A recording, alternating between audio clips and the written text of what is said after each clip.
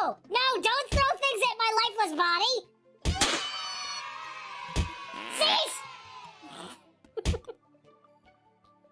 Ignore my voice! Everything's fine! Nothing is broken! Come on, put in the passcode. God damn it! Do the thing! Son of a bitch! Dang. My hands work. That's good news. Oh, there we go. Ow. Hi. Welcome. Welcome to the stream. This is just normal bit. I see no problems here. I don't know what you're talking about. All right, let me, I forgot to bring up my scene projector. Oh gosh, I was setting stuff up at very last minute here. My bad. God, like every single time I think that I've got everything all set up and like on speed dial, it's just like, nope. No, you don't. Okay, refocus the screen. There we go. Oh, hello.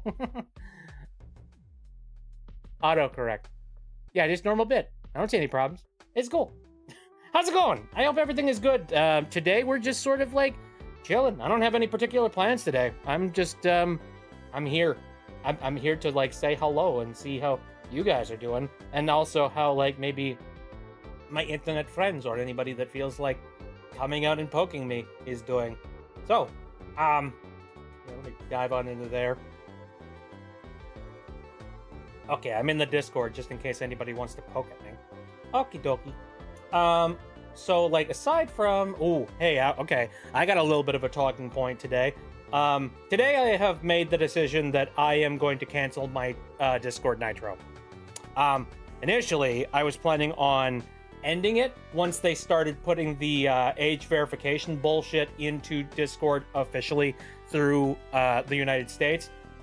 I'm pulling the plug now. I don't see them backpedaling on this. I'm done. I'm done with handing money over to them. And I made this decision after doing a little bit of ruminating and thinking. And it's occurred to me that like Discord's kind of Discord's a different beast than what it was when I originally started supporting it with money. Back in the day when I started like supporting Discord with like, you know, Nitro money, it was a very different place. You know, they were starting from like not grassroots, but they were definitely starting from like a very like base thing where they didn't have a heck of a lot of capital behind them and they didn't have like massive backing. Like it wasn't the gigantic monolith that it is today. And so for me, I was like, hey, you know what? You provide a great service and you managed to cut Skype out of my life. I value that more than anything else in the world. So I'm perfectly happy with handing you $50. And then they changed the price from 50 to 100. But at that, I was just like, oh, well, you know, I get a whole bunch of extra content as well. Like, you know, they started adding higher quality streams and much higher, like, you know, data uploads and stuff like that. So I like, you know what? I was still sort of like $100. That's still perfectly worth it, considering I use Discord for a lot of stuff. Like I use it for like a lot of business related things, and it's worth it for me. They're different now, you know. And Pierce is here. I joined in mid-sentence and I heard something about Bit giving me $50. No, I'm not giving you $50. No, that's not true. Not happening. I don't owe anybody $50. Shush up. But anyway, no, Discord is a very different beast now. I mean, you know, they've made the decision that they want to double dip by not only getting money from us, they want to get money from shareholders. And the second that I see anything related to, like, what if I said pretty please? Still no. I'm not charity case. What are you talking about? If that were the case, I'd have to hand money out to a lot of people if they said pretty please. No. Can I have $50? I'll pay you. But no, I don't. This is not it. Yeah, Discord is dumb. Yeah, agreed. No, they started doing the whole, like, we're getting, you know, an initial public offering for the stock market. And I'm just like, oh, fuck, here we go. Because the second that anything hits the stock market, it's no longer about making a good product or a good service. It's entirely all about trying to make the most amount of money possible with what they're already giving you.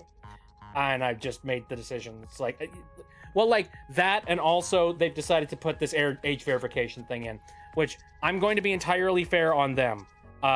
They're under a lot of stress by the U.S. government and by the world at large right now that, you know, there are laws that are being put in place that are pretty much making it so that platforms like Discord are going to be held responsible for the safety of, like, you know, teens and children. And if they find, you know, if they're found to be in violation of any particular new laws in place to protect online children for like verification stuff, they're going to end up being like sued for all their bananas. Like, I get the idea that they're kind of in a really rough spot and they're being pushed into this position. However, I don't care. I really genuinely don't care about that. Like, look, yeah, there are lawmakers that are trying to push these kinds of narratives on you, and they're trying to tell you that, like, hey, these platforms need to be responsible for these kids' well-being. No, they don't. Like, and Pierce has pointed it out too. Like, it should never be about the internet to protect kids. It is the parents' job. I agree with that 110%, and I think people are really freaking stupid if they think that the internet needs to be the babysitter for their children. It doesn't. Like, you need to be a game player and you need to work with them.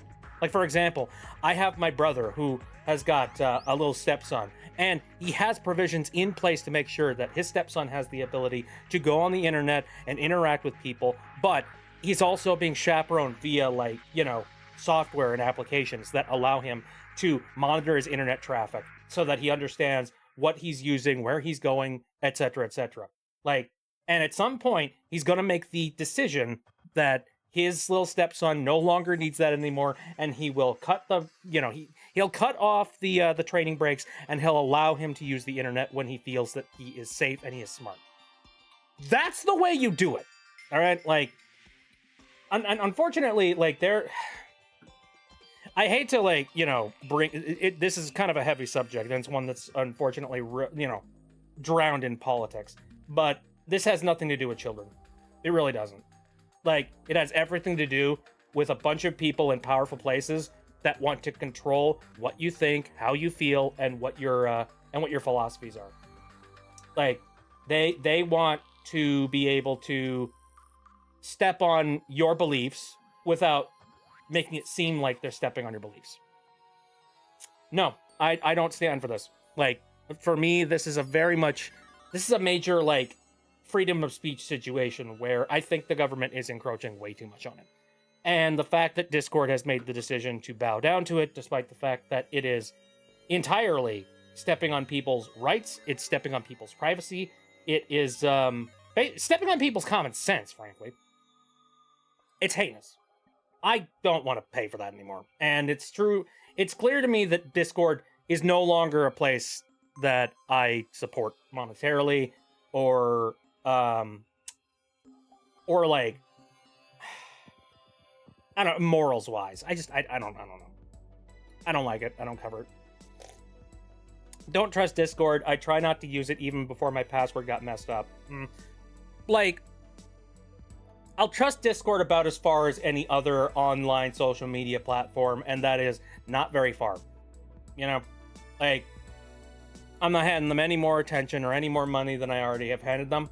If anything, I'm now very open to the idea of a replacement coming through the door and possibly taking up some market share, possibly.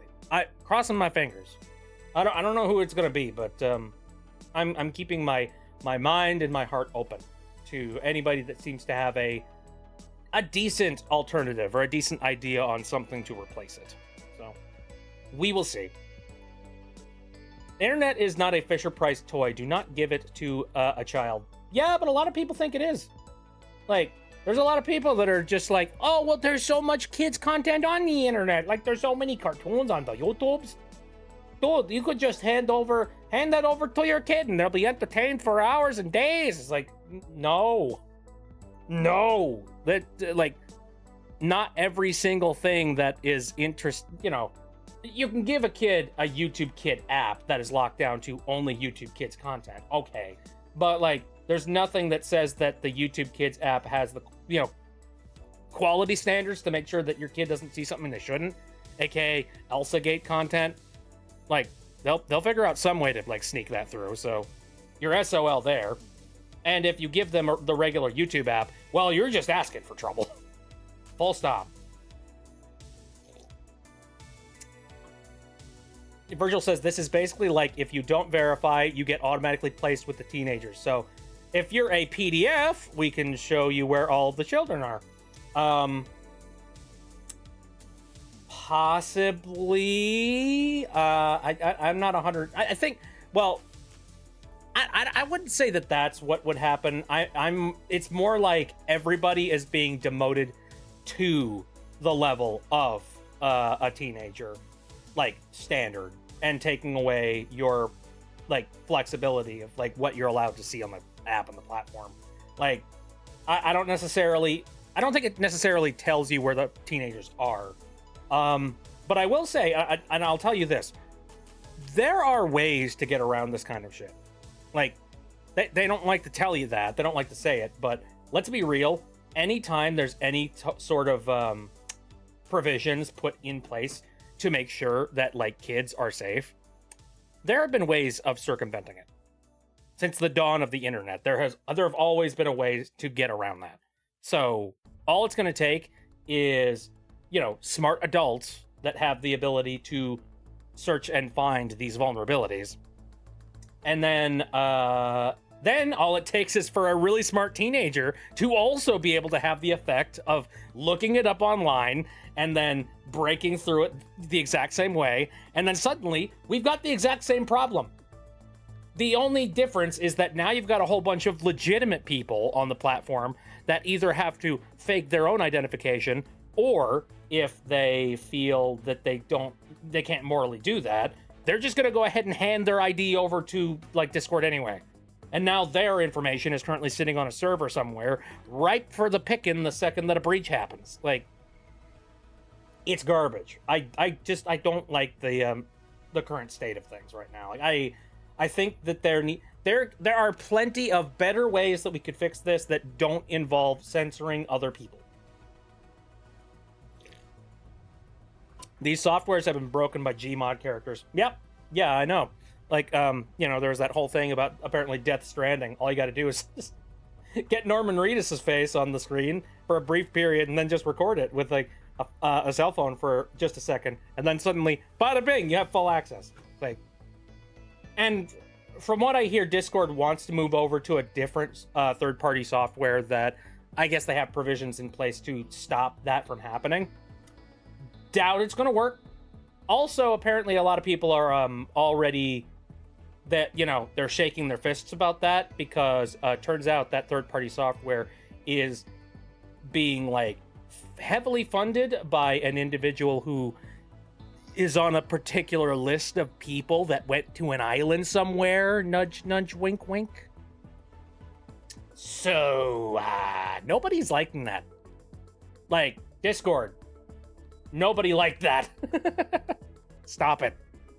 Cut that shit out.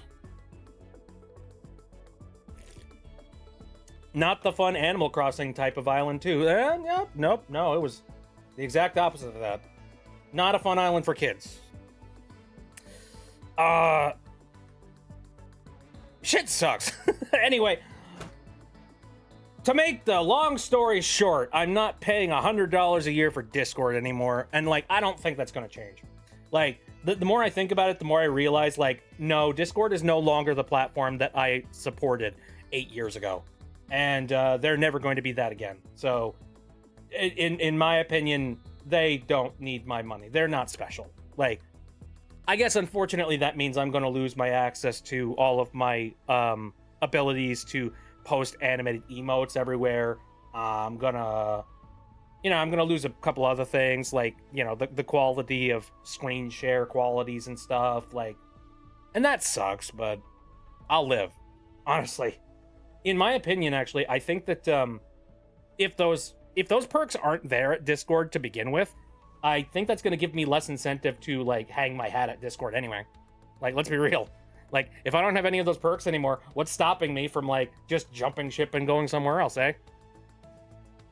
So, you know what? All the better for me. Screw it. Let's get rid of all those perks for myself. Give myself more incentive to leave.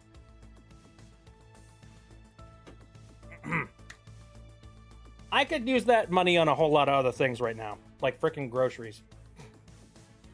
There was a point in time where I sort of like, I hung this idea around with the idea of like, you know, that's $100 and I could spend that on like VR chat plus or something. And then I remembered, no, I don't trust VR chat either. No, I don't think I want to hand them money. So, you know, and also I wouldn't really get much out of it anyway, since I don't do a lot of VR chat stuff. So whatever. I'm just looking at it as like a nice $100 that I can save and put somewhere else. So whatever. I'm cool with it. Like I'm hoping that my you know, it perhaps my lack of purchasing Nitro along with a lot of other people might scare Discord into making the decision to backpedal on that. Maybe, I don't know. I doubt it, but we'll see. I don't know. I'm doing my part. Oh, real quick, I need to edit my profile on Blue Sky so that it shows that I'm live. I forgot about that. I really wish that was just automatic.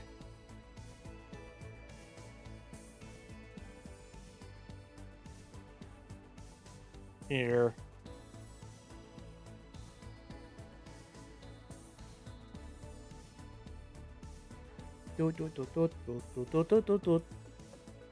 Make me live for a while. There we go.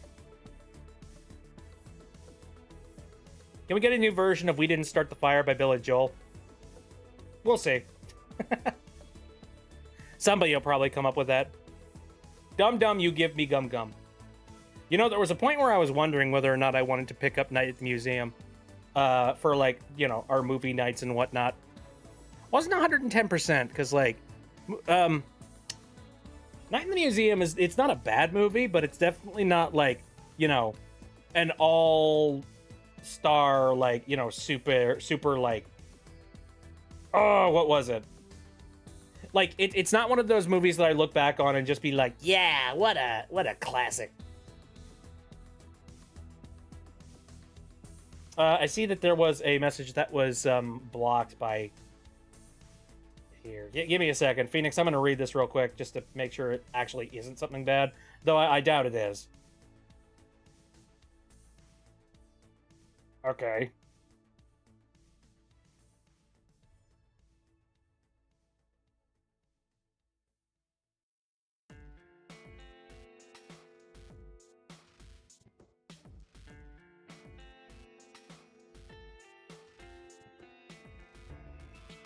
I don't see anything wrong with this. What the heck? Oh, frickin'... Alright. Phoenix says, the goth prom was fun, though. I call it a goth prom because the theme was not a phase, and it was referring to goth, punk, and Pride Month. Basically the stuff people like some parents and rednecks call a phase. And most of the people who went were in goth makeup and outfits. And there were a decent amount of people in Pride outfits, too. Heck yeah, boy. Though, man, I don't know if it's a good idea to lump Pride stuff in with the it's not a phase mom kind of thing.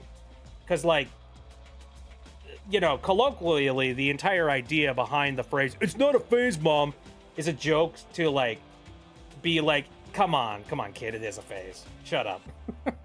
Which, like, I don't know if that's something that you really want to be stapling onto Pride, because I know a lot of people that, like, they are specifically a part of the LGBTQ spectrum, and then, like, you know, and they are there for life. They're not gonna be budging in any way, shape, or form. So, yeah, I don't know about that. That seems a little bit weird. Mainly a Pride event? I hope. I hope it was very supportive. Watching me in a hot tub right now. Well, don't cook yourself. Don't be out in there for too long. You know, if you feel a little bit dizzy, leave the hot tub. Also, Carl is back from dinner. What did you ingest? What did you eat? I wish to know. I beat Ocarina of Time Randomizer on my 3DS. It was cool. Ooh, nice, Piers.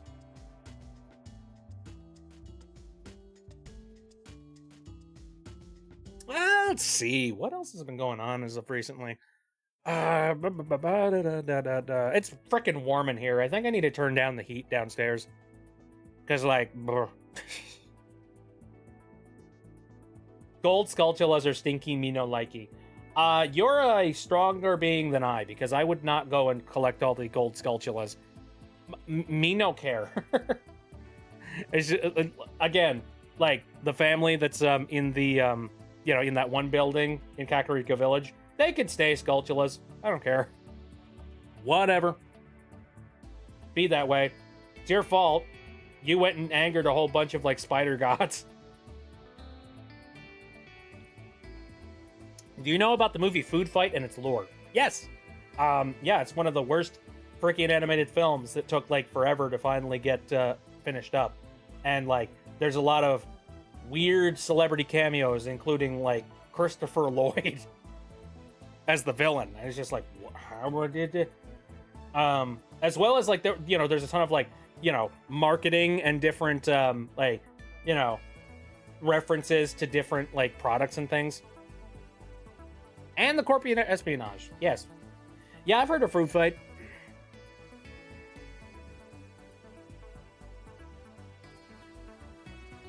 Let's see. I'm trying to see if there's any, like, new stuff that I've recently seen on on my socials or in news or something like that. Nothing, like, super exciting, which is kind of what I wait for. Wreck-It Ralph, but with food mascots and terrible everything. Yeah, kind of. Like, man, it's unfortunate that, like, because I feel like that would have been kind of a funny concept if it was, if there was a little bit more love and heart put into it, which, like, or in general, just somebody at the helm that knew what they were doing or, like, had a better handle on things. And lack of corporate espionage, but, that kind of thing. Over 8 before I got there, I almost strained my voice singing the entire song. I Hate Everything About You by 3 Days Grace. Oh my god. I haven't heard or thought about that song in years. That is like my generation right there. Also, if it wasn't money laundering. Yeah. That's true.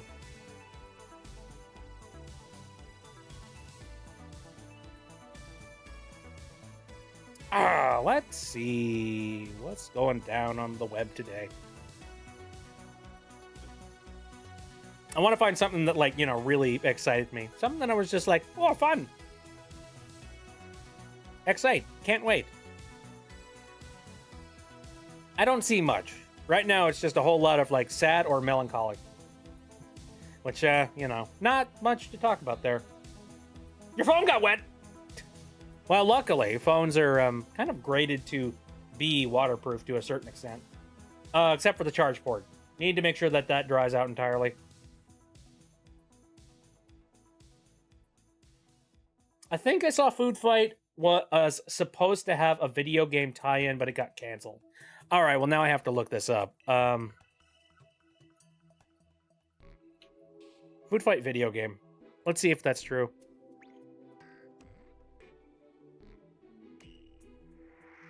That's not Food Fight. That's an Atari game. Hold on a second. Food Fight movie video game. Let me see if I can find that. There's a lost media page. Let me see if that's it. Ah, dang it. Give me a moment.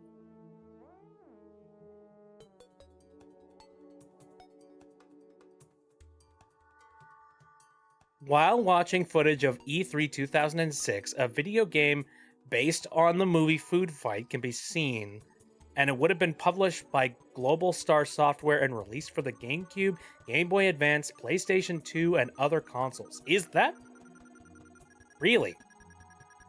Is that legit? Oh, wait, what? No. This. Ow. This has got to be fake. Ow. This has got to be fake. Ow. I don't. My trust on this is low. Okay. Hold on. We're gonna pull up this and we're gonna like zoom and enhance. So let me toss the picture over to me via Discord. On the subject you canceled GBA games, there was going to be a GBA version of Sonic Riders. Oh, really? Interesting.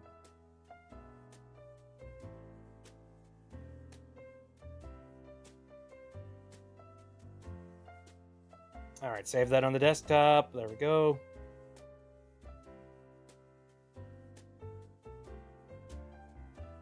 Sonic Riders is awesome, by the way. As long as it's not Free Riders. Okay, so here's the screenshot that somebody showed from like E3 2006. You'll see, like, there's a whole bunch of games that you could probably recognize on here, including, you know, there's a Dora game on there. There's Family Feud. But then right there in the center, right there, we got Food Fight. And then we got the interface right there. That's apparently what it would have looked like. But, like, boy, that looks empty as hell. And also, when I first saw that, I immediately was like, that looks a hell of a lot like Lego Star Wars. Like, anybody else getting that sort of impression by it? Like, there's something about the way that the HUD looks and, like, just the way that the text looks that it reminds me of Lego Star Wars. What the heck? That's weird. Oh, what? We need to find... The beta builds have got to exist of this, right? I have to imagine, like, you know, it's got to be sitting somewhere on somebody's hard drive. Somebody get on the phone. We gotta figure this out. I don't know. Man. I don't know. What could have been, I guess. Also, I see in the corner there's like a little Elder Scrolls Oblivion. just a tiny one. What a bleak freaking section. Can we hold on a second? This is a really bleak section of the of E3 2006. All right, like Food Fight, that by itself is bad enough. But then we got like Family Feud, the video game, Dora's World Adventure. We got like 2K6, like for you know, like baseball. Oblivion is sitting back there just being like, hey, we're Oblivion, we're better than you. Like, whose booth was this? I'm assuming it was like GS. Which, like, hold on a second. What does that stand for? Oh, Global Star Software. Dude, like, I don't know. Global Star, why did you even take out residence at E3? What the fuck? You clearly don't have the money for it, or, like, you probably shouldn't have it. Your games are not in a position to be on the show floor of E3. Like, you're not gonna be selling your games based on the opinions of a bunch of journalists at E3. What a misstep. That must have cost them so much to be on the show floor. What the fuck? I don't care how much advertising money they got for it, but I don't know. And also, Comfy is here. Hello. We're talking about random, like, you know, E3 related things and and just like, you know, discontinued video games or stuff that fell on the cutting room floor. Did you know that there was going to be a Food Fight video game? Apparently. Again, somebody find the ISO for that. We need that. In this day and age, we need all the random, like, obscure video games that we could possibly find.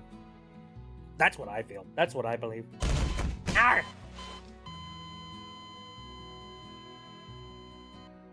I'm fine. I'm fine. Don't worry. Everything's good. Nothing is broken. All right, well, now I'm just like, I'm sitting here and I want to now go down a rabbit hole of, like, you know, Oh, Carl has brought Snap to the team. Hello. Snap, what is your favorite video game of all time?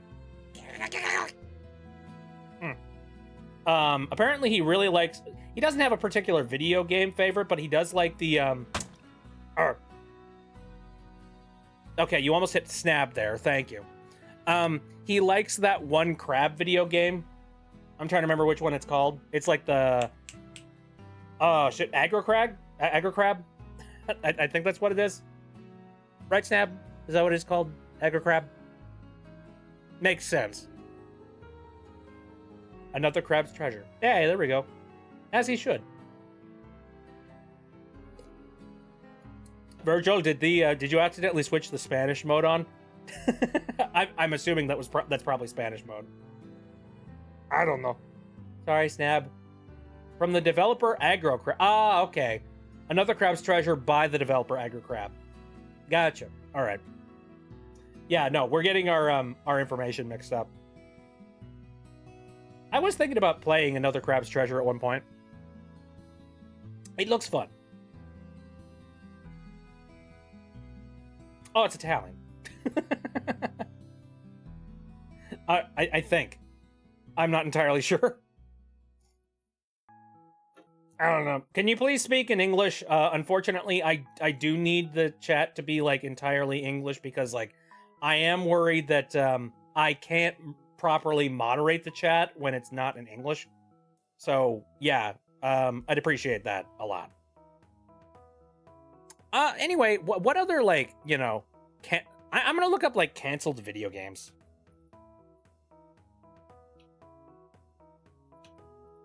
Because I want to look into this. Oh, there's an entire Wikipedia! Yeah! I need to look at this. Oh, it's... Holy shit. It's separated by console. Dear God. What do I do about this? I don't know. What am I most curious about? Every canceled video game of 2025. I don't want to be sad, IGN. Somehow I was speaking Italian, and I don't know how. I think I turned it off. Again, that reminds me of Lopez from Red vs. Blue. Negativo. Gosh darn it.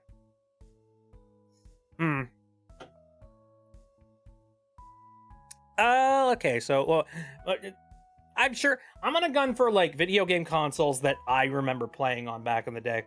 We will see what I find with that. Yeah, canceled N64 games. Very curious about that.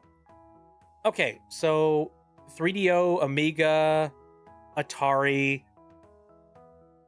Atari Jaguar, 124 pages apparently. Not surprised, because Atari Jaguar really fell off.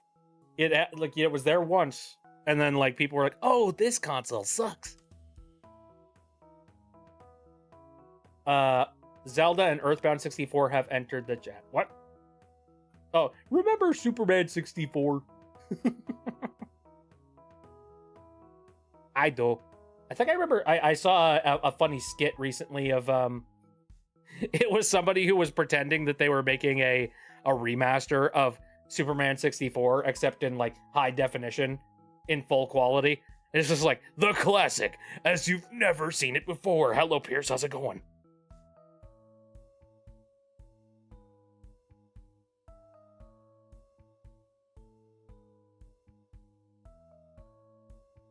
Of course they did.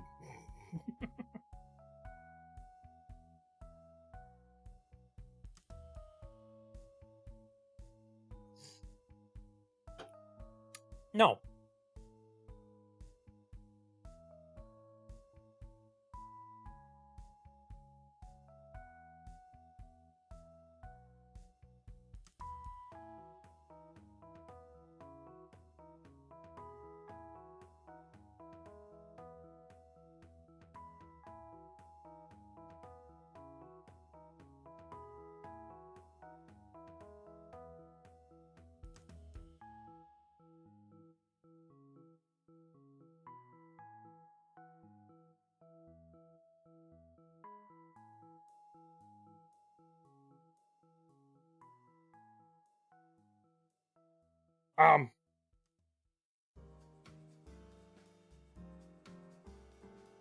I just realized, for some reason, your audio is not properly coming out of the Discord window, and I don't know why.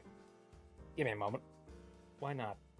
I just recently updated my my Windows 11 on this PC, and I'm sure the audio drivers always break whenever there's a significant update. So let me check that real quick. Ooh, okay. I think that's right. Let me noodle around for this for a second. Meow, meow, meow, meow, meow. Well, now you're just doubled. Hold on. Oh dear. Oh dear. Hold on. That's not right.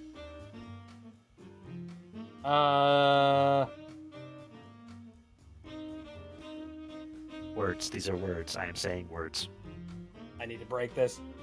I'm sorry. I don't know what's going on. Hold on. No, that wouldn't work. How about the line in for this window here? Technology is fun. It is. Okay. Does that work? No, it doesn't. Now I'm just doubled. Can I even hear Pierce anymore? Words. I'm saying more words. These are words that test the audio. Okay. I can hear you. Okay. Can everyone else hear me? Is this working? Dang, how do I do See, this? Eve is stealing cheat. Let's try this.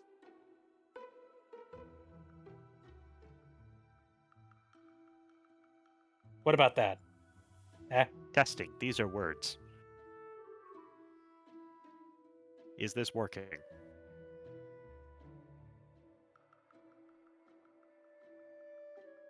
Okay. Visually, it looks like you're coming out of the Discord window now. Yeah, it worked. Okay.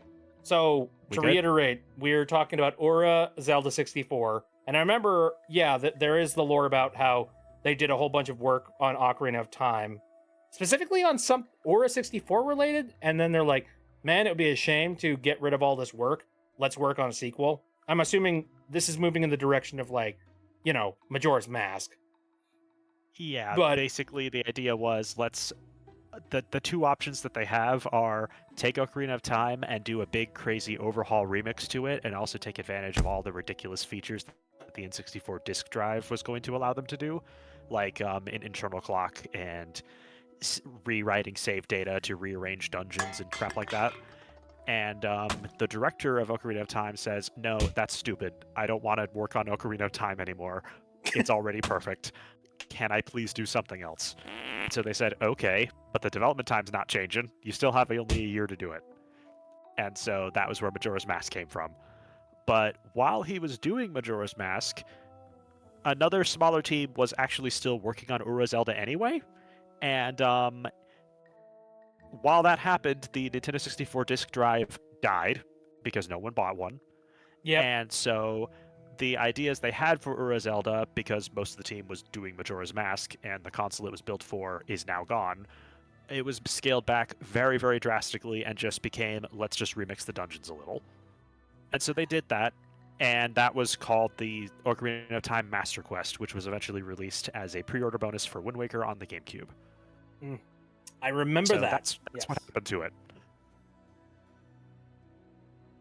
I'm assuming Ura Zelda, is that all that it became of, or is there anything more secret to it? They had a whole bunch of other cool stuff planned that they hinted at in magazines and things like that. The most significant thing was basically they were saying, oh yeah, we'll make it so that when you come into a dungeon, all the treasure will be in completely different locations. Okay, that sounds like a randomizer. And we have that now. Yeah, we figured that out. Yeah. That's freaking cool, yeah. Yeah, so yeah, that's the fans kind of swooped in on that as one. Close to Ura Zelda as we can get. Play the Master Quest, try the randomizer out. There you go. That's kind of neat. And also just play Majora's Mask because it's awesome. Very nice. Yep. Oh, and Earth one 64, I'm pretty sure you already know about because that eventually became Mother 3. Yep. Yeah. Which we still haven't gotten, Nintendo. It would be certainly nice if we got that. They have the Game Boy Advance games on the Switch. They could just put the ROM right there. It wouldn't be hard to do. No, that would require somebody caring about Earthbound. Yep. Alright, so more about these canceled video games here. I don't think I'm gonna read the Atari Jaguar section because I'm not gonna care. Never finished Ocarina of Time or Majora's Mask. Canceled game. Oh, Virgil, you owe it to yourself to at least finish Ocarina of Time. Like, and, you know, I have a stick up my butt when it comes to Majora's Mask, but, like, you should give that more of a shot. If the time management mechanic of Majora's Mask is intimidating, which I understand, there is a mod that makes it so that time doesn't move. Like, you can remove the mechanic from the game if you really, really want to. Yeah, but that kind of defeats the purpose of it, though. Yeah, but if it feels too scary for you, it's an option you can have. I guess. Never really able to play as much, I'm assuming. Consider it. I mean, you know, there's a bunch of different ways to play Ocarina of Time nowadays, including some, like, cough, compiled versions. So, yeah, think about it. If you want help setting it up, just give me a DM. Surprised that actually, Earthbound 64 has Earthbound 64 leaked at all? We only have that one trailer. That's it. Nothing of no actual assets from Earthbound 64 have leaked yet, which honestly is really surprising because if there's any Nintendo fan base that's like the most rabid to find any little morsel of information about any of the development, it's the Earthbound/Mother fandom. Like, you remember that big Nintendo leak that happened a while back, right? Yeah, for somehow Earthbound 64 wasn't in there. I'm shocked as fuck. What vault do they have Earthbound in that they're just, like, keeping it secret, keeping it safe? I do have a theory. I think Earthbound 64's info isn't actually at Nintendo. I think HAL has it. Ooh. Yeah, that's not a bad theory. Well, I'm not going to tell people to go after HAL because that would suck. Yeah, HAL's awesome. They're still doing amazing stuff with Kirby. And also, you know, they made Super Smash Bros. Melee. So I think they're doing okay. Virgil says, I can't even play it anymore because I don't have Switch Online. Virgil. So anyway, there's this epic the musical song called There Are Other Ways. Yeah. I don't know why I mentioned that, but There Are Other Ways is a really good song. Yes. Yeah, there are other ways. There are other ways. Yes. Computers are a magical thing that allow you to do many things. I'm assuming, I don't know what you're watching us on. Maybe you're watching us on your phone, but like, doth thou have PC? Oh, you don't have a computer. Well, shucks. What do you have?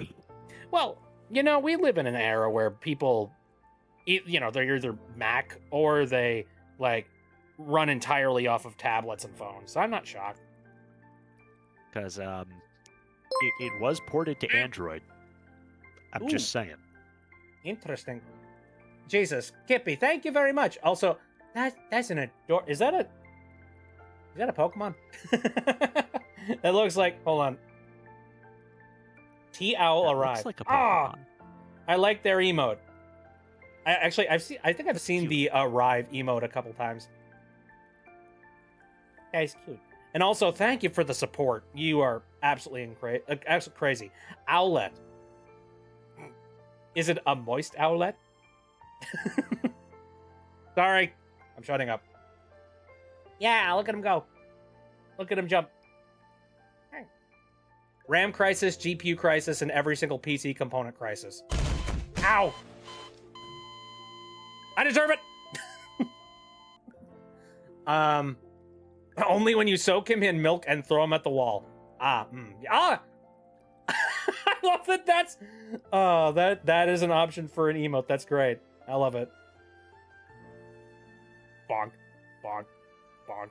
Bonk. I actually do know of this one canceled game that was leaked pretty recently, actually. Maybe I know about it. Are you familiar Are you familiar with the Tiger Electronic Gamecom console? Yeah. Somebody leaked a Gamecom game? Yeah, it's actually probably the best Gamecom game because it's actually a decent port for the given the console's specs. But they actually managed to cram an entire PS1 game in there and make it work pretty well. What the heck? The game that was in development for it, the build that we have is like 85% complete. It was Castlevania Symphony of the Night. Wow. Yeah. Oh, yeah. I can't imagine that running very well on a Gamecom. I mean, it doesn't, but it runs decently. It runs I at guess full it's- speed without much slowdown. It does work. It's funny that And it's it is there. the entire game. It's Hey, that's just kind of cool. like it has the entire map in it, inverted castle and everything. Virgil is asking if we want to talk about AI or no. You can talk about it, but I'm going to be hypercritical about it. I honestly don't know what else there is to say about it. AI is stinky, and it doesn't deserve your attention or time. Yeah, AI smelly. Don't use it. It's not good. Not good for the environment. Not good for your brain. Not good for productivity. Not good for anything. Just like, do anything else. There is one thing that I will say about AI. So I don't know if any of you guys follow the stock market at all, but a lot of video game stocks have dropped quite suddenly in the past few weeks. And do you know why? I mean, I can take guesses thanks to what we were recently talking about, but So Google announced this thing called Project Genie or something. And the way oh it right, works yeah, is- dude, people are people are dumb. Yeah, it's stupid. For people who don't know, basically you type a prompt into the thing, and then it generates 1 minute of playable, essentially video game content, where like you could say, "Let me play as a cat wandering around a New York apartment," and it generates a little New York apartment, and you're a cat, and you can wander around in it. And it only lasts for 1 minute, and it looks awful, and it's all generated by AI, so nothing is consistent or makes any sense. And then after 1 minute, it stops. And if you're actually serious about making a video game, nothing about that is helpful. Nope. Like it's Uh, also a closed environment kind of thing too. So like I don't know what the Yeah, heck it's not people like would you can actively get use the it for. assets from that and actually use them to make a real game. Right. You can't. However, through the magic of investors not knowing what the fuck anything is, they saw that and immediately were like, "Oh my god, video games are a bad market. Everybody leave." Like thinking that somehow AI was going to take over the video game market. Like Jesus Christ. These people have Yeah. got like these people have got the freaking radar of a salmon. Jesus. Agreed, yes. What the fuck? The thing that is particularly stupid about it to me though is they clearly used a whole bunch of copyrighted content when making this thing. Because Yep. you can go to it and say, generate The Legend of Zelda Breath of the Wild, and it will generate a crappy Temu AI version of Breath of the Wild that you can run around in for a little bit. It'll have a crappy AI version of Link, and he'll be able to use a little paraglider, and he can go across some green hills that vaguely, if you squint, kinda look somewhat like Hyrule. And it only lasts for 1 minute. And my question is, how does Google's AI thing know what Breath of the Wild looks like? Mm-hmm. How does it know how Breath of the Wild plays? The only way that it could possibly know that is if they fed it a whole bunch of information on Breath of the Wild. Usually that would be like gameplay footage or just the game itself. And all of that footage would be copyrighted and owned by Nintendo, right? Yep. So why hasn't Nintendo sued them yet? Because AI is a new burgeoning technology, and we don't want to stifle it, because if we do, suddenly it's not going to be as lucrative, and we need it to be lucrative, because otherwise we have spent a whole shitload of money on something that turns out isn't important. Yeah, but We can't this is have that. Nintendo, though. If you have a dream about Mario, they will cease and desist your subconscious. So why are they not going after Google for this? I think all it's going to take is for somebody to leak, like, internal files, like, involved with, like, the indexing of all of the documents and everything that people like, frickin' OpenAI and other other AI platforms have. And I think that is all it's going to take. Like, once that's official and once that can be like subpoenaed and like, proven as being legit, I'm willing to bet game companies and other companies out there that have copyrighted material, they'll chomp at the bit to take companies like this out, I'm sure. But they should, because it this won't stuff is happen very until that- clearly unlicensed, and Google is directly profiting off of Nintendo's IP. So, In a according just to world. Nintendo, that shouldn't be okay. I don't understand it. Mm-hmm. Yeah, Virgil, that's heavy shit. I'm not going to compare anything to that. Yeah, However, I'm not touching that one. yeah, no, I'm not touching that one whatsoever. But what I will say is, like, AI is shit, and it's like, It sure is. it is I don't know, it's inarguably complete shit. Like, it's very obvious even to somebody who doesn't even understand the like technicals behind it. Like, Yeah.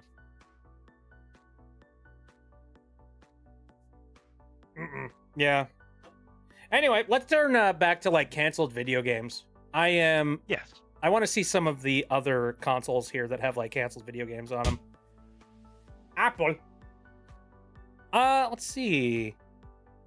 Just canceled Game Boy games.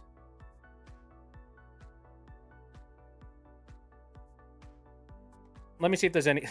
John Madden Football. Why would you do that to yourself? Battletoads Arcade. Okay, sure.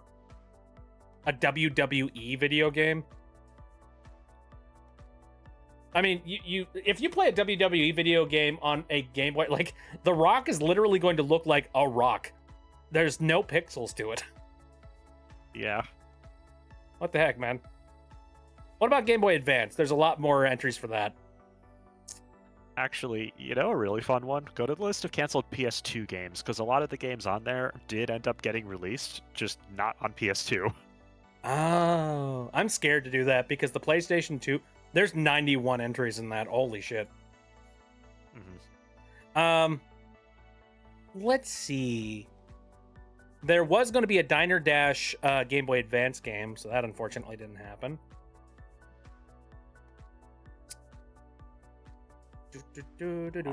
Also, Dreamcast. There's a lot of good stuff on the Dreamcast. Or Aw, darn. there should be a lot of good stuff on the Dreamcast, but it was canceled.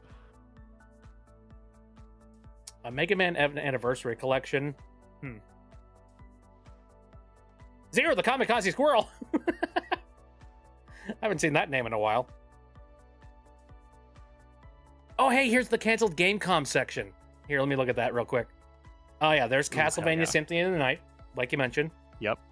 There's also Command and Conquer Red Alert, Metal Gear Solid. I think I remember that, actually. I think that was like a big advertising push that there was going to be Metal Gear Solid on it, and then it never happened. Dude, it's hideous. It's Hideous Kojima. You like Hideous Kojima, right? It's Hideous Kojima giving you headache kajingles when you play on the Gamecom screen. Yeah. There's an entire section dedicated to canceled Mario games, which is interesting. Wait, Super Mario 128? That's not a canceled game. Yeah. That, I mean, it kind of is. not There was never a game that was actually called Mario 128, that what? right? I mean, no, technically not, but that was a tech demo. If for people that don't know, Mario 128 was literally just an attempt to try and advertise the power of the GameCube, if I remember correctly. They were like, hey, you know that one Mario was capable on Mario 64, but did you know that the GameCube can handle 128 Marios? And they showed them off like running around in an environment and doing random activities and doing goofy stuff. And, it was a neat little tech demo. Just like, oh, hey, look, it's so cute. Look at all the Marios running around. And And then, much later on, they made Pikmin. And it's quite literally just that. It's the concept of a bunch of like little guys running around. Became Pikmin. Yeah, pretty much, yeah.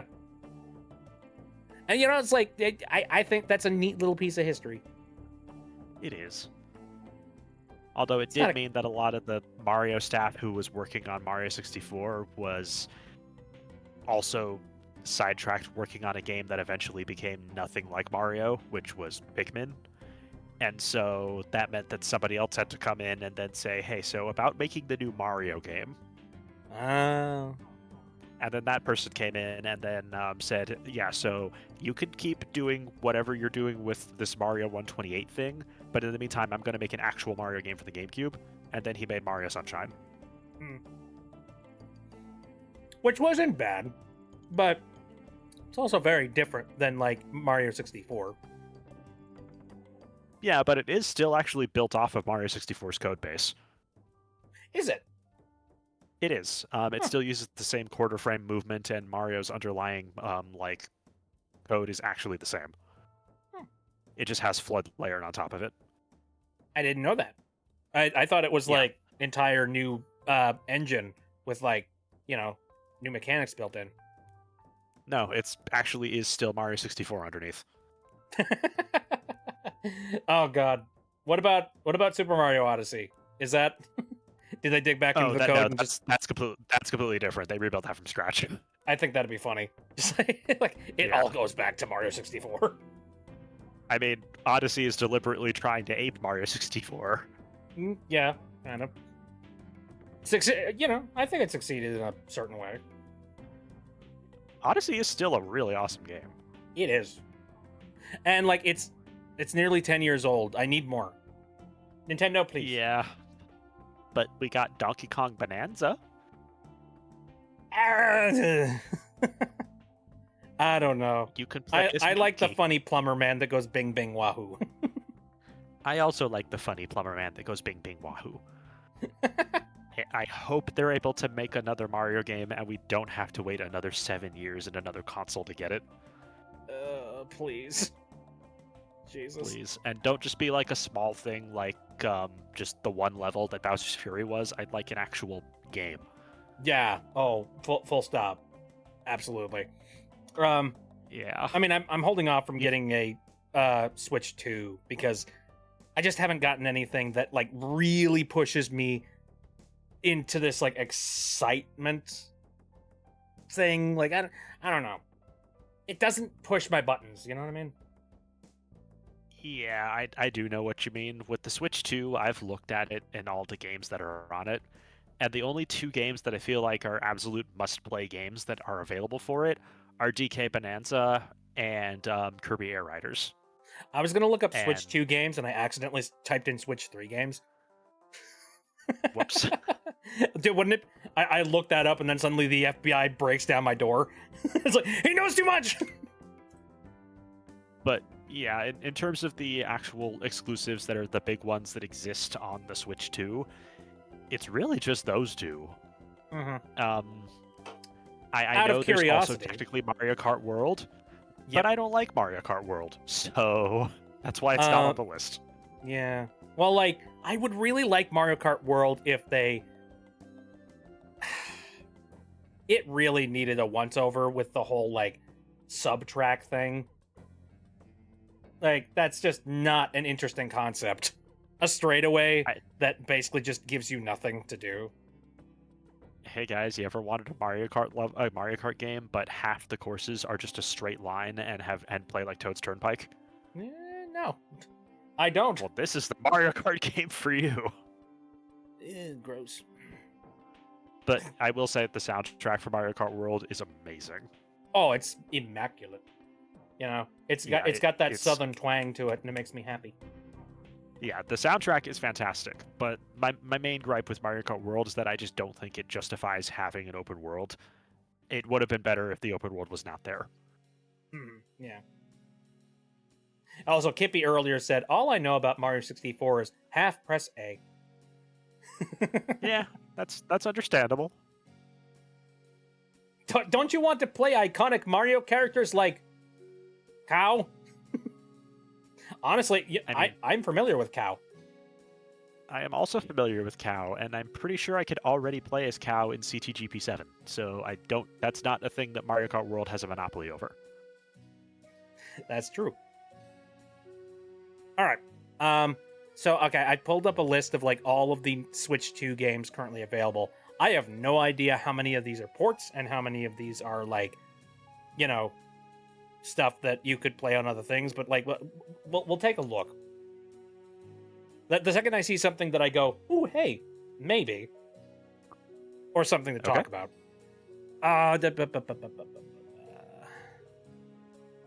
Well, also, I'm gonna pay very close attention to make sure that, like, if it's a Nintendo published thing.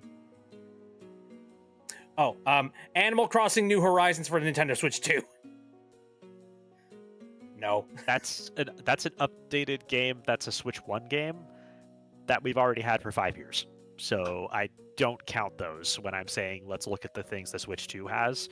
Yeah, I know it could run Switch 1 games better. You have to pay for the Switch 1 games to run better, and it's still the same game underneath. So that's not a selling point. If I bought the $500 console, it should run all the games that run on that console as best as they can without me having to then fork over another $10 per game. I feel like this is the perfect opportune time for like people that bought physical editions of games to just have full access to their library on the Switch 2. Like, agreed. Just send them a digital update. Like, have it be backwards compatible with the Switch 1 version, but then say, hey, do you want performance buffs? Here's the Switch 2 update. Codebase is probably a little bit different, and I know that's probably, like, complicated, but I don't know. It's like, imagine if, like, the Game Boy Color came out, and then you still had your classic Game Boy games, but if you wanted to play your classic Game Boy games in color on the Game Boy Color, you had to then pay an extra $2 per Game Boy game to have the color on the Game Boy Color. That would be stupid. But that's what they're doing. I'm mesmerized to this day that there were some Game Boy, like, standard Game Boy games that actually came with, like, actually, I think it was, what was it? The Game Boy Color itself actually had a database that was inside the console itself that, like, had information about what certain colors were supposed to be on standard Game Boy games. Yeah, because they actually went through and tested the Game Boy Color with every single Game Boy game that had ever been published to that point, and configured the exact correct color palette for each game, and included that in every Game Boy Color. Wild shit. You'll never see that again, unfortunately. No. And then, by the way, there still are Switch 1 games that don't run on the Switch 2. Very strange. And one of the games that doesn't run on the Switch 2 is Hat in Time. Gosh darn it. Yeah.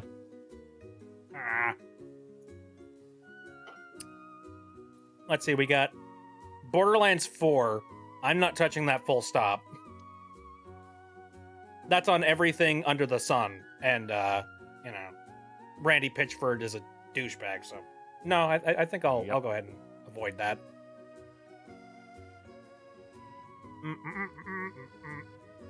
Bubsy 4D. I'm playing that on PC. Not a big deal. Yeah. Bubsy 4D looks awesome, by the way. I am super hyped for that. It does. You know what else I'm looking forward to? Frickin' brain. Help me. Demon Tides? Demon Tides. Yeah, that's it. Yeah, that looks rad too. Oh, it looks so good. I want to play a good 3D platformer. Holy shit. Yes.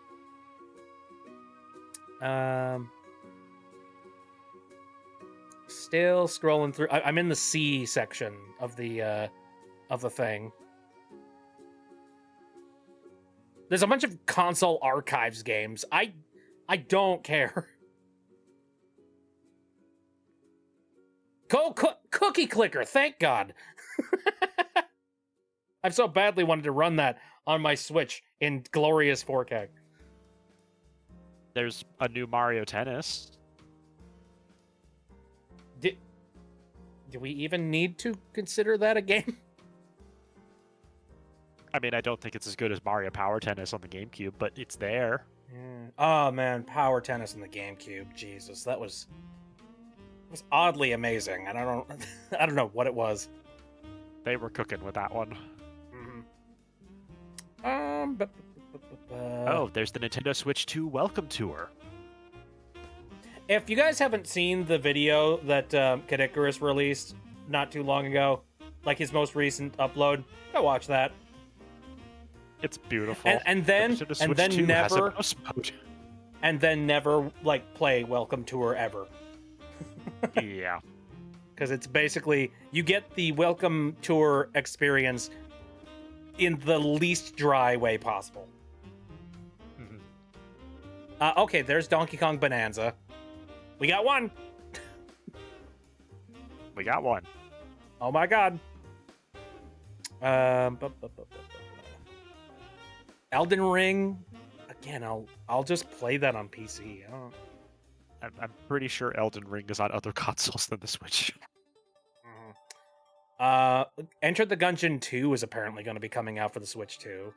I'm still sort of tossing back and forth whether or not that's going to be like a good Enter the Gungeon game. So, yeah, I don't know about that. Oh, hey, do you want to play Skyrim again? No. What about Oblivion? You love Oblivion, right? No. What about Fallout? That's here too. Oh, Without Jesus. the bits that make it playable? No. How? Yeah, heck no. Like that's the worst way to experience it on the Switch too, because you don't get mods. Yeah. Yeah. Fatal Frame 2 is getting a remake. That's Okay. interesting. Shrug. Wasn't that originally a PS2 game? I don't know, actually. Yeah, it was, and also it's on Steam. Hmm. The remake is on Steam. Kippy says, that one I'm mildly interested in, but it's not by new console level interest. Yeah. That's fair. Very fair. Yeah, Fatal Frame 2 Crimson Butterfly remake, it comes out March 11th on Steam, so you Well. don't need to buy a Switch 2 for that. Well, there we go. I think Yep. after a certain amount of time, as they collect enough good, like, games, I think it's going to become more viable to have a bigger library, but, like, they gotta have some good exclusives. Something, like, bring you to the party, you know? Like, I'm sure that the Switch 2 will justify its existence eventually, once more of the big first-party Nintendo hitters hit the console. Yeah. Like an actual new Kirby game that's not a racing spin-off, or whatever the heck the new Zelda game is going to be, because you know they're doing a new Zelda game for it. Again, you had me at Bing Bing Wahoo. Do Bing Bing Wahoo.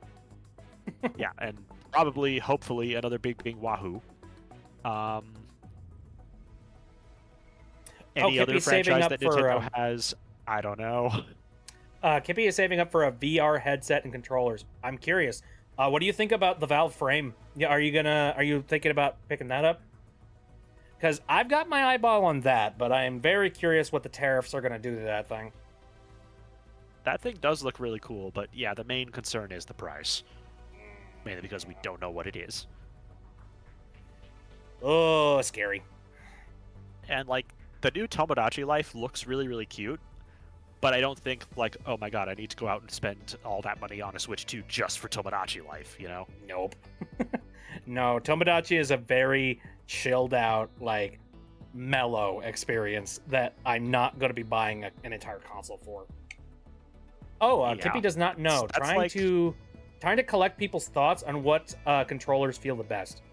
See, for me, my experience with VR personally is that I really like VR that has base stations, because I feel like base stations have given me the best accuracy for my devices.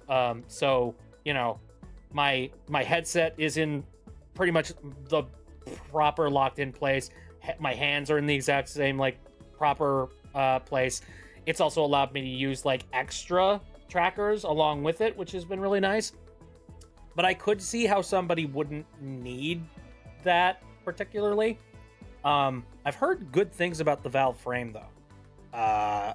Like, trying to remember the specifics about it, but I know that like it's standalone, so it has hardware built directly into the frickin' headset. So in theory, you could play a lot of games that are like lower spec, and that's freaking cool. It's essentially like strapping a like Valve in. No, it's like strapping a Steam Deck onto your face essentially. And you know that's cool. It sounds like it's going to have some pretty decent hardware in it. That's going to be a little bit better than what you could find inside of a Meta Quest. However, if that's not enough power for you, it also has a little dongle that allows you to connect to your computer via USB, and it allows you to stream game footage from your PC over to your headset, so you can have as high a quality as you want. And they're advertising that they're doing there's a special technology they got in the headset where it's got eye tracking, so it knows where your eyes are looking at all times, and it does this tricky little thing where it will make the image you're looking at on your screen, like inside the headset, look better wherever your pupils are. And then it'll like save on the bit rate. It saves on the bit rate wherever like you're not directly focused in on. Fucking genius. Like, I don't know who's coding this stuff, but like you are a smart cookie, and I think you need a raise. Yes. The problem is, again, we're currently dealing with the funny little RAM tariffs because the AI tech bros have to have their freaking AI. So at the moment, we don't know what it's going to cost. So, and I imagine it's going to be horrible. So, you know, brace yourself for that one. We'll see sometime later this year. We're also going to find out whether or not the Valve, like, you know, whether or not the Valve Steam machine is going to end up being super expensive, which very likely will be. I don't know.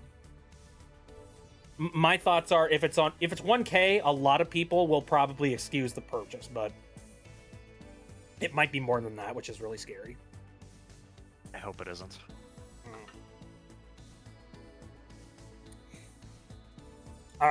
So back to the games on the Switch 2. Hollow Knight is going to get special builds of both the original game and Silksong for the Switch 2. They're advertising like higher frame rates and all of that jazz.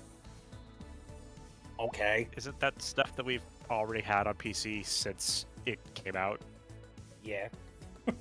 So I'll say okay. A Switch 2 edition for Hollow Knight and Hollow Knight Silksong, if you've not bought Hollow Knight, or if you use your Switch 2 a lot, would be worth something, but only if you're already buying the console for something else. So yeah, that's one of those, like, that goes to the Tomodachi Life pile, where it's like, if you already have the console, it's cool, but like, it's not worth buying the console for. Right. You don't really get me through the door with it. There's a Forgotten Land Switch 2 edition coming out, for the love of all. Okay. For Kirby? For Kirby. Yeah. Yeah, it has a few little extra levels here and there, but they're pretty small. They don't really change anything.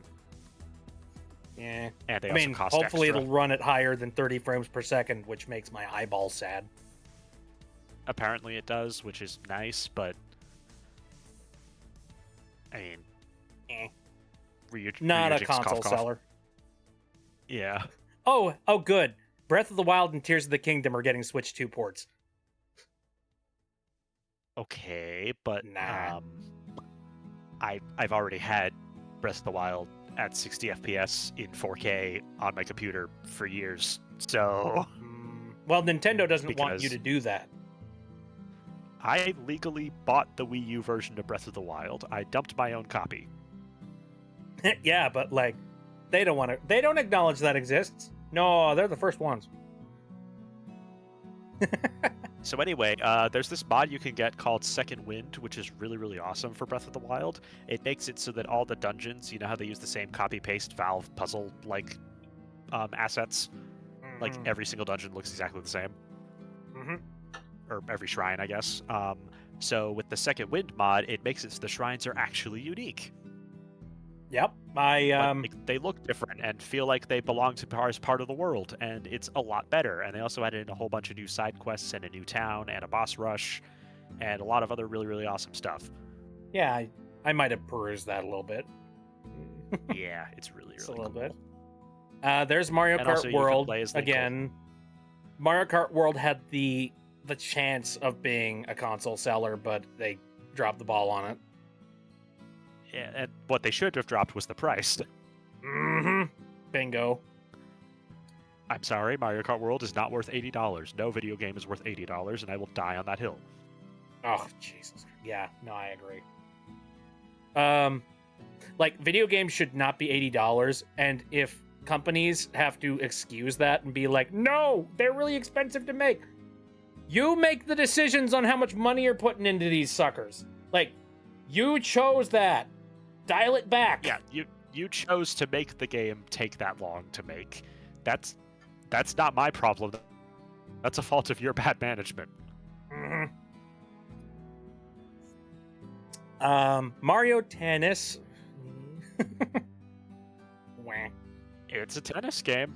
Also, the developers Camelot Software. I feel terrible about. I don't know. Maybe it pays the bills or something. But I'm so sad that Camelot Software is basically forever locked into this dungeon of needing to create, numerous Mario Tennis sequels forever and ever. Instead of a new Golden Sun. Yes. God. Yep. That is tragic. I don't wish that upon my worst enemy. Yeah. Metal Gear Solid Master Collection. Not a fan of Konami. However, the fact that Metal Gear Solid 4 is finally releasing and breaching containment is kind of cool. Honestly, did you watch the new Sony Direct that they just did? Oh, you mean the State of Play? Yeah. I didn't watch it, but I heard the news and I was like, very neat. Surprisingly, not I buying think it. Konami actually had the best showing, Uh-huh. which is shocking to me because it's Konami. Right, when was the last time they cared? Yeah, the last time they cared was when Hideo Kojima was still there. But yeah, Kind of makes me wonder whether or not the pachinko thing is working out for them or not. I don't know, but one thing that I'm very, very surprised that they actually said they're going to keep in MGS4 is, has anyone here played MGS4, or do you care about spoilers? I don't care about spoilers. It's been out for a while. But we'll see if anybody in the chat says. Okay. No, but for me, it's like, I know about the legacy of the PlayStation 3's terrible architecture. Or, the one that, people just didn't want to develop for. So, Yeah. this is kind of neat. My thoughts are not like, ooh, I'm really curious to see what console it's going to come out for. I'm more interested in, hey, finally it's out of its architecture. We can finally take it and port it other places ourselves, kind of thing, The two things that I'm the most interested in with MGS4 getting ported is, one, will they keep the product placement that was in the original game? And two, will they keep Hideo Kojima's cameos that were in the original game? Oh. The product placement thing, it's not just, oh, teehee, there's a poster that has some logo that they got a partnership with. There's 2 bits of product placement that are actually important because they serve gameplay function. The first one is, while you're exploring, you know how a lot of games have a jukebox feature built in? You can just listen to music or find other songs. Oh, I and remember play that this. while you're playing Yeah, the game. actually, wait. I remember. They have a Walkman, don't they? It's not just any Walkman, it's an iPod Classic. Oh.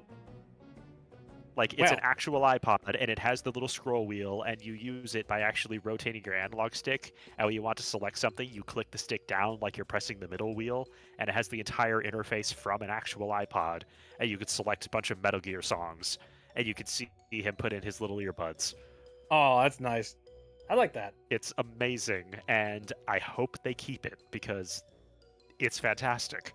The other little bit of product placement is in the 4th chapter of the game, there is a scene where they go back to a familiar location from an earlier Metal Gear title.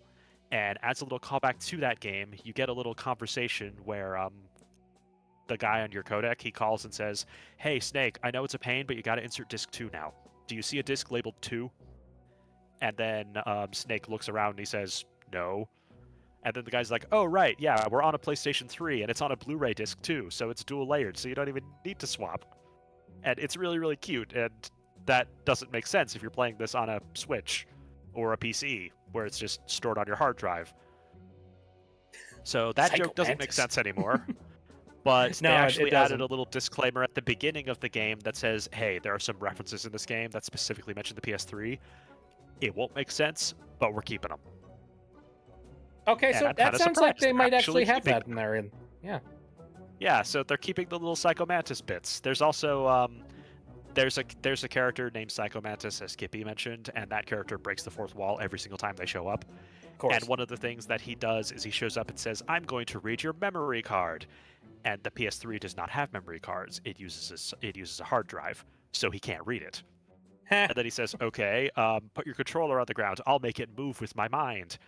And the original PlayStation 3 controllers did not have rumble, so that doesn't work either.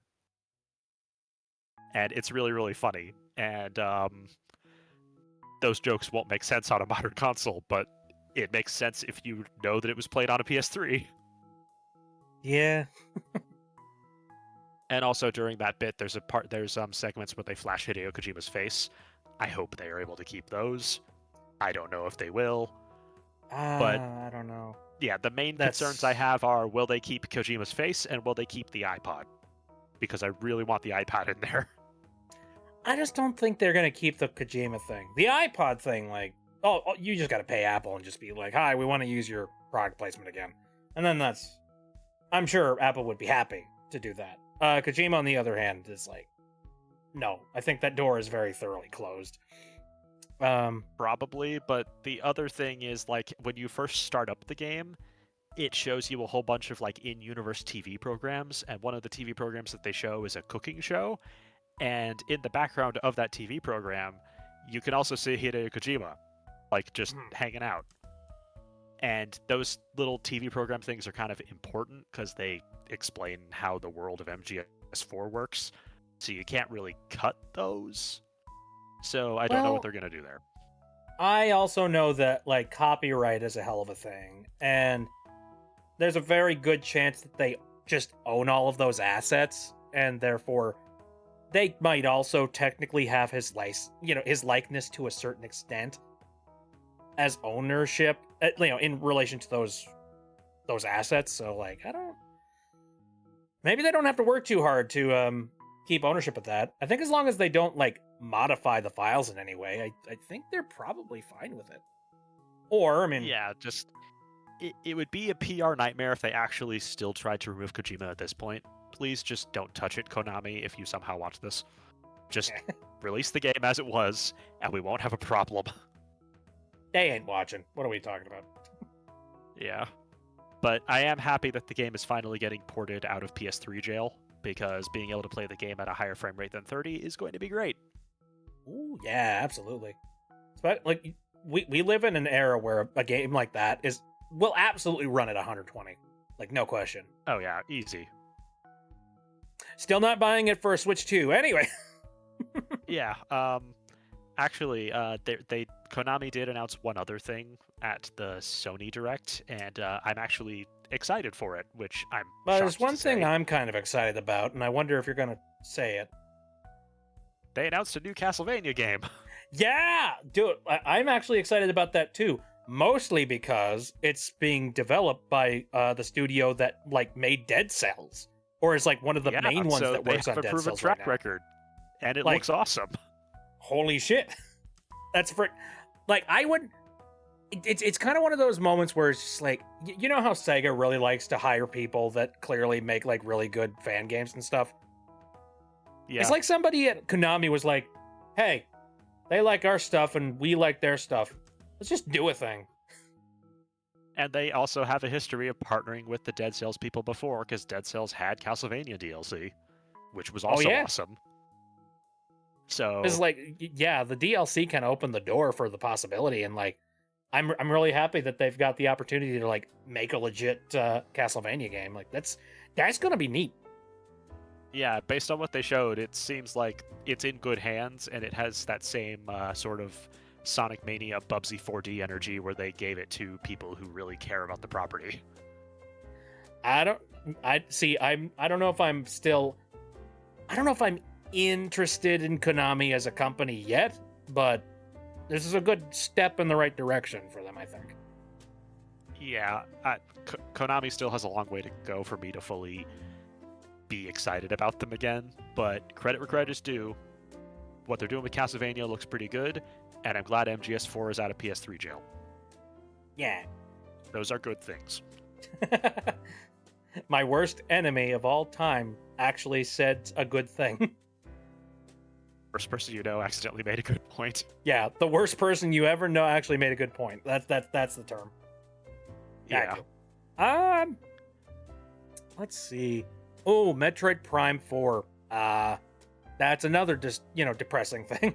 It's like, man, Well, Nintendo had a it's lot also of on really Switch good 1, ideas. so it doesn't count. What now? Oh, it's on multiple consoles. You're right. Yeah, it's already on Switch 1. But they really tried to push the Switch 2 version because they're like, oh, you look at all the graphical improvements and stuff, and look how good it looks. I'm like, It still looks good on Switch 1. It looks just as good as Metroid Prime Remastered on Switch 1, which looks fantastic. yeah, And it still runs at 60 FPS in HD. That's all you need. yeah, pretty much. And also on top of that, it sucks that apparently, now I have not played it, but reviews say that it is kind of middle of the road, which, man, It's easily the worst Metroid Prime, but it is still a Metroid Prime game. When it's just being a Metroid Prime game, it's good. When it's doing something else, it's not. So here's hoping that when they do Metroid Prime 5, then Retro is able to have full creative control from the start and is able to make the game they actually want to make. hope so. I don't Fingers know, man. crossed. Again, Nintendo's getting into this weird thing of like, they had a console, they really badly wanted to sell really well, but like, oh, things between like the price issues, the fact there's really no games for it, like, it's like Actually, all the I worst do crap have a is kind of little like piling up interesting on them. bit about Metroid Prime 4. Oh yeah, Yeah, so the producer who was behind Metroid Prime 4, like the project, he actually retired from Nintendo a few weeks ago. oh, Are you familiar with who that producer is? I probably would, And but refresh my and memory. what he previously worked on? His name's Kensuke Tanabe. He was also the producer for the original Metroid Primes, and he also was the producer on Metroid Prime Federation Force, and the producer on all the Paper Marios, Oh, that's and unfortunate. Chibi Robo, Oh. which means he was also the same guy responsible for Chibi Robo Ziplash and Paper Mario Sticker Star. Oh, So, that's unfortunate. yeah, so, there's that. And he was also the guy who said that not so great quote where it's no longer possible to modify Mario characters for Paper Mario. It's that guy. I don't know. Whenever anybody says anything about, nope, this can't happen, I immediately have a side eye on. I'm just like, really? Yeah, so he's not at Nintendo You're setting yourself anymore. up for failure in 5 years. Yeah. Here's hoping Prime 5 will be better. I don't know if it'll be better or worse without him. It's honestly a wild card at this point. Oh, I But don't know. he still does deserve credit because without him, we also wouldn't have gotten Thousand Year Door, the original Prime trilogy, or the original Chibi Robo. All Very of which are great games. So he still deserves credit for that. Mhm. Kippy says, I wish they'd just be honest and say, I'm not interested anymore. Like, Lamau, why make yourself look silly? Agreed, yeah. Yeah. Yeah. Just be like, I don't wanna. You don't have to lie to me. Come on, man. Or just oh, hey, tell Nintendo Switch Miyamoto 2, that welcome his to idea her. of making an RPG that doesn't have a story is a bad idea. Again, Nintendo Switch 2 World Tour. Yeah, should have made it free. It should have been a pack-in game. Yep. Full stop. That, like, it is literally just a digital version of a, like, instructional manual. Essentially. Yep. It did It's not. like, oh, you bought this $1,200 video game console? You want me to say welcome to you for buying that console? That's an additional $10, please. No. No thanks. I'm fine. No. I do wonder, Remember, Wii Sports was a pack-in game. like... Luigi's Mansion was a pack-in game. Yep. There's a reason why Wii Sports is, like, one of the most famous Nintendo games of all time, and why it's sold as Yeah. much. Because it was free. Yeah, and it came with the Wii, and it got a lot of people to try the Wii who wouldn't have tried it otherwise. Wii Sports was Let's see. fantastic.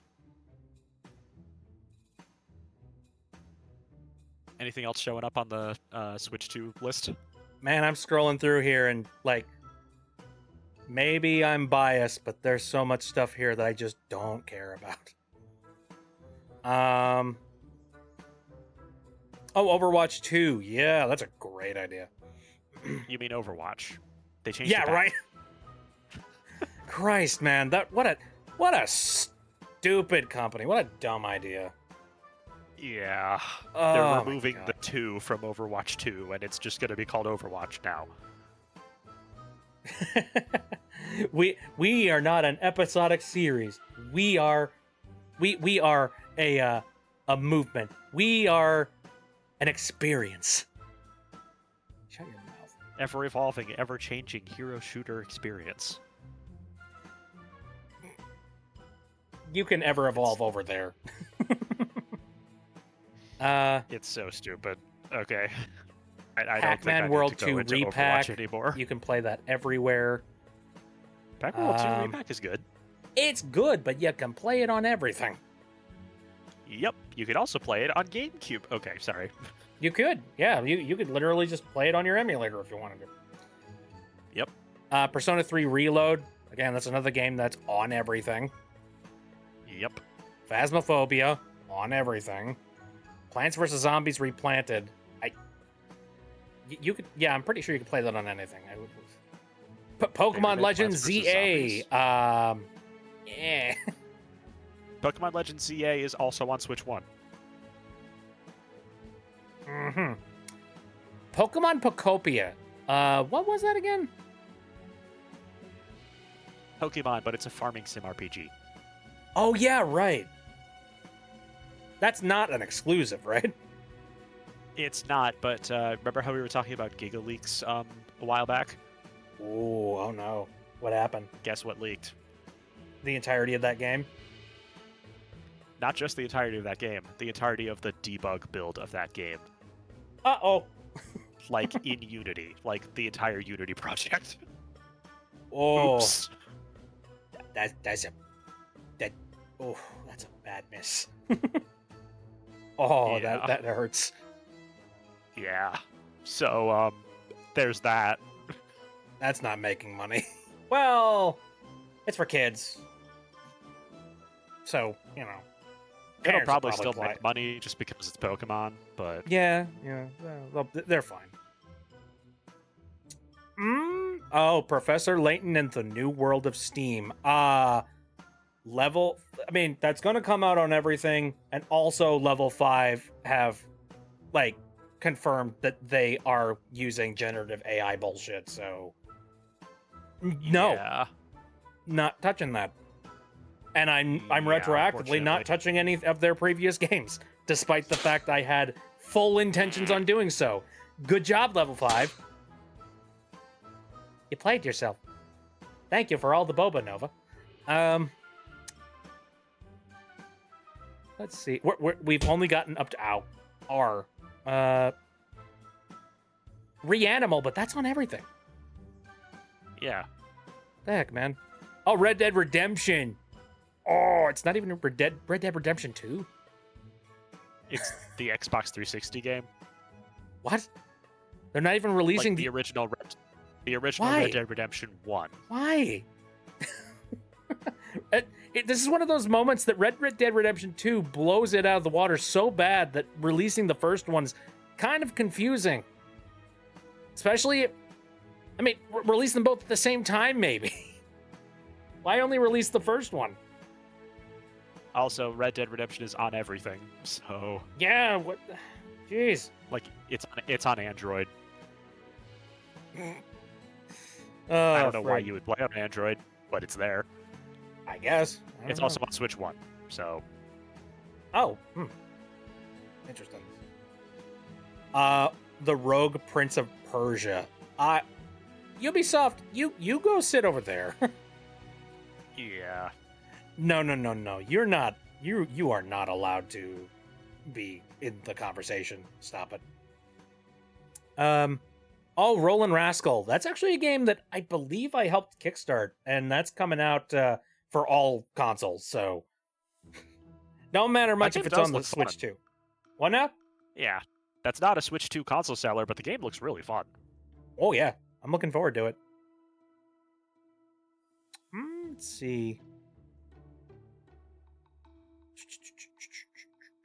What else do we have on this list? Snoopy and the Great Mystery Club? Oh, it's being made by What? Game Mill. Avoid at all costs. Oh. Do not touch. It's Game Mill. Have Game Mill ever published like a game people like? Good question. I'm looking up Game Mill right now. We're going on a tangent of a tangent of a tangent. I'm sorry. No, it's fine. My curiosity is too strong for this. Okay, here we go. Game Mill Entertainment Games.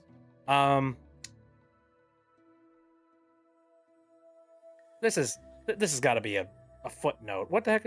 There's got to be more games than this. I'm looking on their Steam page. Okay, there's one game I see that people I think liked.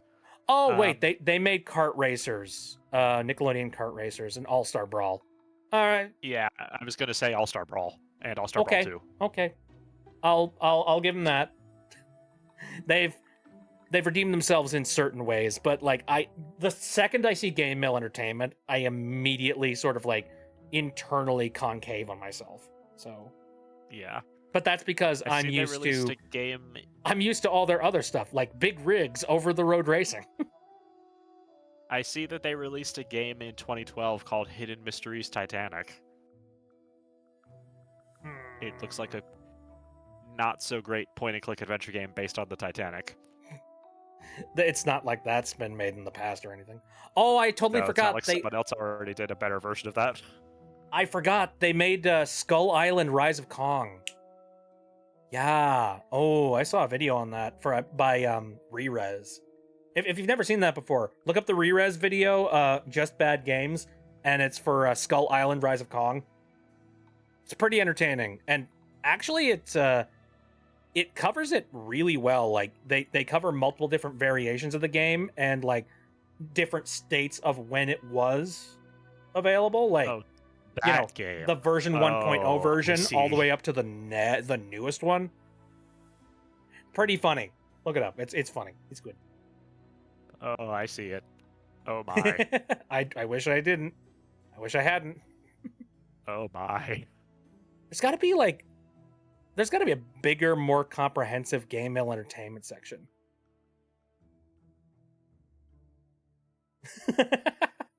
Yeah, no. Rise of Kong was rough. Screw it. I'll go directly to the source. What does their website have to say about their games?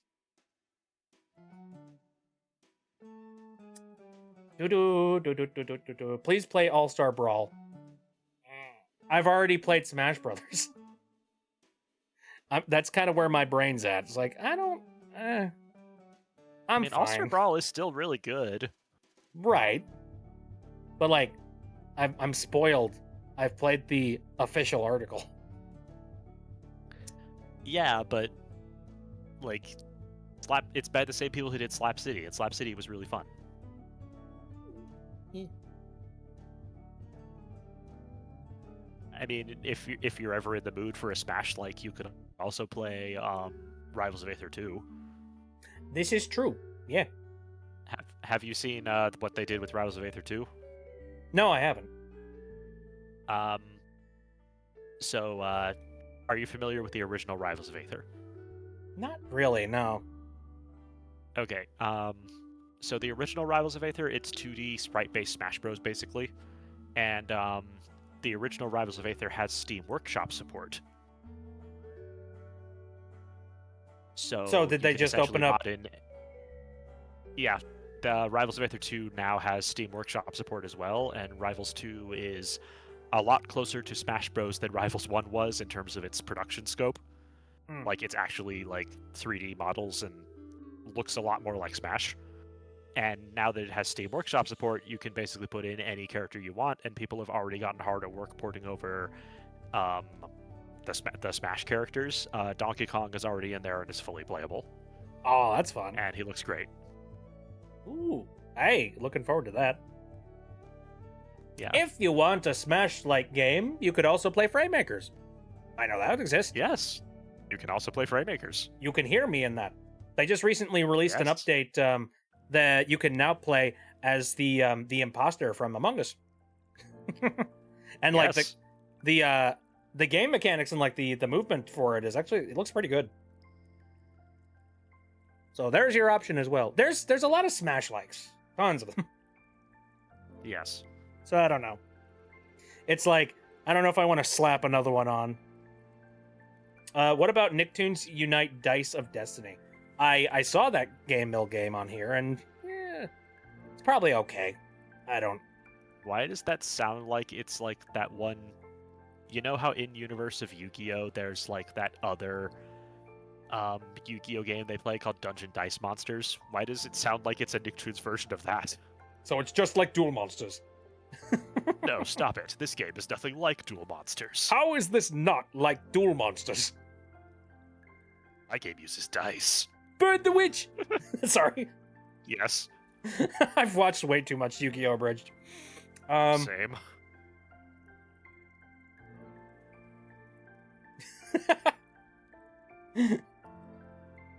If we both I'm die here, sorry. there's something you should know. What's that? In a few hours, the sun will rise. What the fuck does that even mean? I don't know, but it's true. Yu-Gi-Oh! Sonic Abridged is X a Shadow. treasure. So we got like some Sonic games. So Crossworlds will be making it over, as well as Sonic X Shadow Generations. 2 games that you can play on everything. There's a Cecil in here. Hello, Cecil. Hi. Hi. Hi. Hi. How are We're you? currently talking about what you can play on the Switch 2 right now. Not a lot. No, not really. Well, you can I was play a gonna lot on the play- Switch too. It's just games you already have that you bought 5 years ago, but you can Yep. play them. And a lot of lemons via Nintendo. Yeah. And I was gonna get it for the new Tomodachi Life, but it turns out that's a Switch 1 game. What the Oh, fuck? it's on Switch 1 too?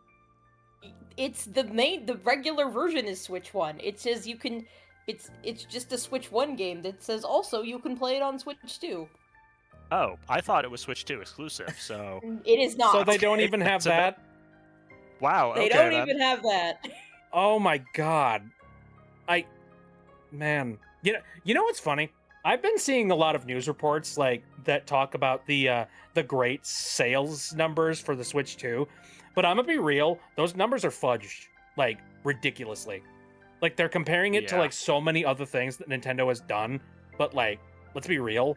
Nintendo has had some really sour lemons in the past, so you can compare them to a lot of different things and make them look really nice, but they might still be failing, because like, yeah, oh, cool, you had a high adoption rate, so did every other Nintendo console out there, like, So did the Dreamcast in the first few months it came out. Mm-hmm. And you see how that went. Mm-hmm. Actually, I've thought of something that reminds me of something, and the thought just left my head. I will tell you if it comes back. Oh wait, never mind, it came back. Okay, so in regards to the sales of the Switch, a lot of people have been bragging about, like, how the Switch has outsold now the DS, and also is on track to beat the PS2 as the best-selling console ever, right? Mhm. I'm not sure that's a fair comparison to compare the Switch to the PlayStation 2. Yeah, no. The reason why is because with a PS2, the PS2 is a home console system. You bought one PS2 per household. And that was it. Like, there was the one family PS2, and everyone played on it, and that was how it worked. You might have a few different memory cards for each kid, but that's about it. With the Switch can also be positioned as a handheld console, and the Switch Lite just straight up is a handheld console. Because you can't switch it. So, with the Switch, it's not exactly the same as comparing it to a home console, dedicated home console, because you don't buy one Switch per household, you could buy one Switch per kid. Mm-hmm. Which can help to inflate the numbers a bit, because now each house can have multiple Switches instead of just the one Switch that everyone uses. So because it has that handheld, I guess, boost to its numbers, it's not entirely a fair comparison. Compared to the DS, all you want. That's a handheld. That's fine. But the PS2, I don't know. Yeah, no. Very different circumstances, those two consoles. So, yeah. Also, it doesn't help that there are some games where you just have to buy multiple Switches, like, just by design. Like, if you want to have more than one island in Animal Crossing, which is I was stupid. about to mention, if you're like, or if you're really, I don't want to delete my old island in Animal Crossing, even though I, don't really want to go back to it, but I don't want to delete it. yeah, it's like you Yeah. spend an So, entire the year other on your option island, and it's just is- like, well, sunken cost fallacy. Son of a bitch. Wish I could back that up, but Like, I have a hacked Switch, and I know how to have it back up around, that so if save I can, data. if I want to go back into it and just, look at it, I can. yeah, right? As much Yeah, as I've there's nothing thought about the unique idea of Animal Crossing restarting, save data. I never restarted because I'm like, What about well, save data? what was that? What about save data? I missed what Pierce said about save data. Sorry, I have a hacked Switch, and I backed up saved games before on my Switch, including Animal Crossing. There's nothing unique about the way Animal Crossing saves its save data compared to any other game on the Switch that would prevent Nintendo from just letting you save your game and having multiple saves per profile. There's no reason you can't do that. Nintendo just doesn't want you to. Damn you, Nintendo. I hate it. Also, hi Remy, how you doing? Hello. Hope you're having a good one. Hope you're enjoying hearing us talk about why we're somewhat underwhelmed by Nintendo's current output. I'm sorry. Oh no problem. Like we criticize because we love and we want to see them do better. So Yeah. a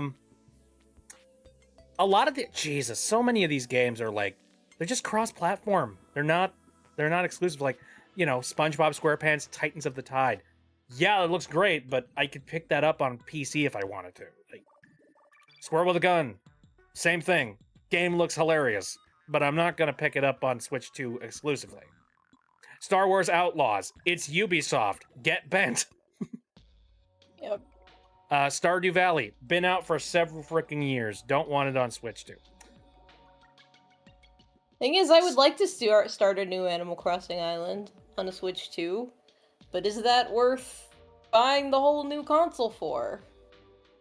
No, probably not. There's a new edition of Super Mario Brothers Wonder that's going to be coming out apparently with like some added content. No, that's not a console seller. Oh joy, Super Mario Party Jamboree. No. Anyway, as far as more positive things go, you finished Gravity Falls this week. Let's talk about Gravity Falls. I love it. It's just like, I must have my Gravity Falls fix. Hello, Poke, please Yep. talk about the Funny Pines people. We need to talk about the Funny Pineses. Yes. Here, I'm still scrolling through this list of games that are available on the Switch 2. Actually, Bit, do you mind if I send a screenshot to you real quick? Absolutely. I just want to say this is what the basic gold standard for game lineups within the first year of your console's release is. Oh my god! Hold These on, are I gotta real. put that on the All screen. of these are real, and all of these came out within the first year of this console's launch. Hold on, I gotta grab that. What is this? So there's this console that came out in late 2000, like October 2000. And this console, within its first year, had this lineup of games that I just sent to Bit, and I believe he's pulling it up right now. Oh, on the stream. Right. I just yeah, had let's the, stare at this for a second. I just Holy had the, shit! I just had There the it chat is. open. Hold on. Look at this Just at a roster of glance, my absolute brain pillars. exploded. All of these games came out within the first year of the PS2 launching. Here, we're zooming in on this. So, freaking Ace Combat, Baldur's Gate, Devil May Cry, Final Fantasy X, Gran Turismo 3, Grand Theft Auto 3, Eco, Jak and Daxter, Metal Gear Solid 2, and Silent Hill 2. Yeah. That's crazy. Within one Oh, year. it's backwards. All of those absolute bangers. Yeah, that's how you sell a console. That is how you sell a Unfortunately, console. We're not selling very well with the Switch 2 very much. Here, let me... Wait, we're getting a new Scott Pilgrim game? Yeah, did you? Yes, we I are. only just I recently just found out checked about the that. stream chat and it. Oh my gosh. Yeah, there is a Scott Pilgrim EX, and it's basically a sequel to Scott Pilgrim versus the World for like Xbox 360. Like, full stop. And I only Awesome. found out got about the, that. I only found out about I that. had the original when the original Scott Pilgrim game released. Like when the movie came out. I got it on PS3, and for Yeah, a long time that was the only way I could play it because it was delisted and you couldn't get it anywhere else ever again. Yep. And well, then they finally not only released it with like all of the DLC. And I yeah, got not that only on is that Switch, released so. and available to like everybody now, but this sequel came out, and the only reason I found out about it is because I was watching the Nintendo Direct, and it had 1 second of screen time. And I was like, this is a Comes out big in deal. March. Why It's is not no out one yet. talking about Yeah. this? Yeah, this. Oh, holy shit! This is awesome. Mhm. Like, that's fun. I really badly want to pick that up. But that looks like it'd be really fun with like, multiplayer type of thing.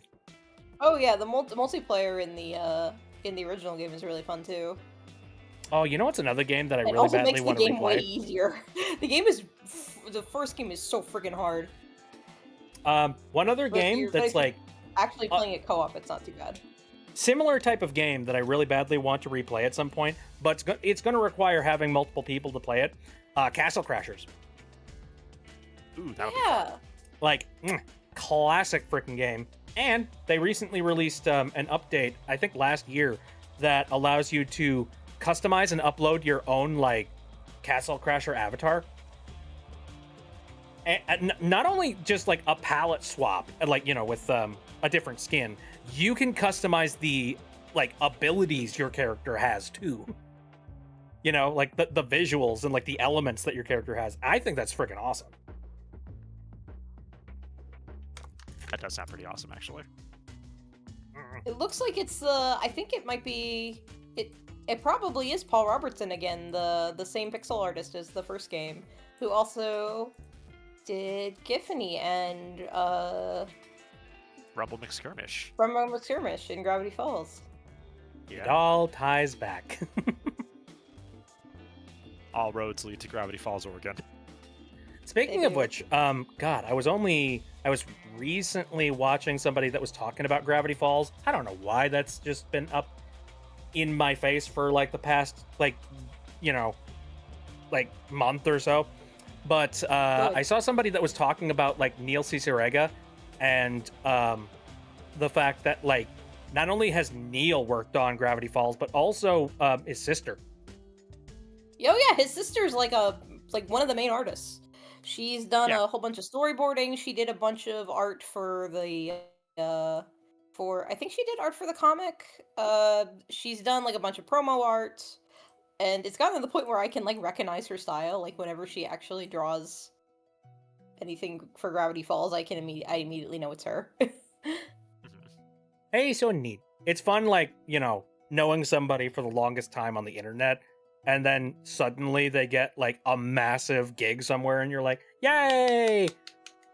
Good for you! Good guy! Yay! Get it! Get that Yep. bag.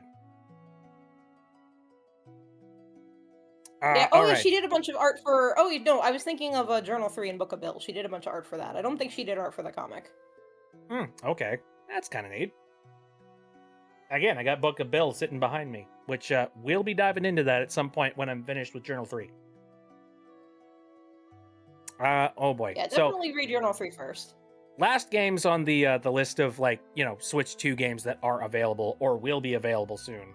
Yooka Replayly, still skeptical of that. I will hand Platonic Games a little bit more of my money once I'm 110% certain they're not doing AI bullcrap. Sure. There's a Yoshi game that's coming out in 2026, which is interesting. I don't think it's going to be a console seller though. And if it is, boy, what world are we living in? And It then looks like another Yoshi's Island game. I mean, like it goes into the cute but not worth buying a console over category. Yep, that's my thought. And then the final thing here is an entire suite of all of the remastered Yakuza games are coming out. And we all know what we're doing with those now, aren't we? Yes. Mm-hmm. I ain't buying a cent of it. Yep. No, thank you. Understood. Well, why is that? Oh, They've been doing 'Cause some Sega- weird shady shit with the newest Yakuza game, and I'm not a fan. yeah. What Well, did they first do? of all, a lot of people have been like, kind of complaining about for a while. They've been complaining about that. Just they've been making DLC out of stuff that really doesn't deserve to be DLC. That's like the number one complaint I've been seeing like a year back. People are like, I don't like these payment practices, especially since we know that you kind of work on a shoestring budget and this stuff doesn't need to be marked up this high. This is concerning. And so that was kind of like the first hint of problems that I saw, at least. But then we just got punched in the face with the worst shit possible. So Yakuza Kiwami 3, they made the announcement that like one of the actors that's going to be portraying one of the characters, who's a character that like was not portrayed by this actor originally in the first Yakuza 3. What it turns out they are a predator type of guy who has been like Oof. very how do I put this lightly? He He has groped. no business being cast in any video game where he's doing those sort of things that he does in real life. Yeah, no. He in real life he groped Oof. a lady. He's Two admitted ladies. to this, full on, straight up. And Oh, in shit. Japan, he has been basically ostracized, and people are like, nope, predator, don't want, get out. Yeah. And for some then reason, he's Yakuza in made this the game. announcement that they are bringing him on as basically one of the head villains within Yakuza Kiwami 3. To which point, everybody collectively went, ew, no, reverse that, please. And there were entire petitions of basically people saying, hey, we don't know where you're at in production, but you got to take this guy out and replace him with somebody else. Like, this is not cool. Yakuza has been, like, really well known for being a good series that has actually done great things for talking about women's rights and just being inclusive and really, really nice. So this is an incredible backpedal to a lot of people. And they That's so shitty. and they chose not to. And on top of that, there was an interview that was done recently with one of the heads, and according to them, it sounds like this decision was not a coincidence. They chose this guy specifically because of his bad reputation and because of how skeevy he is. Because they were They like, specifically oh, said that he's this good is a at playing villain. skeevy people. Like, this but is a villain, it reads therefore... like- yeah. It Um, doesn't read well. Yeah, and my response, and the response of a lot of people is, hey, you know that thing that actors do where they pretend to be skeevy assholes? This guy's You- not pretending. You could Yeah, just that's the do problem. that. You could hire a really nice guy that pretends to be sleazy. There's nothing stopping you from doing that. But yeah, no, they stood by the britches and they were just like, nope, this is our creative decision. We're going with it. To make matters worse, they also got rid of a bunch of the sub stories. Which, if you know about They Yakuza, got rid you of know about that the sub 70% of all of the sub stories that were in the original game and replaced Yeah. them with completely different ones. Which at that point, why are you remaking this game? Yeah, no, like, Yeah, what the hell? and like the sub stories are so freaking good. Like, you don't. That's the entire reason you play the Yakuza games in general. Like, yeah, the plot's fun and it's interesting to watch, like, all of the drama involved with all of these really hardened criminal people within, you know, the dark ages of Japan and all that jazz. But then, like, it's hilarious to just be like, hi, we're gonna go bowling. And there's an entire heartfelt, like, side story about you going bowling. And you get, like, you know, a relationship plot line. You know, like, that's why you buy Yakuza, in my opinion. To make matters even worse, one of the stories that they cut was a really, really nice and inclusive story that involved a trans woman. Yeah, it was really nice and supportive. And Kiryu fully supported the trans lady on her journey, and it was a really good moment in the original Yakuza 3, and that was one of the sub stories that was cut. Right. Which is And also again, not a this good look. came out in Yakuza 3 back in the day. So it was very forward focused at, like, it was very forward looking at the time. And they just cut that out retroactively. Like, they just seem to be firing and missing all their shots, it seems. Yeah. And then I could go into a little bit more detail about this. That's so shitty. Wow, that really To sucks. add an extra cherry It on top really of the shit does. Sunday for me is that this is a Sega game that's being released by Sega, and Sega is really bad when it comes to de novo. So I wasn't gonna buy it on release day already. Now I'm not buying it, full stop. Like, That's totally 100% fair. I didn't buy it either. yeah. I And, also like, just I noticed bought- as I was I was such a fool. I went and I bought all of the original Yakuza series when it was on sale. And now it's sitting in my inventory and I will not be playing it. Like, no versions. Honestly, though, it is None. good that you bought the original games when you did, because the original Yakuza 3 was delisted on Steam. You can't buy Yes! it they've all been Yeah, they- delisted. I was about to got rid say of- that because I was about to. They're like, hey, do you want to play Yakuza 3? Well, now you don't have a choice. Buy the new one, sucker.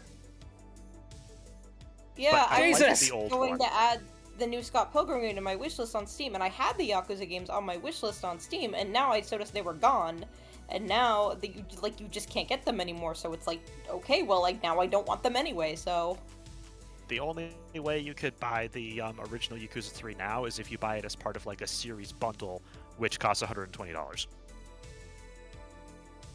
Like, ugh. which is very stupid. God, way to take every single ounce of good faith that you collected over the course of 20 years and just immediately throw it into a furnace. Like, Yeah, seriously. I What are you don't know what the heck they're smoking over there, but they have some severe course correcting that they need to do. right. Awful. And even if they do Uh, course correct, like, man, I'm putting up a steel cage around them before I do anything. That is 100% warranted. And that Anyway, really is sad to say, because not I buying really those liked games on the Yakuza Switch games too. up until now. What was that? And that's really, really unfortunate because I like the Yakuza games a lot up till now. And Oh, yeah, I this love is the just really, funny, really sucky. the funny, silly stories involved with Kiryu and his goofiness and Yeah. just the I dumb had an shit that he amazing got time up with to. every single other game in the series. It's just this one that they messed up. But Dude, they I messed really it up in ba- a really, I really really badly. I was egregious, waiting. unforgivable way. I was waiting patiently to finally play Pirate Yakuza because that game looks like it's super fun and just It is. goofy as shit.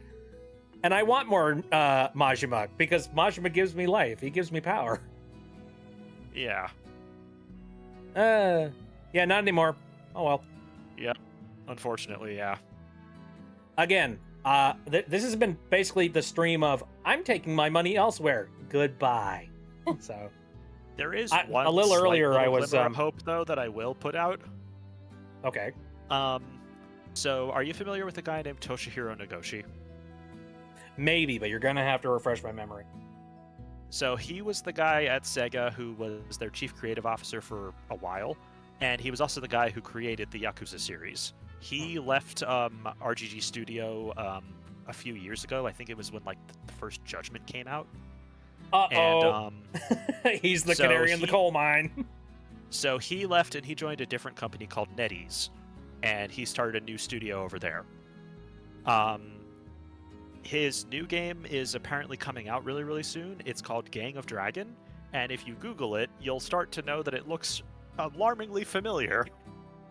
It just looks like Yakuza with the serial numbers filed off. Yep. So, Yeah. fingers crossed, that's good. We'll see. I mean, Fingers I crossed. do know I don't know. NetEase. They publish a lot of games and they do a lot of they do publishing work for Cygames. There is a Shadowverse has always been a global game. Like there's only one version of it. Though you can get one client that's in Japanese, and then you can get a client that's the global client that has a bunch of other that has English and a bunch of other languages, but it's all one server. Like, there is an exception to that though, is that exclusively in China there is a Chinese server, published by NetEase, and it actually has stuff that the rest of the global server doesn't have, like exclusive characters and like they had a bunch of features like before the global version had it. Like you could get like an animated wallpaper of a certain card or character and have it on your home screen. You could do that in the NetEase server like 2 years before they put it in regular Shadowverse. And that's still happening now with the new game Worlds Beyond. There is a Chinese exclusive special NetEase published server that has different and extra features compared to the global one, and it's kind of frustrating because it's like those features exist because NetEase like paid for them to have them in their like special exclusive version, but it's annoying because then the global version of the game, which is supposed to be the main one that's just published by Cygames and is for Japan and every other country in the world, doesn't get that stuff. So our one singular content creator who was left basically because Cygames sponsors him, just did a podcast about it, and it's very frustrating. I imagine it would be frustrating, yeah. Like, I mean, I'm kind of the opinion that, like, region locking in general is just a really stupid thing to do in our day and age, where stuff can be transmitted to the internet, like, super easy. And, like, I know it's kind of expensive to get translators and all of that jazz, but if somebody wants to play a Japanese exclusive video game, or just, like, an exclusive video game in a country in general, like, I don't see any reason. Like, if you can speak Japanese, or if you can speak, like, English, I don't see a problem why somebody shouldn't have the opportunity to play something. And That's it's my just problem with it's the nature Rage of of like, Bahamut, which copyright and like trademark and marketing and things like that. We put up all of these legal barriers that you can't cross just because of You know, that's the problem with the first game that Cygames ever made, called Rage of Bahamut. And Rage of Bahamut is a very important game if you're a big Cygames nerd like I am, because they do this thing where they have, like, all of their games have, like, there's a bunch of characters that are in, like, all of their games. It's like different universe. It's like every game will have, like, a version of, like, of that character that's, like, in the universe of that game. So, like, they have this character in one of their games, and then they'll be in another game, but it'll be, like, a version of that character for that universe. So it's basically So, like, if you you want- know, lost content, essentially. if you Yeah, don't so that's live in that basically what industry or that Shadowverse area. started out as. It was basically the Rage of Bahamut card game. So it was just all the cards and characters and stuff were all just characters and stuff from Rage of Bahamut. So if you wanted to know anything about the cards, because the lore of the game itself and its story mode was completely separate from the cards, you would only know that from Rage of Bahamut. And here's the thing about that: it did have an English server, but it shut down in 2016, the year that Shadowverse came out. So there was no overlap there. And I have trust issues when it comes and to then- anything online now. And this is why. and if you want to play the Japanese server, you can't, because you know what you have to do to get past the tutorial in Rage of Bahamut on the Japanese server. Oh no. There's something You server have locked, to isn't give them there? a phone number. You have to Oh, give it hell a no. phone number. What the You fuck? have to, and it has to be a Japanese phone number, because if you give it a phone number from any other anywhere else, any other country, it won't accept it. You have to have a Japanese phone number to play the game. That's awful. That's the It's horrible. And that's why there's no, like, translations or anything from, like, the only, like, I did know some people that were trying to do translations for some of the Rage of Bahamut stuff to put it on the Shadowverse wiki, so people would, like, so there'd be some way to get some knowledge of the lore.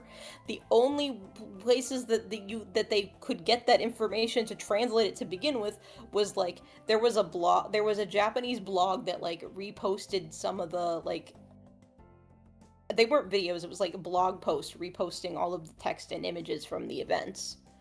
And, like, that's the only way they could get it. So it was very little. They didn't have a whole lot they could work with.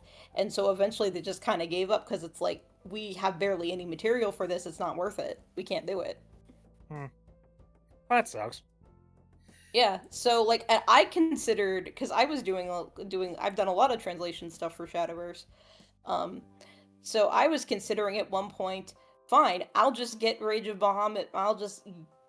This game is old, but I can download I'll download the Japanese version, and I'll try to translate, you know, Zcel's really like, most people are fine, interested I'll in, do the it stuff myself. about, like, most of the characters that everybody, you know, that is in, like, all of the different Cygames, you know, properties, and you would want to know most about.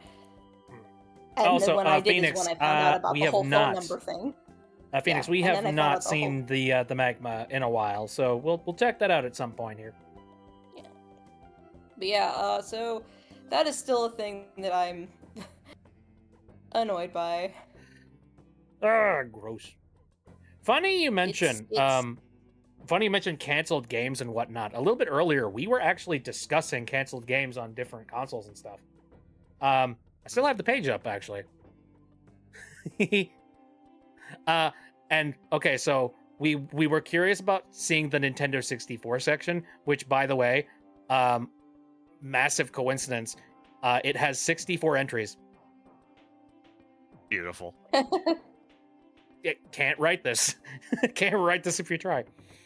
I'm curious what games I didn't get access to because of reasons. Let me see.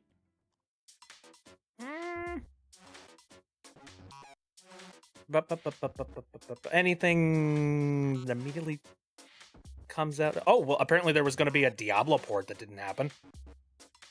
Okay. Very interesting. Hey, Earthbound 64, found it. There it is. Oh, wait, Eternal Darkness. Oh, it's the. Wait. Is this like? Is this the Eternal Darkness, or are we talking something different? Who does it say the developer is? The hyperlink links directly to the GameCube Eternal Darkness Sanity's Requiem. I guess it started development as an N64 title. Interesting. I wonder how somewhere. the swerves and jump scares would have worked. I wonder what engine it would have run in, and think maybe if it had come out on the N64, maybe Silicon Knights wouldn't have shut down. Yeah, I don't know. Oh, Also, hello. yeah, I we found the got old two post. goobers that I showed found- up. Right? Hello. I found an old post I made about the whole Rage of Bahamut not being accessible thing. This was during the live stream for like some new like Shadowverse content.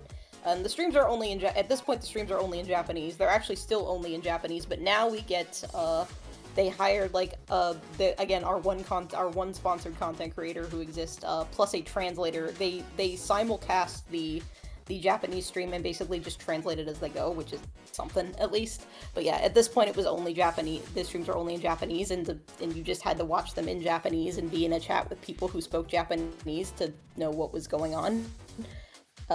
So here they're saying like they had characters from the old game, and it's saying like see each character's story in Rage of Bahamut. It said, what if was it motherfucking English or didn't require a Japanese phone number to get past the tutorial, you assholes? Like, Oh man. Yeah, no. See, this is exactly the reason why I complain about stuff like Denuvo and Sekirom. Because like I have the same kind of problem except different. Like you build this kind of stuff into your games and then suddenly there's no way to archive it. Like, don't do that. So, hey, Kyle, shoot, how you doing? I'm doing. What you Came guys here up to? after a glorious explosion. Yeah. I saw you guys were playing video video games. Yeah. Grand Beer. And what Mech game is Builder. that? It's a mech builder. Roguelite. Oh, Mech we were Builder. talking about that, I think. Yeah. Right. Yep, Other my than brain. those, I managed to join them, and after a few locations, managed to get some decent equipment, and I had fun. And then the final area, Till we die. we all went in glorious fire. Oh no. Otherwise, the invasion of Cyberstan started last week. Type. Hell, The name. Helldivers. That name is amazing. Kyle, So you're extremely important to me quiet. was the You sound like invasion you're of in another room. Cyberstan that I got over my I can hear him fine. my video game I can't. and I got Is over my any- video anybody game else having- agoraphobia. Hello? Is anybody else having any problems hearing Kyle on the stream? They'll say words. Well, I was trying to say words, but you guys kept talking. I can hear him. Okay, it's a little Carl better now. says Kyle sounds fine. Okay. Just keep Well, going.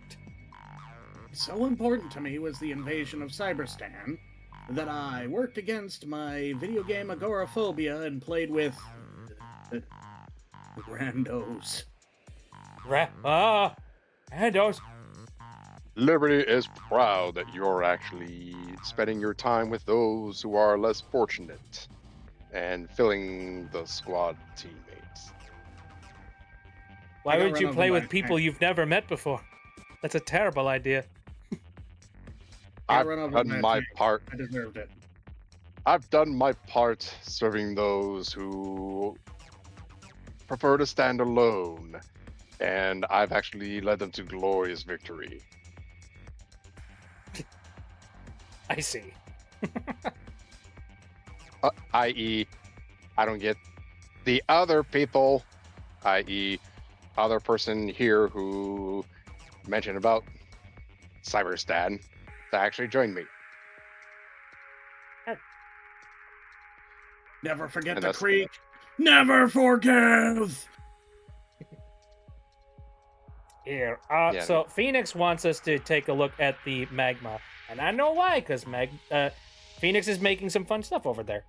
So I'm gonna pull it up real quick. Phoenix Magma. is just drawn Oh. so much crazy good stuff on the mug, and it's crazy. Oh yeah. Here we have an interpretation of like a live Snatcher.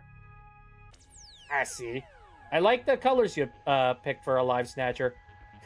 And I like how disheveled he looks.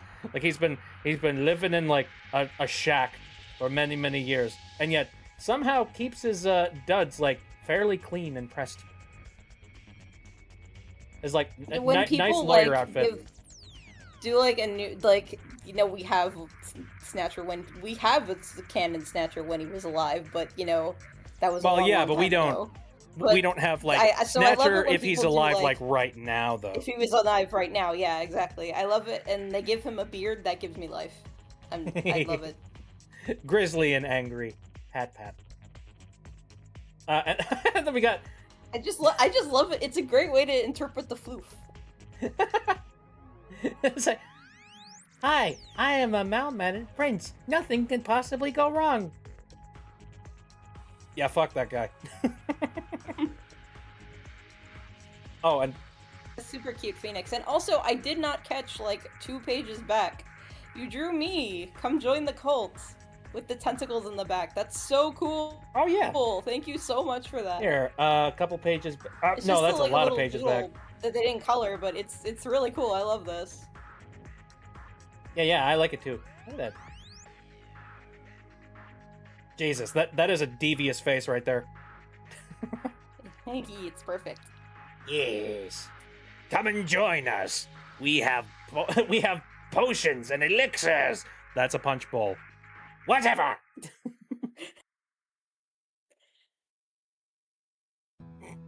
I would. I'd put out a punch bowl. I'd fill it with some grape juice and be like, "Come drink the blood of our eldritch god." You drink Mondays. the blood of your god? That's fucking metal. Yay. Yeah, Phoenix is going absolutely ham when it comes to the art of the magma, and I appreciate it a lot. Also, Thank you for your submissions to the craziness. Also, the one from yesterday, I only got to see it for a second on stream. I love making Snatcher the ghost sandwich. That's so Yep. cute. Give me the recipe. He's welcome to it. There. And it's off. Ooh, Aztec Movie 16. I have not seen that personally, but I'm interested. Especially since there's some, amazing Digital Circus people in it. There we go. Pretty cool. Okie smoky. Alrighty. Okay, so I got, again, the N64 list here. One of them I immediately recognized, and, like, it made me jump for joy for a second. But let me just scroll through here real quick. Apparently Grand Theft Auto was going to get ported at one point. Interesting. To the N64? Yeah, to the N64. Oh wait, it's the original Grand Theft Auto, not GTA 3. Yeah, the OG one. Okay, that makes more sense. I think, like, by that point, GTA 6 changed the game so much that it's like, why? Why would we? Yeah. Oh, Kirby Air Ride is on here. Was that was yeah. originally... That was a N64 game? There was a game that was in production that was called Kirby Air Ride, but it had nothing to do with the game that was eventually released for the GameCube. It Gotcha. played completely differently. It looked nothing alike. Aside from the fact that Kirby was on a Warp Star and moved around on it. Ah. But it was more Gotcha. like a So it was like a canceled project that like got rebooted, I guess. It was was a like canceled project that they pre-reboot. just took the name from, but it was more like a snowboarding sort of thing. Interesting. Yeah. Sounds fun. We got Cameo on here. I know Cameo. That's were there ever any? Hold on a second. What game? Did that ever come out on the N64? Or like any versions of it, for that matter? Because I know, like, that's a Rare game, and Rare was bought by Microsoft, and we know how that's going.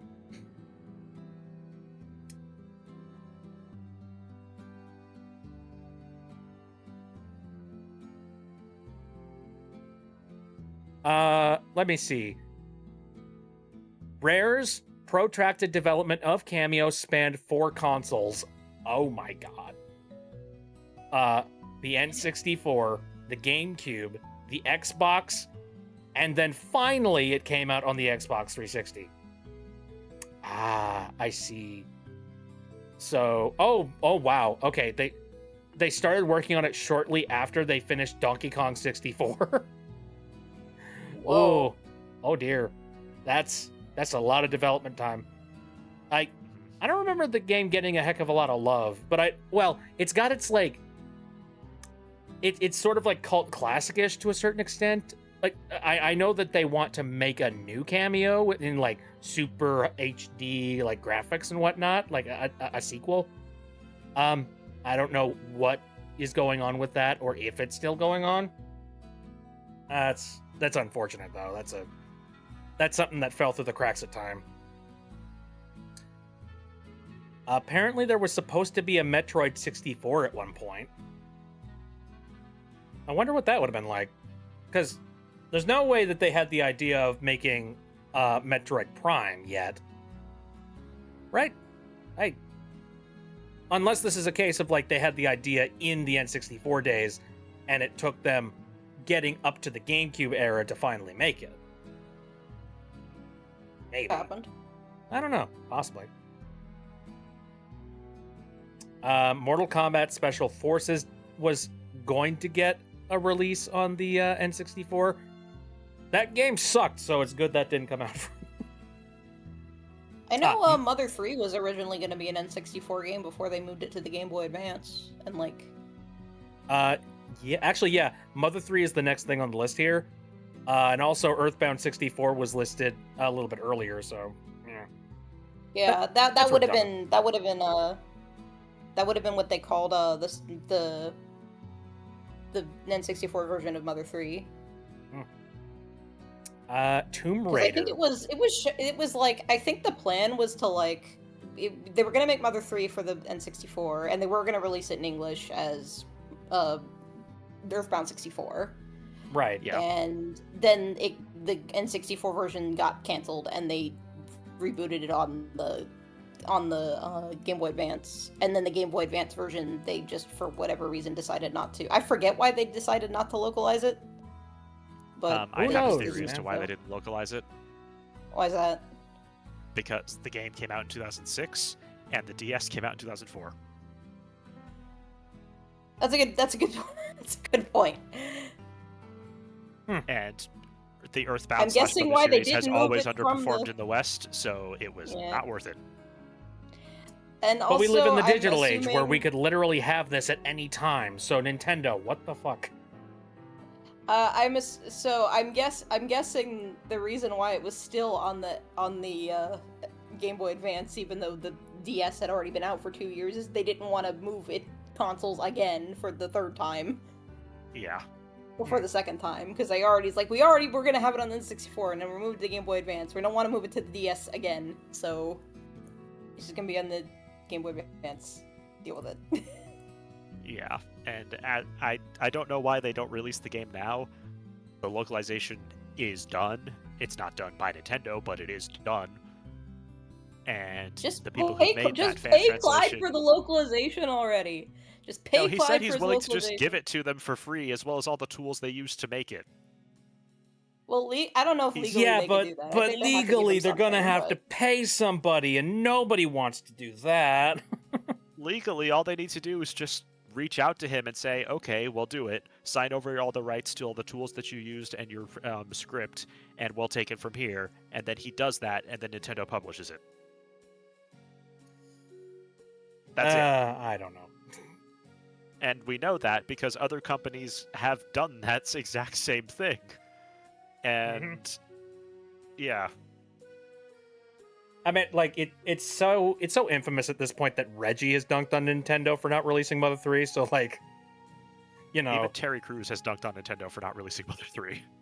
Even freaking Terry Crews. That's not a joke. Robot Chicken has dunked on Nintendo for not releasing Mother 3. And that was in an official Nintendo Direct, actually. Nintendo paid for that joke.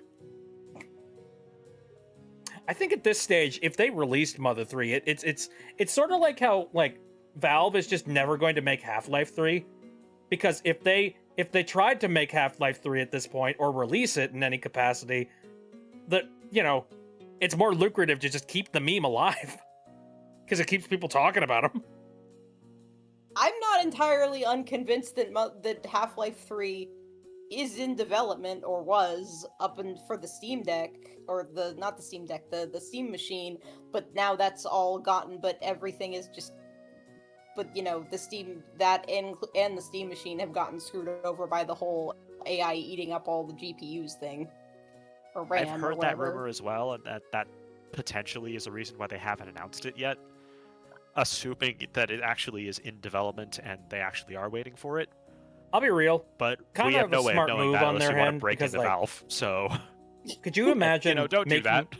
Could you imagine like making the announcement that your game is going to be coming out and like optimized for one specific type of console, and that console gets hit by tariffs? Like, God, that is such unfortunate PR nightmare situation that you've got no control over.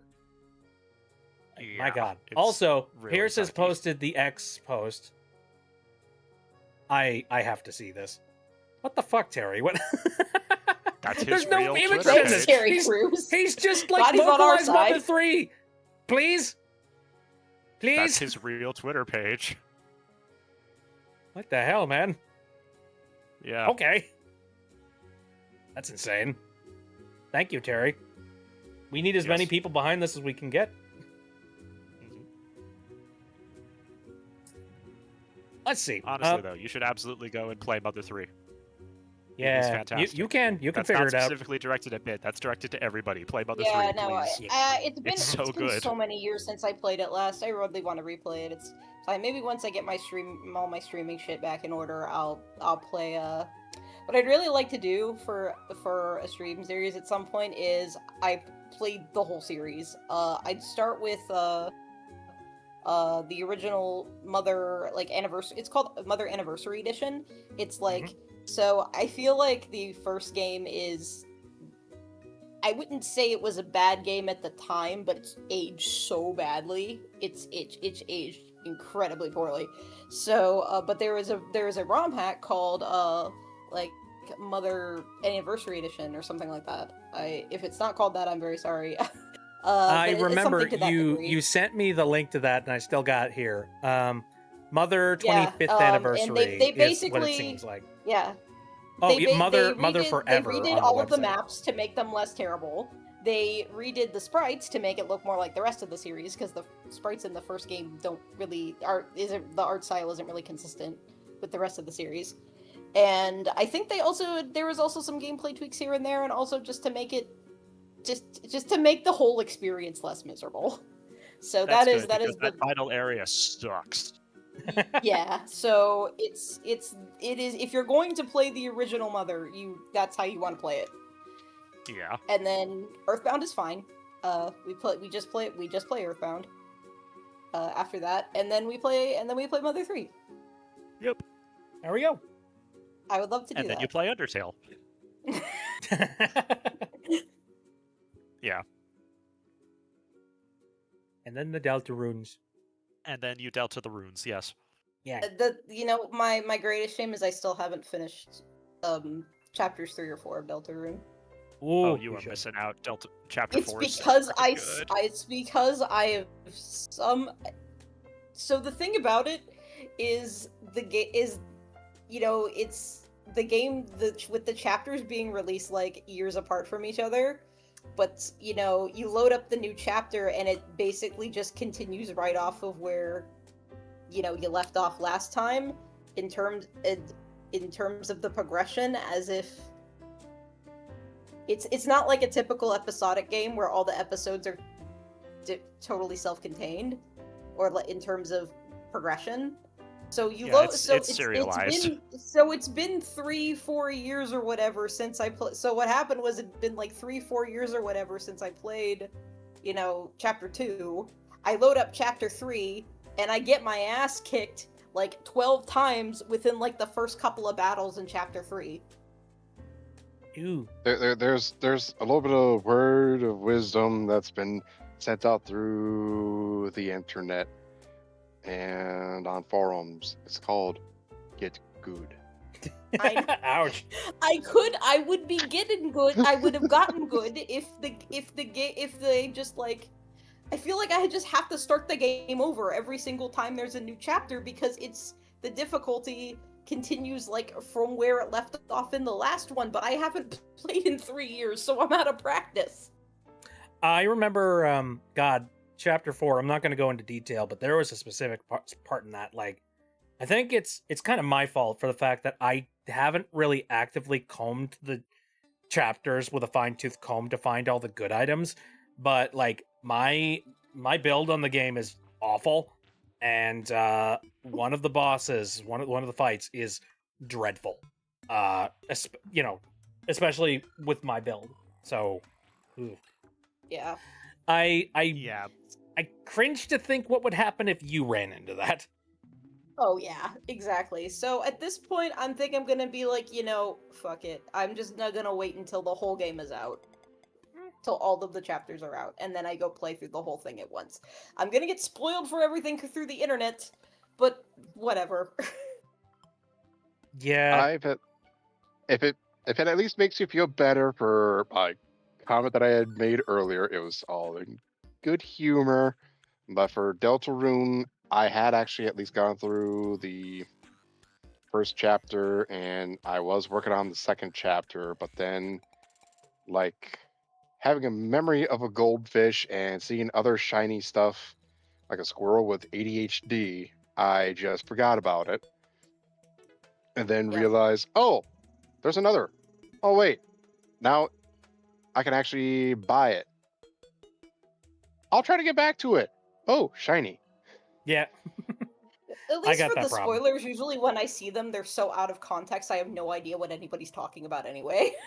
Right. Oh, that's a glorious thing about it, and depends on what choices you actually make too. It can lead to different stuff. So it's like, who knows if I'll actually have this? I'm Or not is it gonna just go into- something very specific. I'm not going to go into spoiler detail here, but there is stuff in chapter 3 that I completely 100% missed. And I am getting to experience it via Synth stream, where they're currently playing through chapter 3 and chapter 4 with Globat in tow, who has never seen any of the content for these chapters. And it's interesting because I'm like, wow, if I just had a little bit more like effort and ethic, I probably could have found this. Whoops. But I play video games like a first timer, where I'm like, nah, I'll play it the normal way. I'm not looking for anything special or secret. And then I miss all the secrets, and people are all like, you bastard!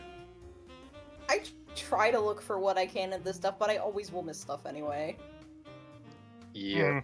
Oh, Well, I God, basically there's some lost- games- I lost like half that game because I didn't know that there was stuff in there. yeah, and kinda some of the frickin' stuff you nuts. find can get pretty weird. Like it's hidden Yeah, behind, like, that's also- you know, Just You have to get- yeah, just to warn you, I will say, Bit, the Silk Song is like that too. not shocked.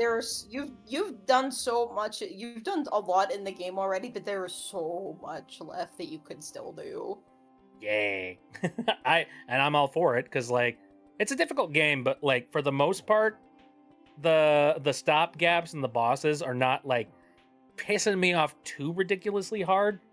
It's kind of one of those, all right, I'll back up and I'll go look for something else to do. The world is vast, and there's a lot of stuff to find.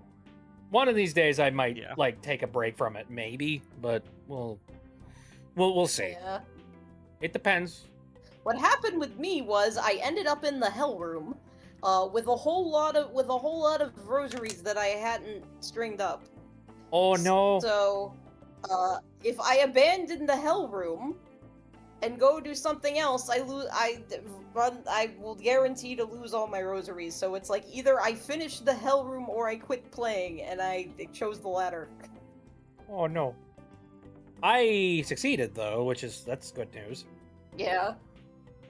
And now I'm currently dealing with bile water, and that's great.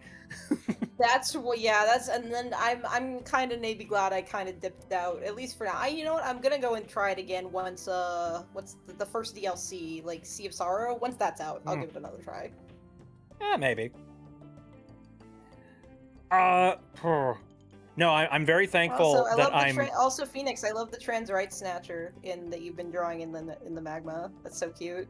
Hold the phone. I need to find this. What? It's on the same page as me. It's right next to me saying "Come join the cult," which is pretty great. Did I miss that? No, Phoenix Oh. just drew it. Oh, hey! I've been watching them draw it. Oh my gosh! Hold on a second. We need to pull that up. Do. Look at him! Oh, that's he's amazing. super inclusive. I love him. That's fantastic. I love that. Hey, are you in the back? Trans rights! Yes. Snatcher said trans rights. He did. I'm comfortable with saying that because Gears for Breakfast has directly said that. So yeah. Yeah, we even got the trans graffiti in Yakuza Metro. Yeah. So I think they'll be fine with it. Yeah, that's in character. That's fine. Absolutely. Oh, well, I'm trying to think of what. I don't know. Would Snatcher be bigoted? I don't think he would be.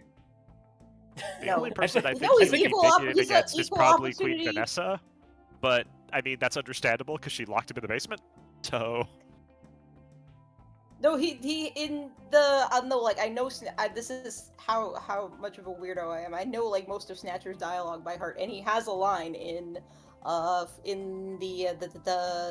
Seal the Deal DLC, the Death Wish DLC, where he says like I'm an equal opportunity employer, and says like your soul's vowed to me no matter race, gender, ethnicity, or nice. and then something else silly. I don't remember the line exactly, but yeah. Whether Snatcher you're a promotes guy, a everybody gal, a else. non-binary pal, just know that I despise every little thing about you.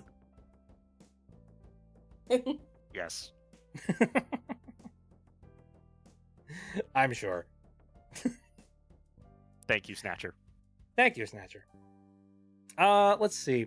Okay, there's one more game on this list of like canceled N64 games that like catches my eye because I actually know about this a little bit and it make me happy. Project Dream. How many people here know Project Dream? I do not. No. So Project Dream is actually a game that was developed by Rare, and they worked on it for a very long time. And it was this really cool, really ambitious game that was basically sort of a 2D, like 2.5D adventure game that involved like 3D walking sprites on like gorgeously painted 2D backgrounds. And it involved like this entire big adventure about pirates and all that jazz. And like it looked very cool and people were really excited about it. And then several other things happened over the course of the development of it. And then the game eventually turned into Banjo-Kazooie. Interesting. I'm That not was not the origin I would have expected for Banjo-Kazooie. I'm not completely 100% sure how what steps led to where, but so tons of the original concepts and art and models and stuff were scrapped, and I guess things just kept getting reiterated on to the point where it turned into Banjo-Kazooie. And what's funny is you can find assets of stuff from Project Dream like littered around Banjo-Kazooie if you look close enough, including there's like I forget what his name is, but there's this one pirate character that I believe was supposed to be your antagonist that ended up becoming one of the paintings in Mad Majora's Mansion.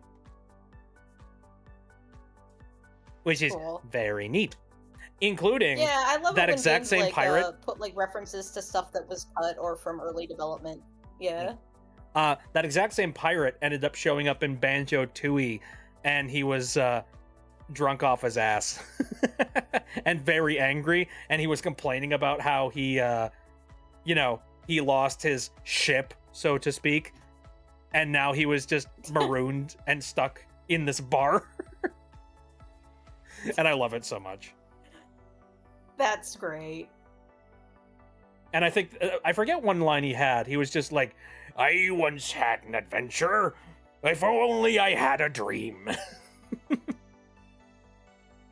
It's pretty funny. Oh, you gotta love developer in jokes. It's fun. As a kid, I was just like, "Who the fuck are you?" But now I know. Oh, Pierce has linked me the Dream Land of Giants Project Dream. Is this like a rebuild and a recreation of Project Dream? I think it's the actual footage. Oh, okay. Interesting. Unreleased Rareware game. From Oh, both the okay. SNES and N64 versions. Cool. Yeah, this was in development for a really long time, and eventually they were just like, "I don't want to make a platformer," and then that's what they Baron did. Bird game. Forget it. Let's make funny Baron Bird game.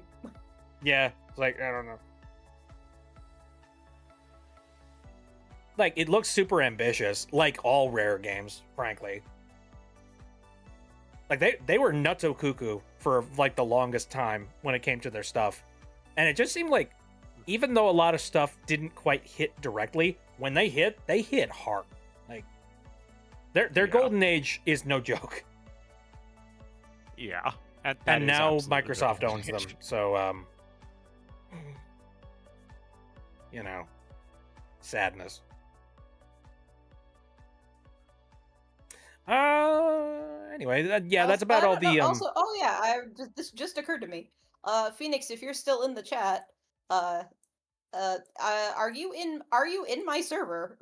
Because you've drawn me a whole bunch of times and done really really cool artwork. I would like to have you in the server to be able to like properly credit you directly. I mean, I've linked like a Tumblr and stuff, but like to be able to like shout you out directly whenever you do that stuff because it's really cool. And also we're doing some stuff this month that I think you might like. We're having a little event called Valentine's Month where we're like posting discussions and little challenges and things like that about our favorite villain characters. It was my friend Ricky's idea and I thought it would be fun. So if you would like to join in on that, you're welcome to join my server. Find me Phoenix on is Twitch. following you on Twitch. I will. I assume you're on Discord or in BitB server. Are you? Let me just find you. Yeah, I know and- Phoenix is in the Discord. Let me find you and send you. But I keep forgetting what a everybody's link to name the is server. because people have different names on different platforms and my brain gets confused. I'm gonna scroll through some more of these consoles and see if there's anything else that like catches my eye.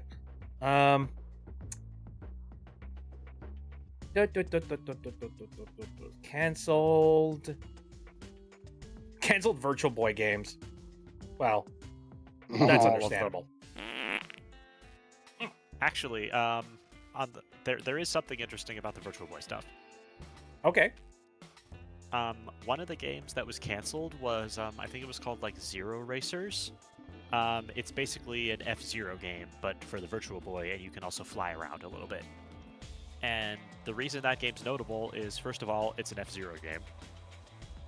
And the other reason it's notable is because it's actually coming out this year. What? So you know how they're doing that like Virtual Boy Switch to Virtual Console thing? I'm looking up Zero Racers right now. Oh, so they're just like, hey, we happen to have this old like Virtual Boy game that's done, so here. Yeah, they're actually releasing it now, which that's really cool. Oh, I love when that happens. It's like Star Yeah. Fox 2, where they're like, yeah, we had Star Fox completed, but then we had the N64 to push, so oh well. Yeah, it's called Zero Racers, and I am very, very excited to finally be able to play it. That's fun. Actually, Yeah. question. For the virtual console stuff for the Virtual Boy, did they give you the option of playing the game in something that isn't blinding red? Yes, I believe that is an option on their emulator. They better. Because, wow. Also, though, I do not have a Switch 2, so I wasn't planning on playing it on a Switch 2 anyway. There's this other console Nintendo released called the Nintendo 3DS. Yeah. And you don't there's have a a- Virtual Boy. There's a Virtual Boy emulator for the 3DS, and you can play Oh. the games in 3D on there. So So you Just think do that. someone's going to rip the ROM and get that thing onto the 3DS? absolutely, the 3DS is a homebrew machine, and Virtual Boy actually does have an active homebrew scene. Someone ported Sonic 1 to the thing. Yay. Interesting. So, yeah, the best way to play Virtual Boy games is probably the 3DS way, because you can play the games in 3D the way they're supposed to, and you don't need to buy a $500 Switch 2 plus a $100 plastic Virtual Boy shell in order to play it. Yeah, that's really dumb. Which, Makes by the sense. way, Nintendo requires you to do if you want to play those games, or you can pay $25 for the cardboard one. How about we just... No. I'm not going to Yeah. spend that much money so I can burn my eyeballs out. Oh, Yeah, but Phoenix, But that hey, sucks about I'm your glad they're Discord. releasing Zero Racers. That's cool. That's actually, unironically, a really, really awesome thing. Yeah, I won't complain about that. So it's uncancelled. Yay! Mhm. Phoenix, that sucks about your Discord. You should probably just get a new account then. And then rejoin Bit's server. Yeah. Yeah, like if you don't have access to that account and if you're fairly certain that it's donezo, like getting a new one's probably a smart idea. I highly recommend that you look up some like online safety tips to ensure that hacks don't happen again. I've made a whole bunch of videos about that, in fact. So, yeah, I'd recommend looking into that. Two-factor authentication is a good thing. I heavily recommend if you care about your online accounts, especially your Discord account, two-factor authentication. Turn that on. He's very important stuff. And then just some basic tips and tricks and things about don't click on things you can't 100% verify. I don't think it's a matter of that. I think it was a matter of Phoenix just forgot their password and they don't have a way to reset it. Like maybe they don't have it was attached to an old email or something. Okay, I gotcha. All right, Yeah, so sorry. something went wrong. Brain when you didn't tried to understand when you that. Tried to reset it, so yeah. So Thanks for. I don't think it was clarification. hacked. I think they just don't have access to it. Hmm. But in that case, yeah, best to just make a new one then. Well, darn. And you've contacted support, right? Because I wouldn't you can rely get too much you on can them. actually make a support account that is completely separate from your, as long as it's connected with the email that you have. They'll just believe that it's you for the most part.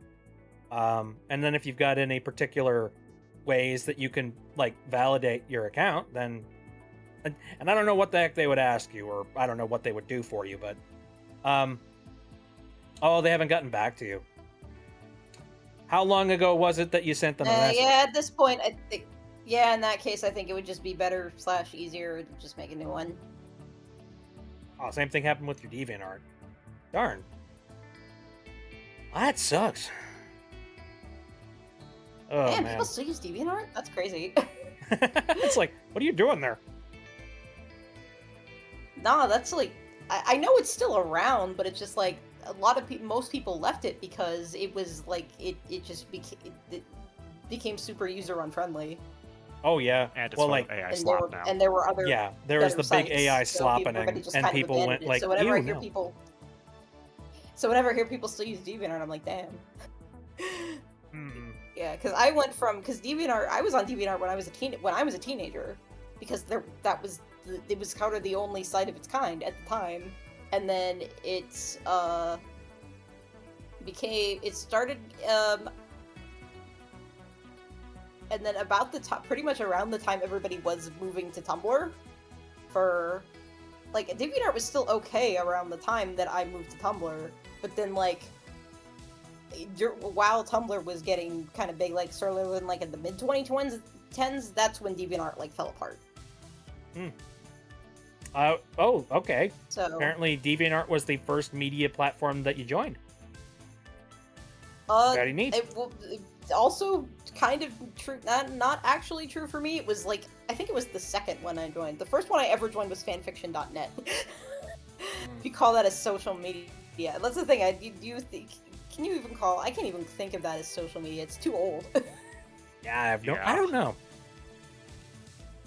Where does the line the get first drawn site I on ever that one? signed up on was fanfiction.net. Like, if you want to be technical, which was like the first fanfiction, fanfiction website. Like prior, it was in 2002 when I think it was 2002 when it was established, and prior to that, there wasn't any like really dedicated websites for fanfiction. The places you would find fanfiction would be on like fan sites for specific, whatever people were writing the fanfic for. Like if you were if you were writing Star Wars fanfiction, it would be on like a Star Wars fan site or something like that.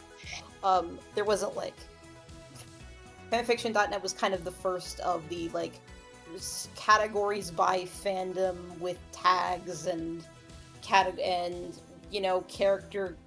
and like character categories and the kind of the groundwork for eventually what AO3 became, Archive of Our Own, which is like is now the fanfiction. I don't know if people still use fanfiction.net anymore. Or I think that might be another like DeviantArt Tumblr thing where it's like, I don't know if people still use it. I think it's all AO3 and Wattpad now. I've never used Wattpad. I mean, I've heard of it, but hopefully it will continue to remain an archive, I guess. Yeah. I suppose. I think the first like social media God, I think my first social media site that I can think of is Twitter. Good riddance to MySpace. Bad Mess. Yep.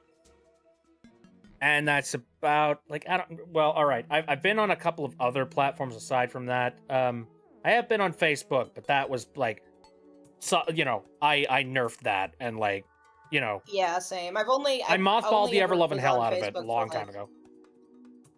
I was on it for like some school stuff when I was in college. There was like some school Facebook groups and stuff that we were on, but like other than that, I've never used Facebook. I think I was on there exclusively because like I had a job that required it. And like, nope, that wasn't worth it. Not worth it whatsoever. Nowadays I have a policy of like, if somebody is like, oh, you have to have this social media account in order to access us. So it's just like, fucking call me. Well, you don't need. I don't think anybody requires that anymore. If anything, they don't want you on social media. Mm-hmm.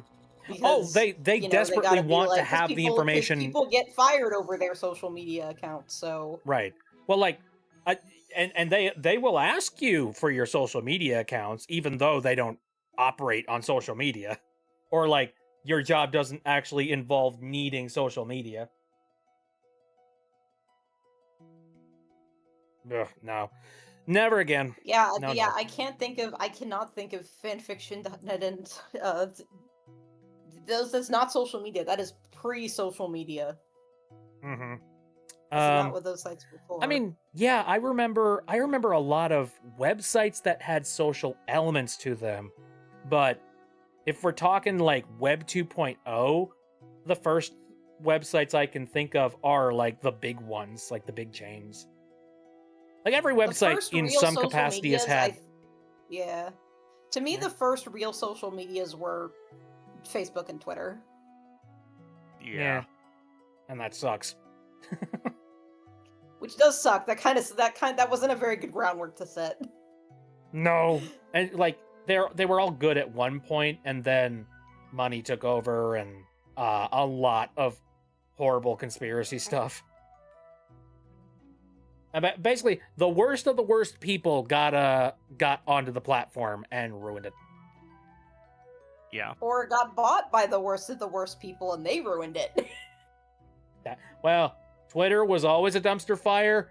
Elon Musk just added gasoline. True. Yep. I can't- Now it's I a can't- flaming I can't dumpster deny fire. Now this. it's even more of a dumpster fire. Right. We're reaching inferno levels. Also, that's not what. That is what happened with Tumblr. Tumblr was fine up until, whoever took over that tried to ban all the NSFW content, and then Yeah. the site just like never recovered after that. Right. And we don't do The only that people anymore. Basically, Now, still on Tumblr are people who just never left. and now we don't do that anymore because we fear a mass exodus. So instead, we're going to ask you for your ID. I don't like the internet. Yeah, I don't hope like Discord walks reality. that back. Yay, more information to sell to the dark web. Mm-mm. Nope. Fighting that. Fighting that tooth and nail. Heck no.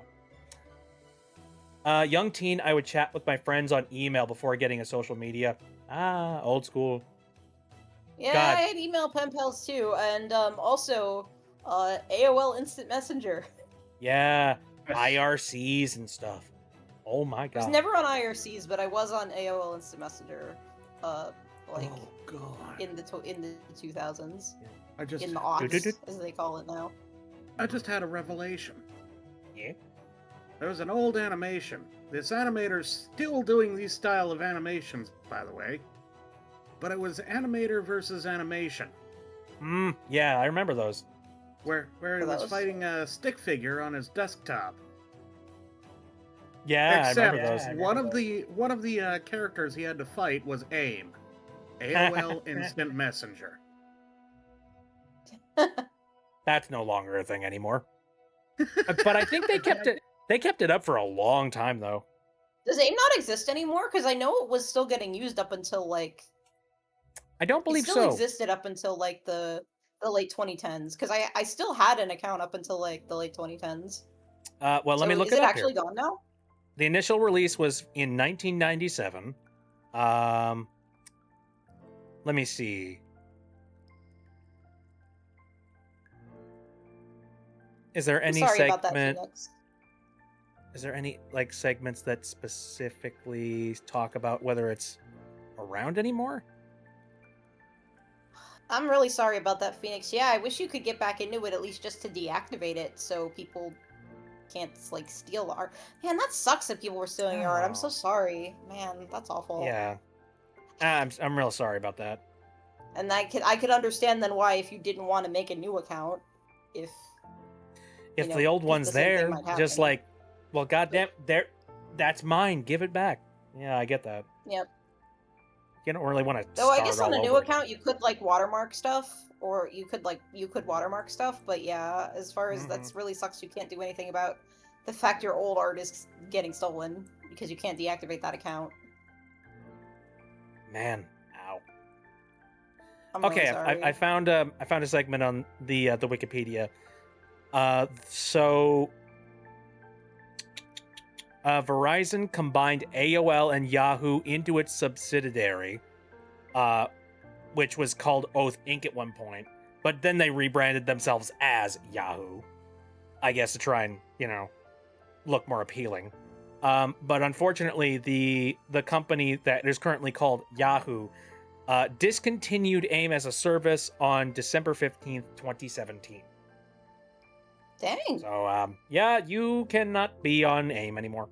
That Though- makes sense. That's about 2015, 2016 was probably around the last time I used it. It was very popular. It was still popular with people on this. I was on this one. There was this website that I was on that used some more obscure social media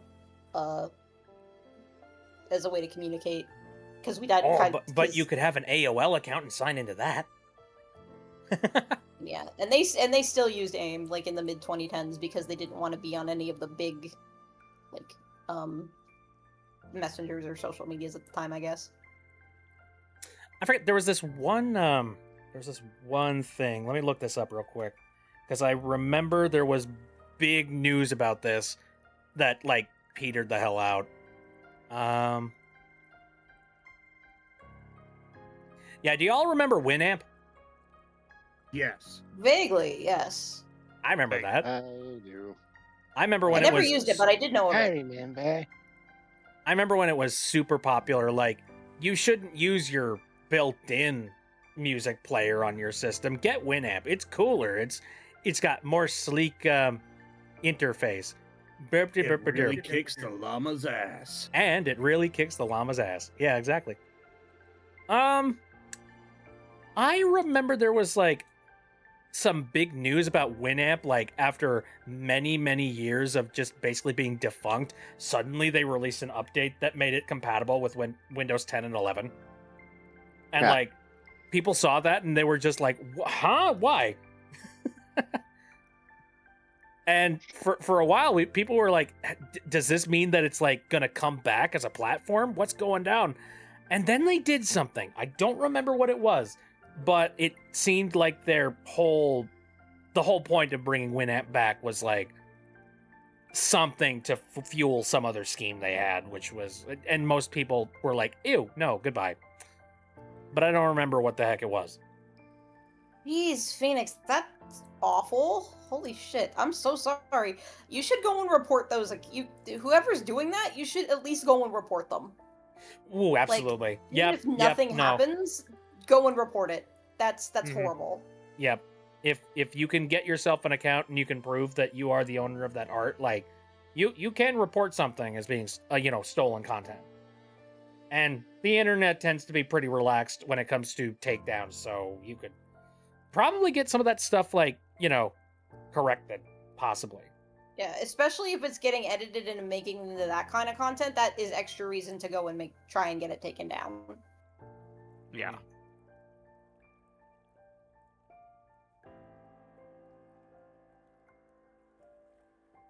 Because that's pretty much just as bad as making deepfakes of someone with similar intent. To me, Yep. I think so. I think that's Yeah. horrible. No, it's incredibly invasive. Like, no consent at all with it, and I think consent is like one of the most important things you can possibly have when it comes Exactly. to anything of that subject. The second somebody it does is. something that you are not like approving of, you have the right, in my opinion, to like stand up and do something about it. So Yeah. oh, I don't need to know about the person. You don't like keep that to yourself. I'm not going to look them up, but like, no. Yeah. Well, keep trying to report them and trying to prove that this is my content that is being stolen and being made into the things that I very much do not approve of and do not Mhm. consent to. So, keep work.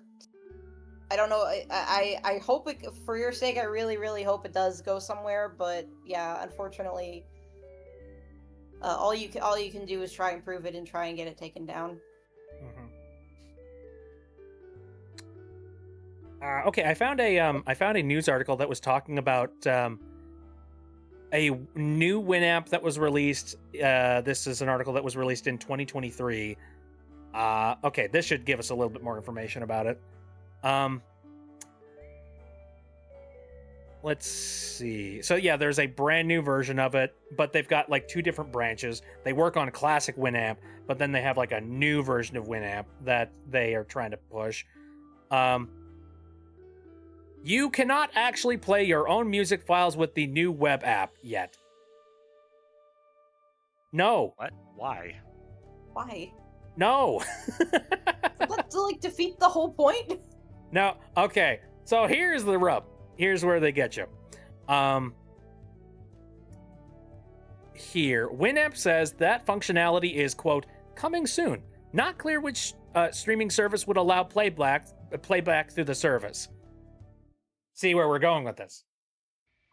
They don't want to be a music player. They want to be a music service aggregate where you can play all of your streaming services at once. So if you have Spotify and if you have something like Tidal, you can play them both in the same freaking browser.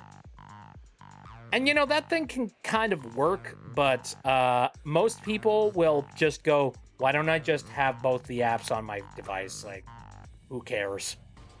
It doesn't help that they also have like a special paid tier as well. Like they were trying to figure out like subscriptions and paid tiers and stuff in like something that's not even really a good idea to begin with. So yeah, that's exactly it. They're updating Winamp now just because they're trying to get more people to pick up the Winamp like stream service aggregate. So no. No, I don't think I'm going to be picking that up.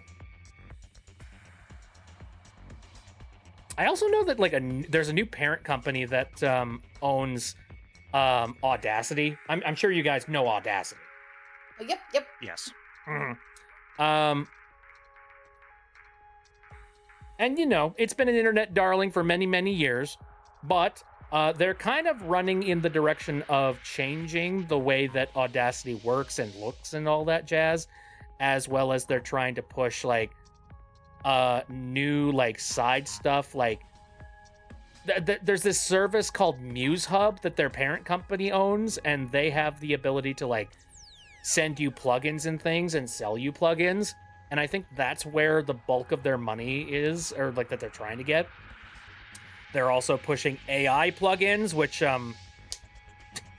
stop that. Ew, get out. And also purely aesthetic. I want to pull this up just because it kind of makes me laugh. Oh, gross. Oh, ew. Okay, yeah. In 2025, they announced OpenVino AI plugins are now available for Mac. Go away. Stop it. Here, let me look this up real quick. I'm going to use the other computer just because I can't really put the pictures anywhere else.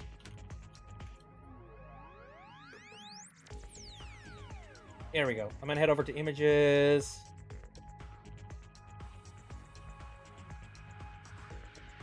I'm looking for the Audacity logo. Yeah, there's the Audacity logo. Here. Open image, save to desktop.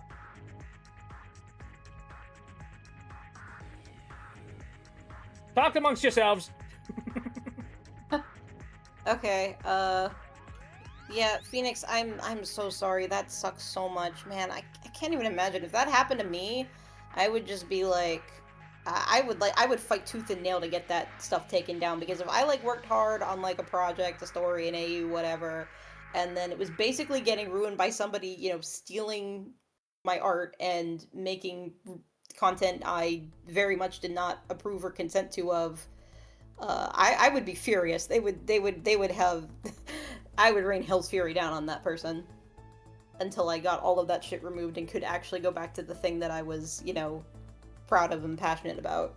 So I am incredibly sorry. I hope all the best that you are able to kick that person's ass and get back to working on that AU, because it sounds like you were really having a lot of fun with it. Mm-hmm. I'm so sorry. Yeah, the one thing that you can do to fight bullcrap like that is to not let it get you down. Like, I know it can be really hard. Like, something like that is definitely a blow to morale. But, at the end of the day, your creativity is kind of like your outlet. It's the way that you express yourself and the way that you put yourself out there in the world. And nobody has the right to take that from you. For any reason.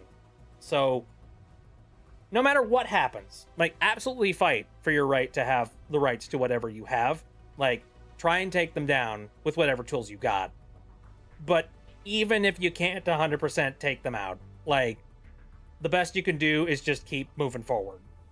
And, take whatever tools necessary to try and fix that and, make that better for yourself.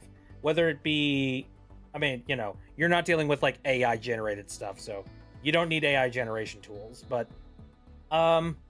clever watermarks are absolutely a must for stuff like that. So consider coming up with ways to implement and incorporate your watermark more into your content in a way that that they're not gonna fudge around with it. Mm-hmm.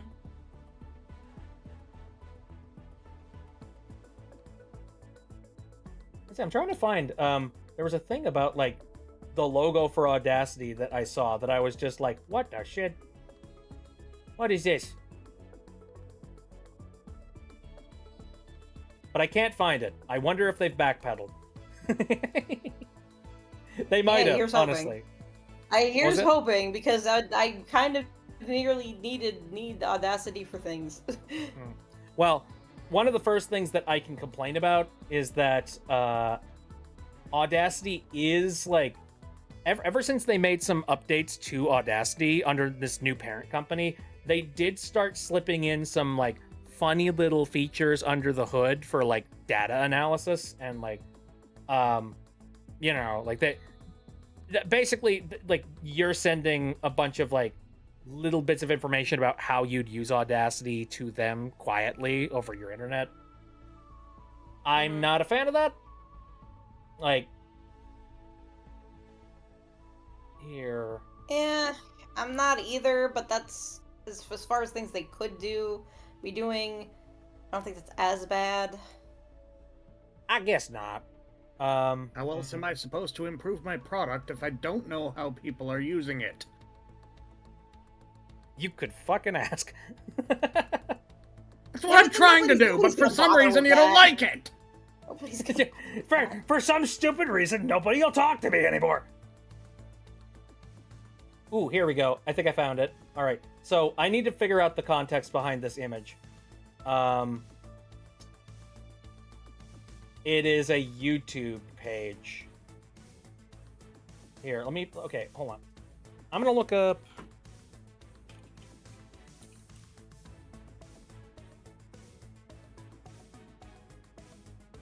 Please tell me that this gives me the image, the proper one. Okay. Oh, almost. I'm finding a whole lot of images that aren't giving me the proper picture I'm looking for, but... screw it, this works. So, they are going to be releasing Audacity 4 at some point along the lines.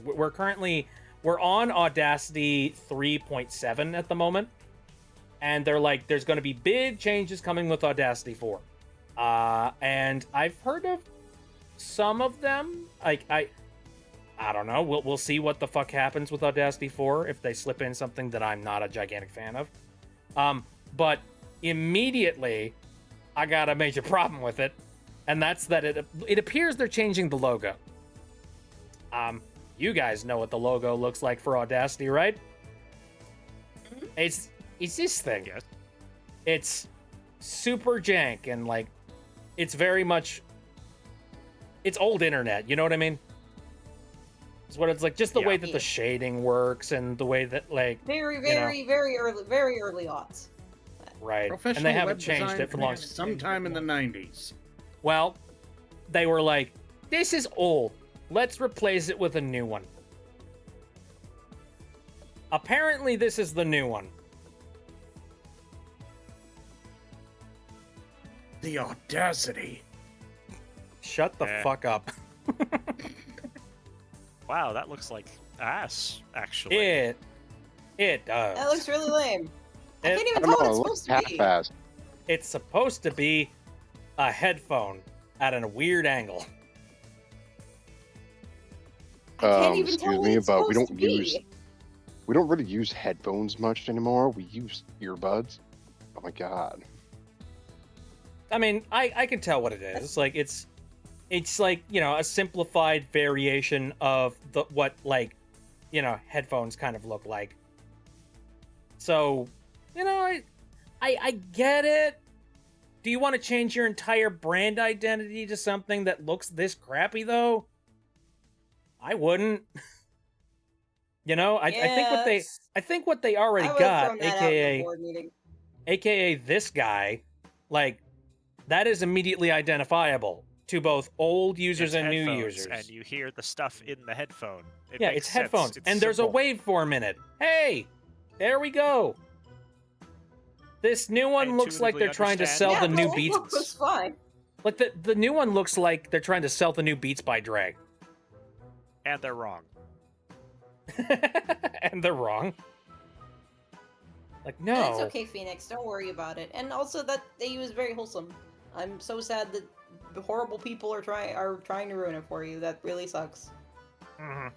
Again, I wish you all the best in getting the bad actors taken down, and you continuing to be able to have fun with a thing that you clearly enjoy. Absolutely. Big support. Big ups to you. Like, I hope you continue to make good stuff.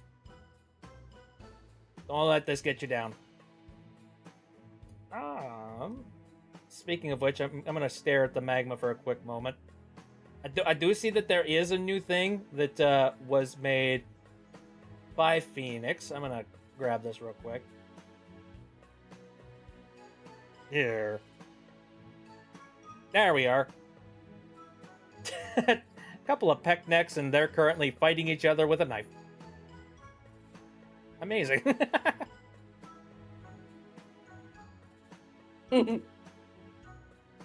What goofballs. I love them. Posted a thing in the memes channel if you're curious. It's a funny. Oh, let me take a look real quick. Funny memes. What? My fourth night. Ah. Oh no. Oh god. It's Xavier Renegade. Yes, you should listen to it with the audio. It's great. By the way, for people who, for context, it's Xavier Renegade, except been, like, edited into Fortnite. My fourth night in Fortnite. Which night? Fort. Yeah. My life That's mortared incredible. into a battle bus. I And slugged the Lori's juice, thing chugged the for me jug. is, The I don't blue know who slug they are, fills so- the bullet holes in Sounds my aura. impressive. I've Passion never of heard You of might them not know his before. name, but if you see him, you will not forget him. Yes. every hitbox of my spirit. I erect a wooden Thing is, temple to I need myself. to know who that person is. So thankfully, I will never know. Oh, You it's will. it was so Xavier Renegade Angel. It was an Adult Swim show from back in the day. It's Oh, very weird. Renegade Angel! Yep, I know. Yeah. I didn't have satellites or cable growing up, so I actually found that on AdultSwim.com.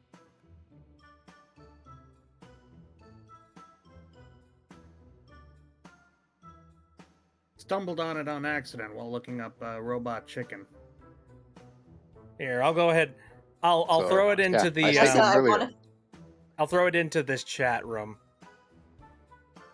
Oh boy. Vanessa, I want a divorce. Why? You know why? That's good, Phoenix. There we go. That one.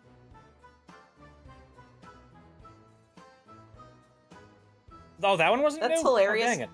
To imagine, like, it's after Snatcher dies and becomes a ghost that he finally flies up to Vanessa and is like, I want a divorce.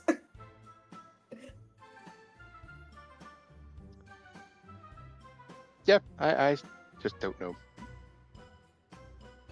Well, actually, Oh, a wait, tiny would he guy. even need to do that? Because marriages are till death do us part, right? And he's dead now, so True. he's single. True. Through, yeah. Here, there it is. Vanessa, I want a divorce. Why? You know why.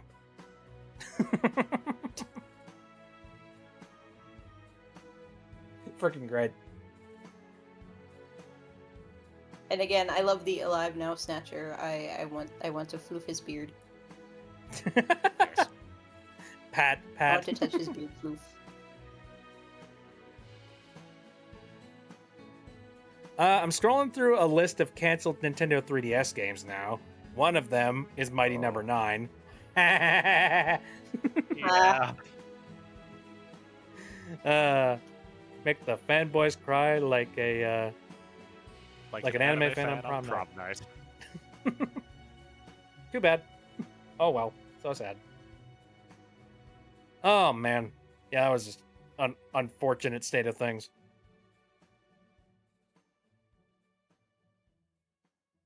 We also keep getting distracted and not talking about Gravity Falls. That's kind of the nature of how things work around here. We talk about a lot of random What was stuff. your favorite episode? Favorite episode? I don't know. I haven't seen any. Well, this is your fault. I literally watched the entirety of the thing in my server. How dare you Unfortunately, not I'm have- not always able to get on my computer. How dare you not take time out of your busy day to go and watch funny children's cartoon? Yes. Well, unfortunately, I decided to have a minion brought into this world, and they are a handful. A goblin. Actually, yeah, Bit, I am kind of curious. What was your favorite episode? There's so many. Let me think. It's hard because every single time, for every episode, I was just like, God, this just gets better and better. Holy shit. What was the one that Yeah. like made me laugh the most? I don't know. Let me look up an episode list just to make sure I'm not, forgetting any. Okay. Yeah.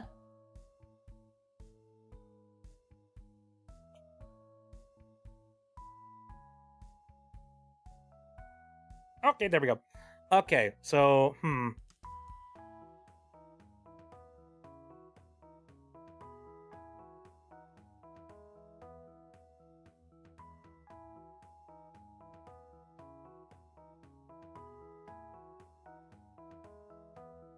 That's funny, Phoenix. Usually it's the other way around.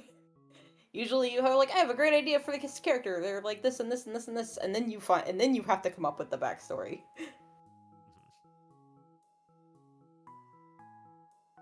Speaking of things getting stolen, I heard a couple of funny stories about social security numbers getting stolen. yeah, that'll happen. This one guy went Happened to go to get me. an RV. He walked into the dealership, and the dealership had to run his social security number before they could sell one. And when the salesman ran it, it returned not with a number, but with the word terrorist on it. Uh-oh. So when the guy Yikes. came back and he talked to him about it, the salesman simply showed him his credit score and what it said. Oh, Jesus, Oh. no. I guess I need to go dispute that real quick. He disputed it, and it was cleared pretty quickly. Yeah, sounds like Also- Still, that's terrifying. there's some identity theft Also for you. some Also, too, I hope you have a better plan to deal with terrorists than simply showing them their credit score. True. Another Oh, one was this is actually actually- quite. Another one was actually quite the opposite. This one guy, he decided he was going to go get a house, or like a small plot of land, and decided to pull out a moderate loan for it.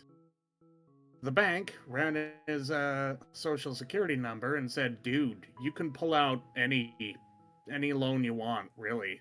You've got like perfect credit." It's like, what? But I have never pulled a loan out or dealt with any banks before. Well, as it turns out, when he was young, there was a data breach in one of the healthcare system or the insurance he was using at the time, and his social security number got leaked.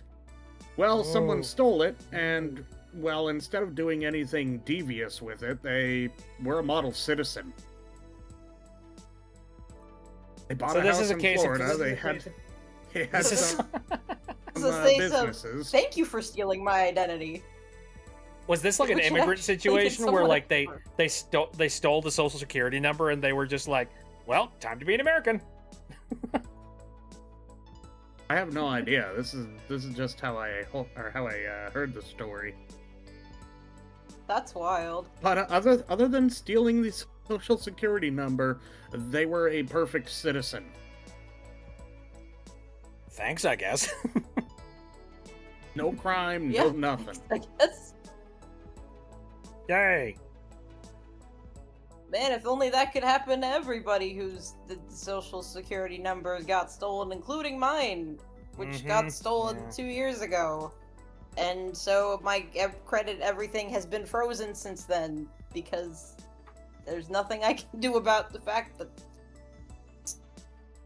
Yeah, some but the only scammers thing took my social security number. you can do is have a new one issued, and that's a headache and a half. We looked into that. Apparently, it's not possible. What? Are we sure about that? Because that seems like I was A told weird that thing to have we couldn't not get a new be- one. We could. Maybe you can, and my dad was lying. I mean, after hey, this happened, I'm I also asked him, "What do I dense as do?" heck. And he's like, we'll just freeze all your stuff. So, nothing bad can come from Lock it. it I'm down like, and get a social can I security just get a pin. new one? And he's like, no. I'm guessing he just didn't want to help me get a new one. Well, there's literally a site that says it is from USA.gov how to get, replace, or correct a social security card. Well, that's a social security card. I wonder that might not have to do with your social security number. Yeah. Yeah, Ah, the social security number system is kind of terrible. there's like a how to get a new social security number by AARP, but I don't know what the heck that means. Yeah. Okay. Maybe it is impossible. I don't know. What the fuck? Okay, it's under certain circumstances you can get a new social security number, particularly if you are a victim of domestic violence. Well, that's not the case here. Jesus. Anything else? Domestic violence, but not a scammer for stealing it. Okay. Oh, okay. All right. So I found I'm reading a little bit further into this. Okay? They can assign you a new number if you can show that you are in trouble because of said other thing, or are experiencing significant ongoing financial harm due to identity theft. But the process is not easy. So it seems like you need to actually have written and clear proof that somebody is abusing the number actively in order for them to do the replacement. Well, they can't really do that as long as your number is frozen. So, what the fuck, man?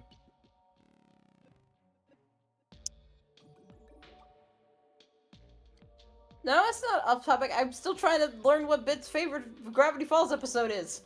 Yes, this is true. Man, I'm gonna be real. This might be a little bit easy to read, but like Susan the Real Girl is hilarious. That is a really No, that good episode one. is amazing. Like, not only does it have really good sprite work, but also like it hits home right with one of my favorite subjects, which is video games and like bootleg silliness. And that it predicted FNAF and Doki Doki Literature Club. It didn't. Well, it didn't Right. predict FNAF because it came out at the exact same time as FNAF, which like Well, the whole thing was It- like it the hit episode properly came out on at the the- exact same time. It hit right on the pop culture vein, I guess. Yeah. It was hilarious. It was a hilarious coincidence of the episode was written and basically made a year in advance, or like it was written a year ago and it took it takes a year to make the episode, so it got aired. So then it got aired, and the time it aired just happened to coincidentally be the same time the first FNAF game was getting really really big. yeah. So people who don't know anything about how animation and how long it takes to make, especially with a show like that, we're like, is this trying to is just trying to like get on trying to capitalize on FNAF? It's like, no, it was made a year ago. It's just a coincidence. That it was just a coincidence. However, I told you my conspiracy theory about how I am extremely convinced that Dan Salvato saw Susan the Real Girl, and then Doki Doki Literature Club was the result. Because Yeah, I remember of that the one. concept art where she looks exactly like Monica, and how the episode aired in 2014. He said he was working on the game since 2015. It came out in 2016 or 2017. I don't remember. It was one of those. But yeah, Yeah. I can absolutely see that being an influence. yeah. Just Oh. Monica, just Monica, just Monica. Just Giffany. Just Monica. Just Giffany. Just Giffany. Just Giffany. Just Giffany. Yeah, no, it's a really great episode, and I really like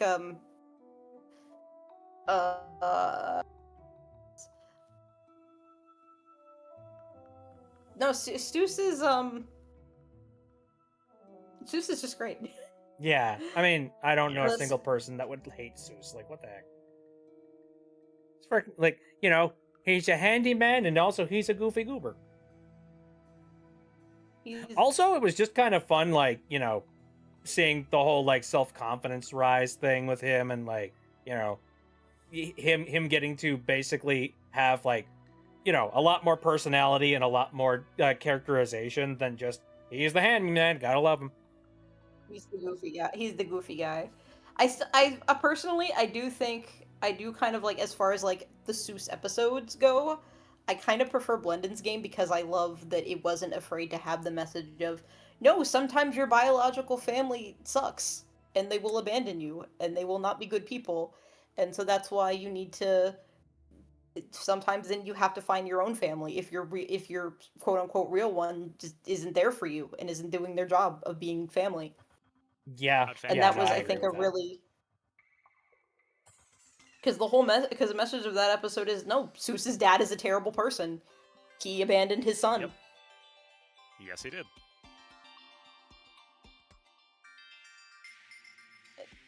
That's just, I can see that being like so important to like kids who maybe did have like, you know, parents who divorced at a young age, and, you know, one parent who like just wasn't in their life anymore.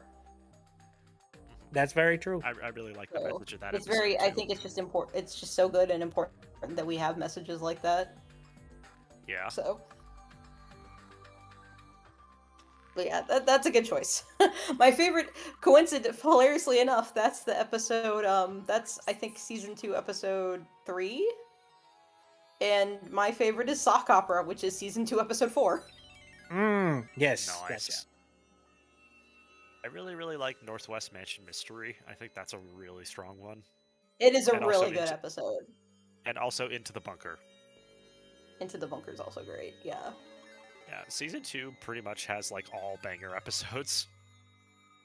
Yeah, the Not only What He one Seems and Tale I- of Two Stands are both great. Tale of Two Sands. Not What He Seems to Tale of Two Sands is, I think, like where the show peaks. Not gonna lie. Yeah, they're fantastic. Yeah. First episode. I guess the they only introduced somewhat like just okay episode is the one right before Weird Mageddon, which it's a fine episode. It's just it probably shouldn't have been located where it was in the series because it definitely feels like kind of a season I 1 used episode. to think that. Yeah. I used to think that, and then I started to realize, no, I understand completely why this episode is right before the final arc of the show. It's one last breather, lighthearted, silly, fun little romp before we get on the roller coaster to end the series.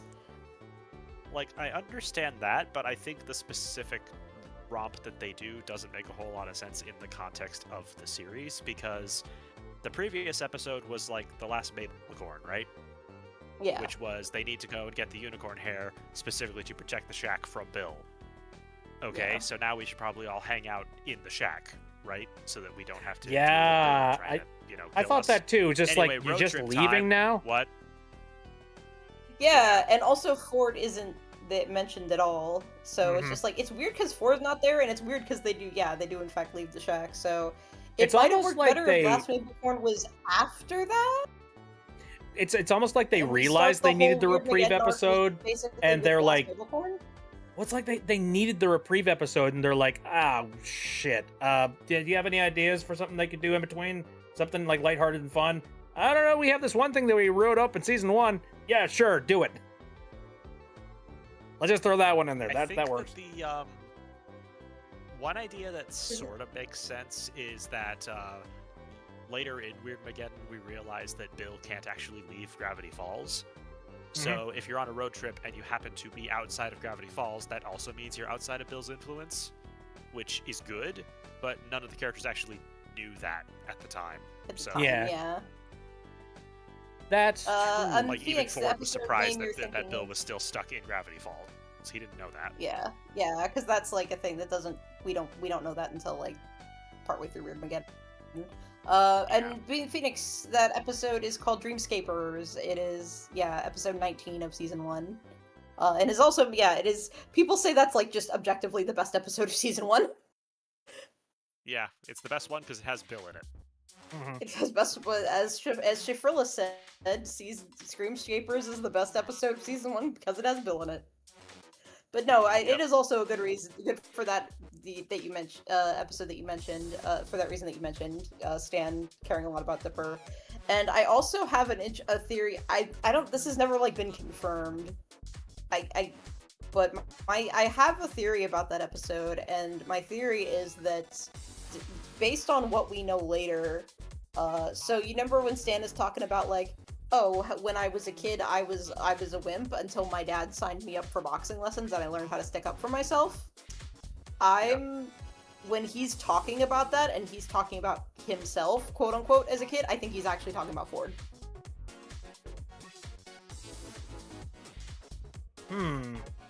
Because But in the flashback, you can see Ford. His head's in a book, and you can't tell that it's him, but it is him. I think that's Stan. I think that's Stan in the book, or... Well, they probably both got Stan signed up for doesn't boxing read. lessons, so... Yeah. It could be both. That's true. No, I mean, yeah, realistically, they probably both got signed up for boxing. Well, they were, because it was both of them there. We saw it was either Ford or Stan in the stands reading the book. Mhm. So... They were both signed up for boxing lessons, but I think when Stan is specifically talking about, like, I was a wimp who didn't know how to stand up for myself, I think he was actually talking about Ford, when Ford was a kid. And saying Dipper Possibly. reminds him of Ford, and he does the same thing, and he does the same to try to toughen him up. So he can stand up for himself, because that ended up working out for Ford. Because what we know later is, there was no way, he's like, oh, I was the biggest wimp on the playground. There was no way that was Stan when he was a kid. We saw Stan when he was a kid. He was not wimp at all as a kid. And he also didn't wear glasses as a kid. In the flashback when we see the little Stan on the playground, like, getting beat up by the bullies, he's wearing glasses. And only Ford wore glasses as a kid. So... Actually, I think that might just straight up confirm it. I think he was talking about Ford when he's saying, I was the biggest wimp on the playground as a kid, and we flash back to... Yeah, I think that was Ford, because he's wearing glasses. Makes sense. Right. I think I'm getting pretty tired. I think I'm gonna take off. Alright, sounds good. Alright. Aw, see you later. Yay! Have Have a a good good one. Thanks for chatting. He's been cool. I'm having fun chatting. Yee. Nice. Well, thank you for the link to this cool looking fan animation, Pierce. I've never seen this. And animation. Hold on a second.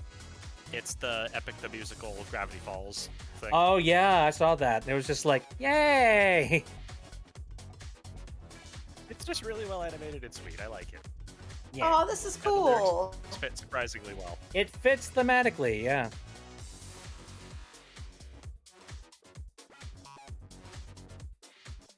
Cool.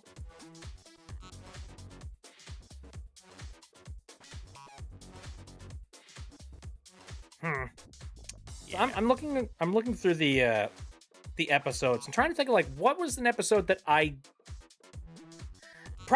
loved all of them. That's the problem. Like the show in general is just really well written, really funny, really action packed, and in general, I don't feel like there was a major dip off in energy or anything like that.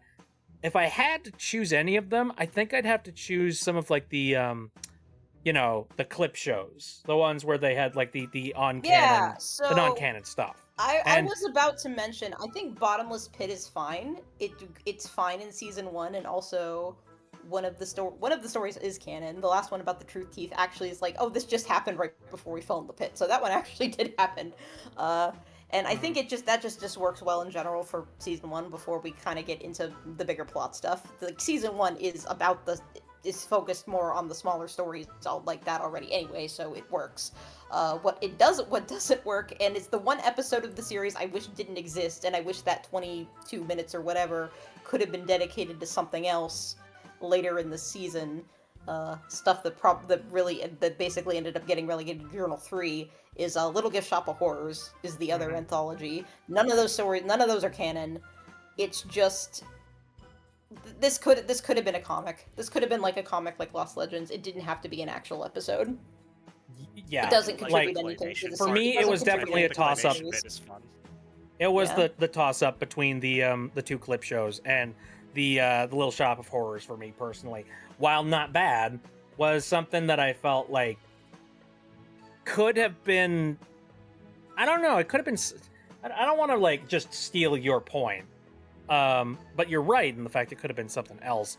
But on top of that, like, it really breaks the mold of what the rest of the show is, which is like, I mean, like mentioned in the paperwork of Gravity Falls is like pitch is that it isn't a mystery and episode kind of thing. Like every single episode has some level of plot or some movement of character development, and I felt like this particular episode just didn't have any of that. It was basically just like, one. It's not a bad episode. Those are fun, funny little stories. Nah, but they it's... would have been better either in season 1 or. It's the closest thing to junk food I can think of with this series, essentially. Yeah.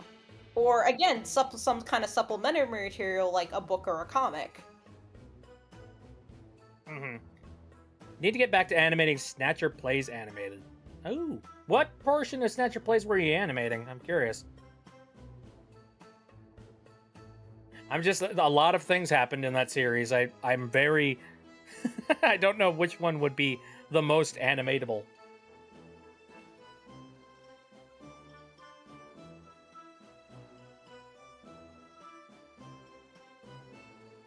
Speak to me your words. Give me your information. Not in that way. Yeah, Keep your social security number. Sock Up is my favorite episode because it's very funny. The part where the fireworks blow up the puppets and Ave Maria kicks in, I swear to God, I laugh for at least 30 seconds every single time. Yeah. It's so funny. I don't know why that it just tickles me in a very special way where it hits that special part of my brain. That is one of the best jokes of the show. It is. It's got Bill being very fun and menacing, and the whole possession thing was like, the possession thing was so wild because like, so old hat Gravity Falls fan story here. Back in the day when there wasn't even 10 episodes of the show out, there were a lot of theories. And there were a lot of theories about the pyramid guy in the intro at the end of the intro. What's up with this guy? Who's the Illuminati face? What's that guy doing? So what's up with the funny Illuminati man? So people basically made a character out of Bill before he was introduced in the show. We called him Mr. Pyramid, or that's what some people called him, or just pyramid guy, triangle guy, whatever. And we were, I guess it was both just basically just fans having fun trying to theorize like, what if this was a character, what would he be like? And he was usually like object head, with the pyramid head. And one thing that people either were like, oh yeah, either he's a bad guy or he's just like a neutral trickster, just going around and making trouble. And one thing that and even back then, one thing that people drew kind of frequently was him like possessing, puppeteering Dipper and Mabel. Like he was like hypnotizing them and like possessing them. And so that was a really popular thing before we knew who Bill was. But then once Bill was properly introduced and we later found out his powers have to do more with like dreams and like going into people's dreams and stuff, people didn't really do that anymore. They were more like about, Bill just being like a dream trickster and that kind of stuff.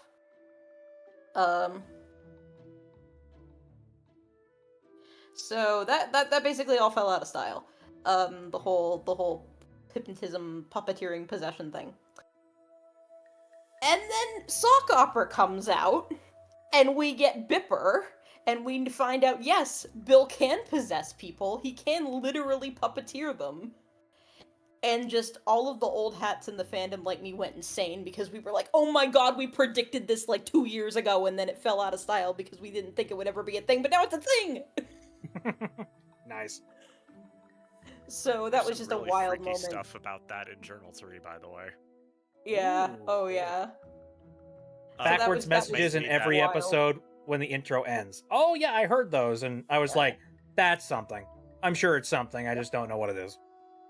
Yeah, it's just a voice that says there's a voice at the end of every during that part of the ending of the episode with the Bill on the page, where it says Stan is not what he seems. That's what the voice is saying backwards. If you reverse it, it says Stan is not what he seems. Which is why the episode is later called Stan is not what he seems. Yep. Spooky. And Actually, Cecil, also, I'm you kinda know, curious this about is a thing. really funny. This is really funny. So you know the Zodiac, the thing from the final episode, the thing in from the image at the end of the intro with Bill, and he's in the middle of the big wheel, and it's got all the symbols, Mhm. and then that gets referenced at the end in the final episode where they all try to sit and hold hands in a circle and think, okay, maybe this will stop Bill, and then it doesn't work. So do you know? So that's happened because the Bill inside the circle with all the symbols, when that was made by the creators in the very beginning, it meant absolutely nothing. It had no significance whatsoever. They just wanted to put Bill in the intro and give him like a mysterious symbol thing, and put him a whole bunch of mysterious symbols, and just it was just weird mysterious imagery just for the sake of it. They didn't have any ideas as to what it could signify. It didn't signify anything. It was just there, you know, because it's like, okay, Dipper's got the pine tree on his hat, Mabel's got the shooting star, and, you know, we got the symbol from Stan's Fez, and, you know, just here's a bunch of images from the show related to some characters, and Bill is in the middle. It's all like, ooh, mysterious and Right. spooky, and like. So and it was that was the basically only like intent. retconned later on that, like, oh no, it's got significance. Yeah. We swear. So, and then, you know, the past 4 years, everybody theorizing, what the heck does this wheel mean? What's with the symbols? What does who is what symbol?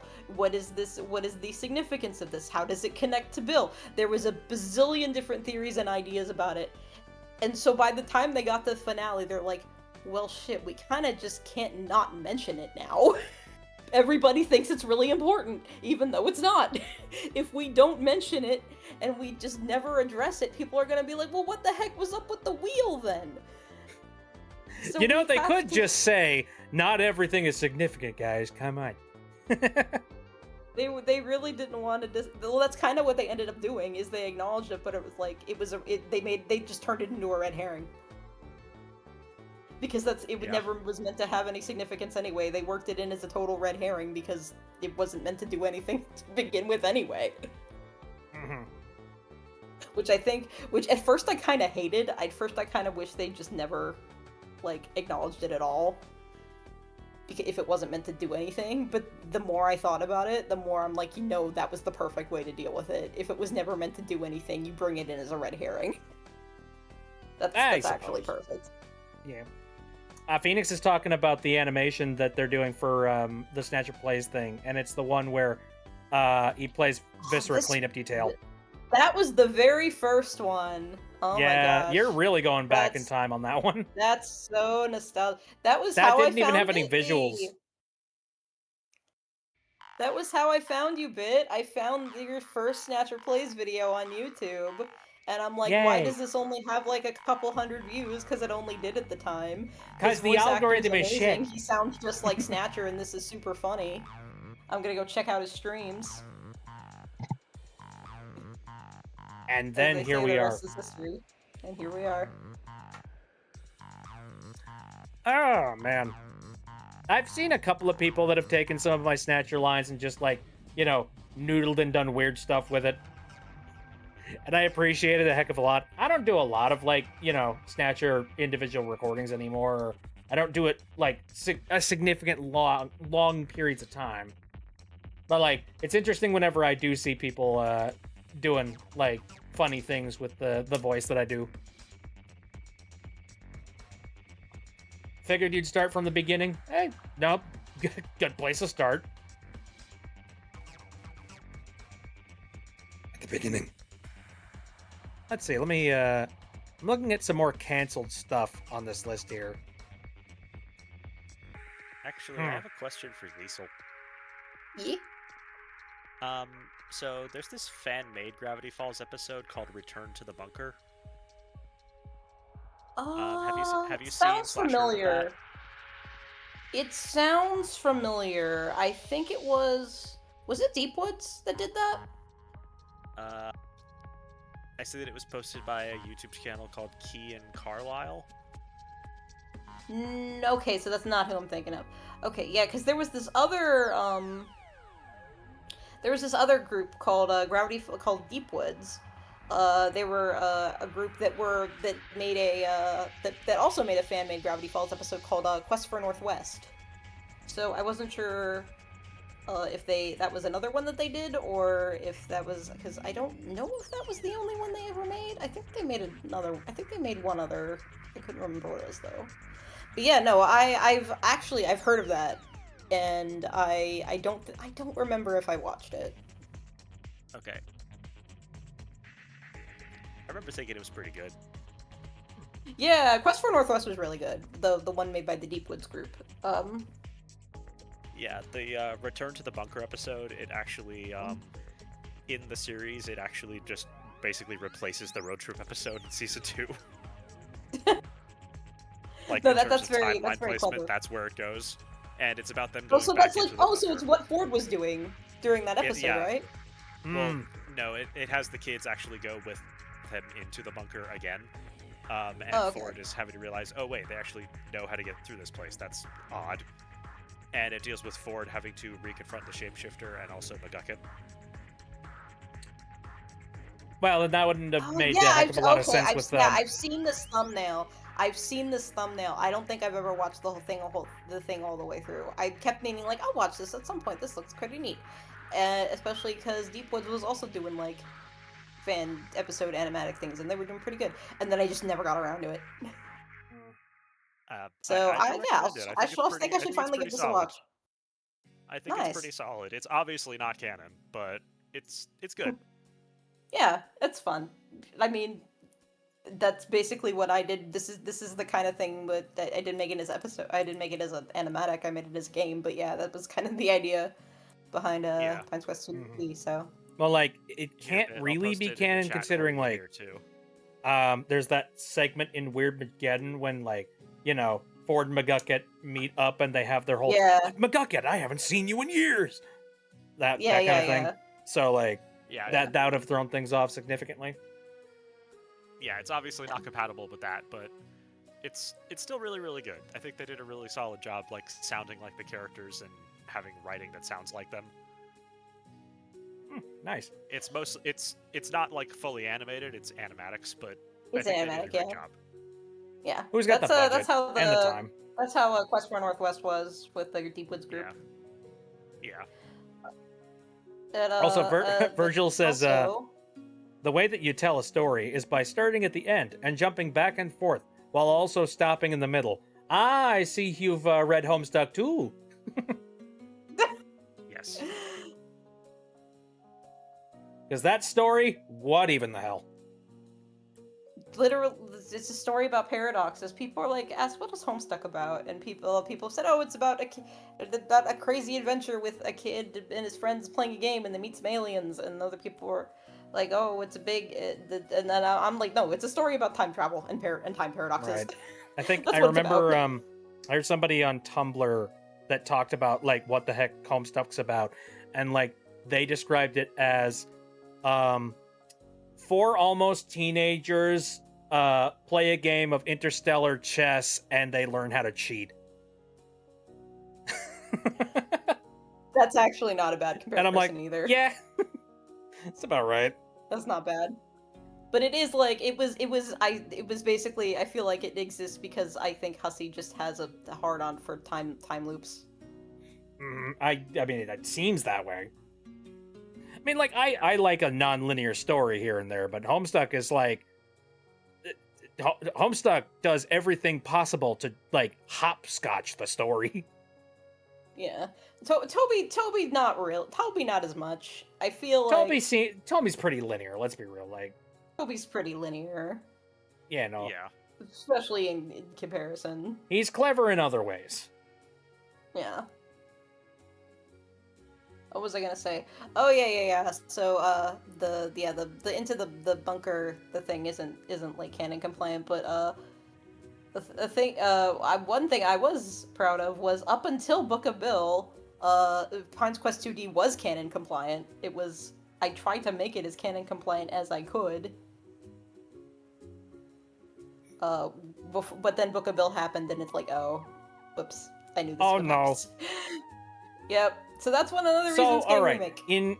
So, ratio-wise, if you had to give it a percentage, how much of Pine's Quest do you think still holds up canon-wise? It's still almost pretty. It's still pretty close. If you change the name, so the one of the big ones is that I gave Bill's home dimension a name in Pine's Quest 2D, and I called it Exuhelia because there is in Journal 3, Ford visits a dimension called Exuhelia, which is said to be very, very similar to Bill's home dimension, like not the exact same dimension, but like one that was just like it. Oh, very similar Virgil, dimension. hey, thank you very much for so coming I'm in. like, okay, later, Virgil. Thank you. So Have a I'm good just one. like, oh, I'll just Sleep give it well. a similar. I'll just give it like almost the exact same name as the dimension that was almost exactly the same that Ford visited. So they're almost exactly the same dimension. They have almost exactly the same name. And then so I called it Exuhelia. But then Book of Bill comes out and it gives Bill's home dimension a name, and its name is Euclidia. And I'm like, okay, so if you just pretend every time they say Exuhelia and Pine's Quest 2D they say Euclidia, it works like 95%. Okay. Well, in the Because remake, there's you still can- a lot about you can Euclidia that correct we it. don't know. What? In the In remake, it you could. can just correct it. Yeah, that's the plan. Yeah. Yeah. Yeah. Huh? Yeah, I'm just Yay. saying, yeah. Yeah. Yeah, that's the plan. I have the whole remade story outlined out, and the writer that I'm working with has done first drafts up of like the first half, but we got to tweak some stuff because we're going to be changing it to the visual novel form, because we're going to be doing it in visual novel format, and we want to have some variants here and there for when like the player can interact. But yeah, it updates the story. It does. It makes it a little bit more canon. It makes it a little more canon compliant with Book of Bill. We didn't have to change a whole lot. We mostly just like added more detail, like because now we kind of know enough now where what we can say isn't gonna be contradicted by canon, because we don't think we're ever gonna get more info, because like Alex has pretty much said, I kind of don't want to give people any more info about Bill's home dimension because I want people to like kind of leave it up to their interpretation and their imagination. So I think that's a really, really good thing. Here's a question. At what point in the Gravity Falls story does Pine's Quest take place? It happens on the bus ride home to so Dipper and Mabel are literally when the show ends is the bus is driving off. The game opens with Dipper being like, I'm on the bus here with my sister Mabel. Here's what happened to us we just had this crazy wonderful summer in Gravity Falls, and now we're on our way home. And then then they close their eyes, and the next thing they know, they wake up and they're back in Gravity Falls, and they don't know why. Oh, that's mysterious and weird. Yup, and they don't find out why until near the end of the game, and there's like a cool big twist of what actually has been going on. It's just like, the time continuum is messy. What's happening? The loose end. The loose end has not been tied. It's not time travel. I will say that it's not time travel. Perhaps it's one of those like, it's all happening in the inner machinations of someone's mind. I should probably stop asking questions because I'm gonna. I'm gonna spoil it. There is the full title of the game is Pine's Quest: A Romance of Two Dimensions. So that's might be kind of a hint there. Okay. And the reason why it's called that is because of a novel called Flatland: A Romance of Many Dimensions by an author named Edwin Abbott. And that book was a very huge influence for Bill's Homeworld, as Alex himself has said. Nice. Because there was an official Reddit AMA 1 year for April Fools. I think this was between seasons 1 and 2, actually. I think it was during season 2, because it had its question about Tad Strange. And so like is after people knew about Tad Strange, but the episode with him hadn't aired yet. So for April Fools, Alex did a Reddit AMA in character as Bill on the Gravity Falls subreddit. So he made an account that was just Bill Cipher, all caps, and it was just Alex Hirsch, and people would send in questions, and he would answer them in character as Bill. And we got a lot of really cool and funny info from that, and it was legendary. It was amazing. That was amazing. I remember that. Axolotl! It was incredible. Yep. And one thing that was asked was like, hey Bill, what's your homeworld like? And his answer was Edwin Abbott as a decent idea, that being the author of Flatland. Ooh, nice. So that became like what everybody based their like theories about Bill's homeworld on, because that's literally what he said it's like. So it's kind of fun to hear the inspirations from the people that you read stories from or just watch stuff from. Yeah, because like it becomes so. There it is. Yep, there it is. It's still worth a read. It's really funny.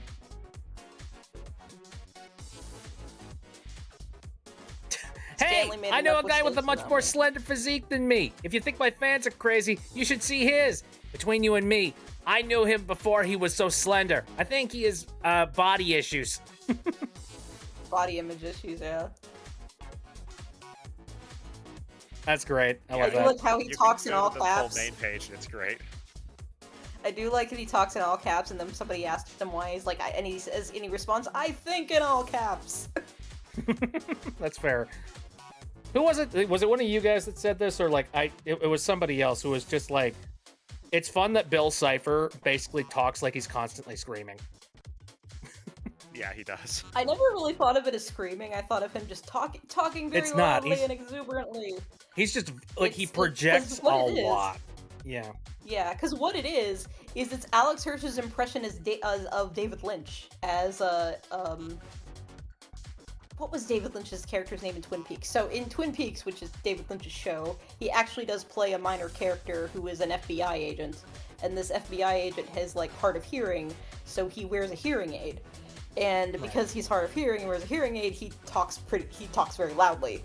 So that is who Alex is specifically doing an impression of when he does Bill's voice. He actually originally wanted David Lynch to voice Bill, so they tried to contact him and be like, hey, you want to be in my Disney cartoon? And David Lynch said no. Because he's like, who the heck are you? I'm busy. Worse off for it. And when David said no, he's just like, okay, I'll just do a bad impression of him, and that's how we got the Bill voice. I love this one. Somebody asked, are you actually equilateral, or is one of your sides just a teensy bit longer than the other two? And Bill's response was, that's a sick question, you pervert!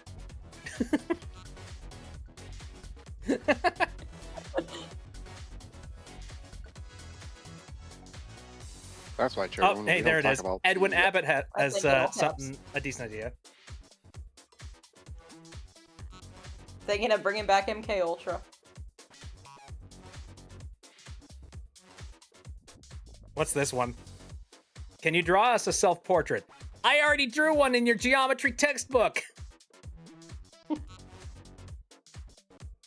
Oh, did you see the in his Reddit AMA post? You know how they always have to post like the proof that it's the person that you're talking to? Oh shit. The proof it's me is a YouTube link. Content warning, it's a little gross, Oh. but Oh yeah, it's a rabbit decomposing. yeah, Oh no. that's what he posted. What the fuck? Why? And It's his Bill favorite Cipher. song is. And his favorite It's 10 song hours is of a 10 rising hours. shepherd's tone. Yep. Oh, that's dumb. I like that. Yeah. And then Oh, he yeah, links here. like a bunch of like. And then he links like what's this other song he links is like 96 Tears by Question Mark and the Mysterians, which is actually a bop. I It's like such a the bop. I I like the actually update he to the- references so many songs. He references and he signs off with a Somewhere Over the Rainbow played on the theremin.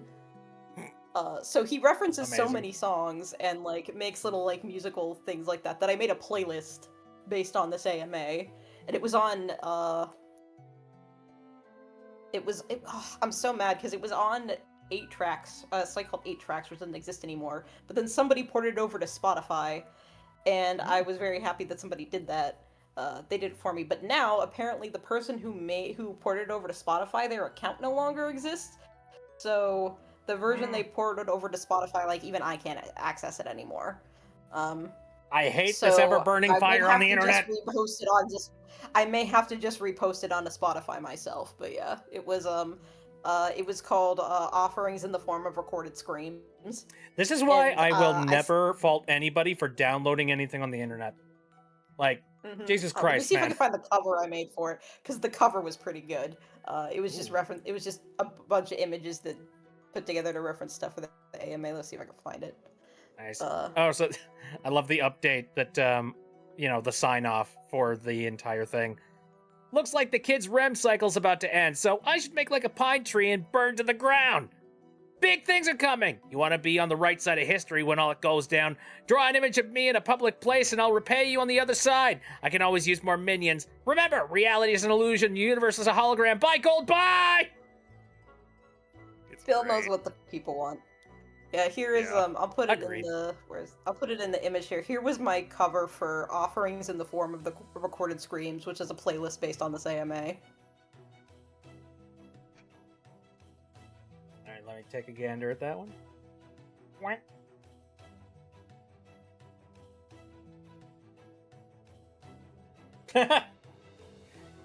That's silly. Yeah, well, yeah. At one point, he references he's like he says something about margaritas. So there he is with a margarita. Something about chili peppers. So there's chili peppers. The background is the red room from Twin Peaks because he links the music from that part at one point. There's a theremin and the decomposing rabbit. Yeah, I'm just gonna... I'm gonna put that on the Yeah, screen there. and I think also the description for it was at some point he mentioned something about he tells somebody to like go out in the desert, take something psychedelic, and form a large human throne to await my coming. So the description for the playlist was a small selection of song for going out into the desert, taking something psychedelic, and forming a large human throne. Nice.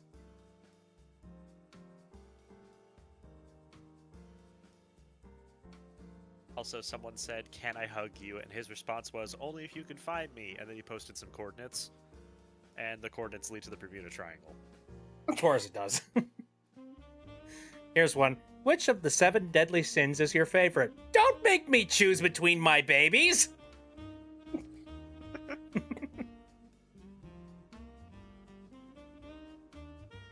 Oh, what the heck is this? Hold on a second. What will happen if Pinocchio says that he will grow his nose? Someone will have to call IT to try restarting the universe. Oh man, what was this question? Shit. Oh, do you see the one where someone with the Reddit name Not Dipper Pines messaged Bill? No, I did not. What does it say? They said, "Hi, Bill. It's me, Dip. I mean, I'm totally not Dipper. I'm just some stranger. I've got some questions for you. Question 1. What is your biggest weakness? Anything I can exploit? 2. What is your evil master plan? How can we stop it? 3. Do you think I'm Dipper? Because I'm a totally random stranger. I'm not Dipper. Repeat, I'm not Dipper. 4. What was the password to the laptop? 5. What did McGucket warn me, I meant not me, but that incredibly smart and handsome dude named Dipper about? What is McGucket scared about? 6. Why do we have to buy gold? And then he also posted a picture to confirm that he is in fact not Dipper. And the picture looks like this. I'll post it in the Twitch chat.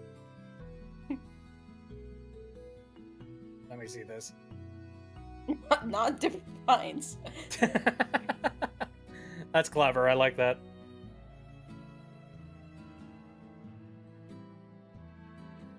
I'm assuming Yeah, Bill it's had great. something funny to say on that one. He very much did. Give me 1 second, I'll pull that up here. 1 second here, actually.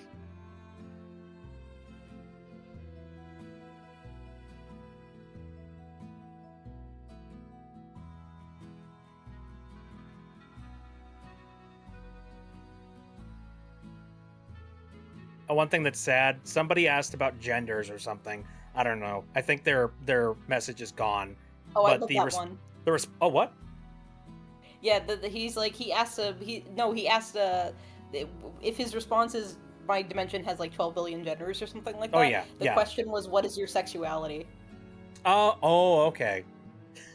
Yeah, the answer is, my dimension has 14 billion different genders. It's very confusing. Honestly, not sure. It would take me years of paperwork to sort it all out.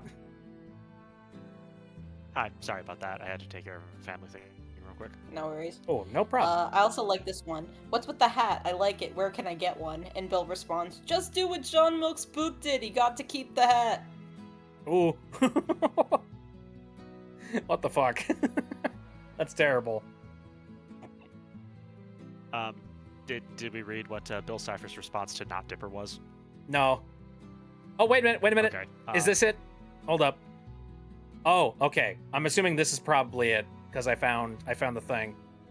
Yeah, there it is. Yep, there it is. It is. My weakness is seeing you stick jalapeno peppers in your eyes. It'll hurt me, I promise. 2. My evil master plan is to personally prevent you from your human goals. The only way to stop me is to stick jalapeno peppers in your eyes. Please don't do it. Number 3. Of course you aren't. We've never met. I've never enjoyed your suffering, and I sure wouldn't enjoy watching you put jalapeno peppers in a blender and pouring the resulting concoction directly in your eyes. 4. Gullible. 5. McGuck gets scared of you not rubbing peppers all over your eyes. Don't let him live in fear any longer. 7. Those peppers don't come cheap. Freaking there's the Yep. jalapeno peppers. So that's why the jalapeno peppers are on the playlist cover. Ah, I gotcha. There's the coordinates. What's in Dipper's internet history anyways? A lot of pictures of redheads. Oh dear. We actually do get to see Dipper's full internet history in the Book of Bill. Oh, okay. Well, then I need to start reading right away. It's like pictures of redheads. Yeah, it's pictures of redheads. Why am I sweaty?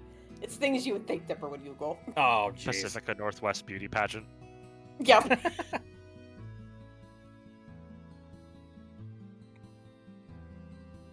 I think he also mentioned something about the green M&M. What the fuck? Yeah. I found one thing about the Time Baby.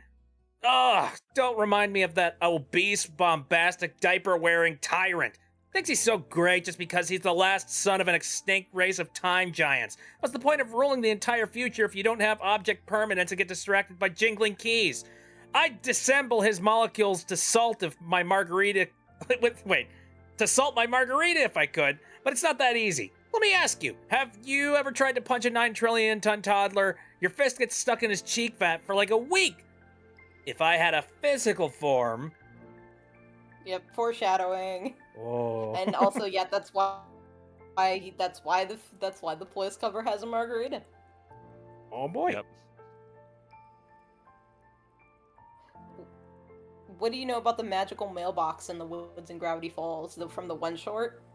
Oh, Remember they were sending the mail stuff in the mailbox? yeah.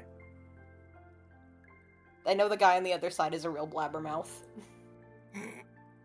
Great. It's a good one. I like this one. All religions are wrong. Pleasant dreams. That's fantastic.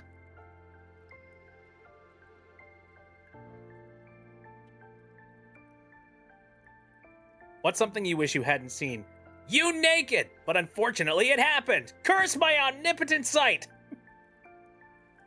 Oh, here's a weird one. Someone said, "Hey Bill, what's up with Wendy's mom?" Bill's Yep, response. and then he "Wendy's just mom-" quotes Stacy's mom. He just quotes Stacy's he's- mom. He says, "Wendy's mom has got it going on. She's all I want, and I've waited for so long." Yep, that because of that Stacy's Awesome. mom was on the playlist. Yeah. The playlist was Stacy's mom. It was pretty all the songs that he links, which I did find a theremin version. I don't know if it was the same theremin version of Somewhere Over the Rainbow, but I did have a theremin version of Somewhere Over the Rainbow. We had the theme song from Erie, Indiana, which he links at one point. The Red Room music from Twin Peaks, which he links at one point. The theme song from The Blob, again, he links it at one point. That one was, and then Just the Good Stuff. Somebody asked him about does he like human music, and he says Just the Good Stuff, and it links this banger song from the '60s called 96 Tears by a band called Question Mark and the Mysterians. I don't know. I'll just post it in the post it here. This song is genuinely awesome. Go. I'll open it up in a tab, but I won't play it just because I am fairly certain that it would get it would get copyright, but just it's because it's a dope song. Oh yeah, it's listed on YouTube Music, so it has definitely been uploaded to their system. Yeah. So, not touching that one. I love that. What's your favorite place to people watch in Gravity Falls? From within the skulls of the gullible.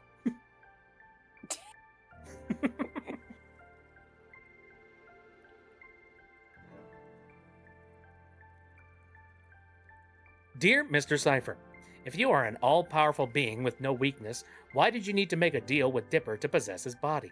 Doesn't that put a limit on you and prove that you are not all-powerful?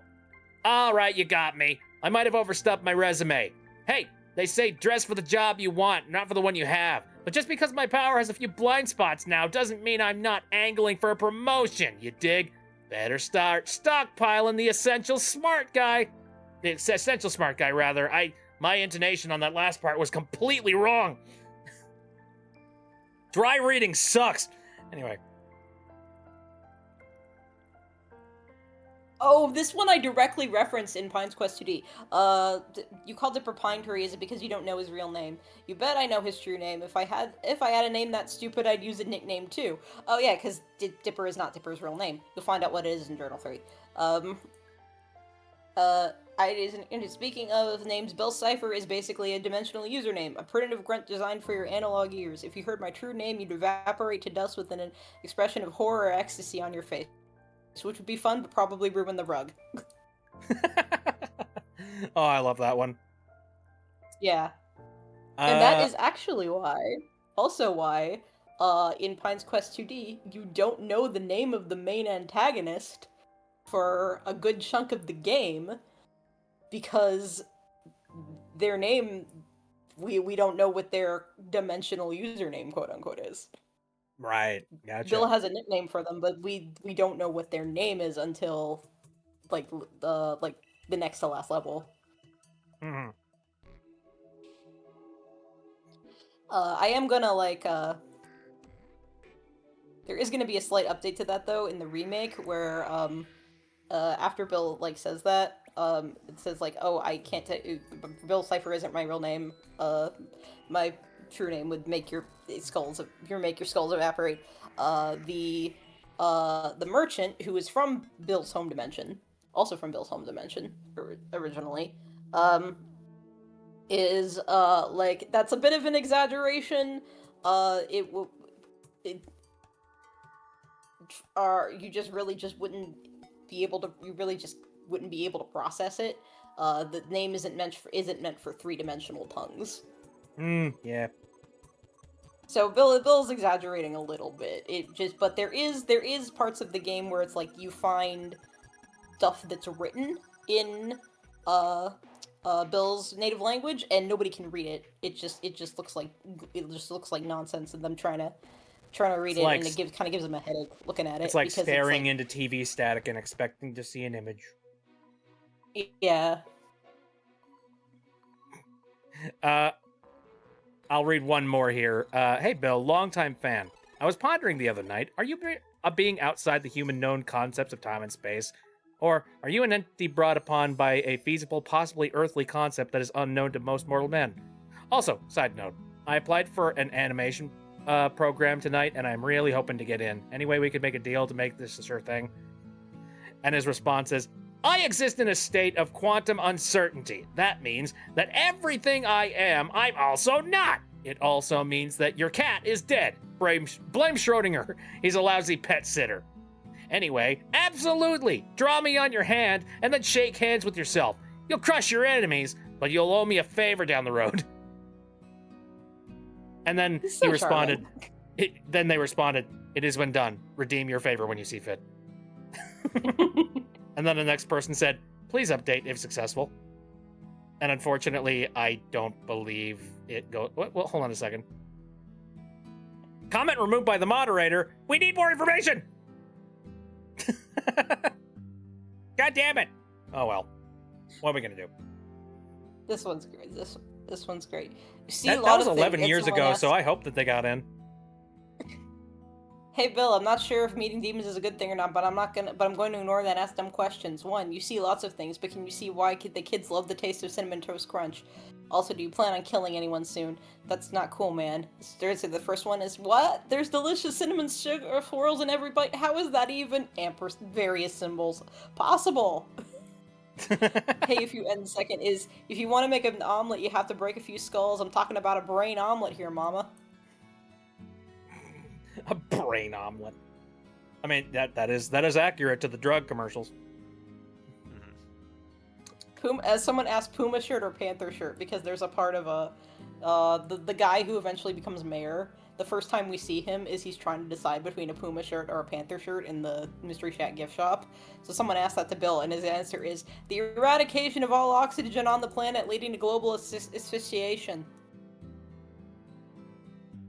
Oh god, I don't know why, but that reminded me of a thing. Oh, here's the one about the human throne. This one's great. Mr. Cypher, what do you think of your popularity with the ladies? Do you have any explanation or plans to mobilize them into a fangirl army? And Bill says, what can I say? Chicks dig psychopaths. I strongly encourage all of my fangirls to take something psychedelic, walk into the Nevada desert, and form themselves into a large human throne to await my coming. Man, okay, that's the sauciest Cypher's gotten, because he's basically asked him to take drugs. No, that's originally what he did. So notice that it's edited.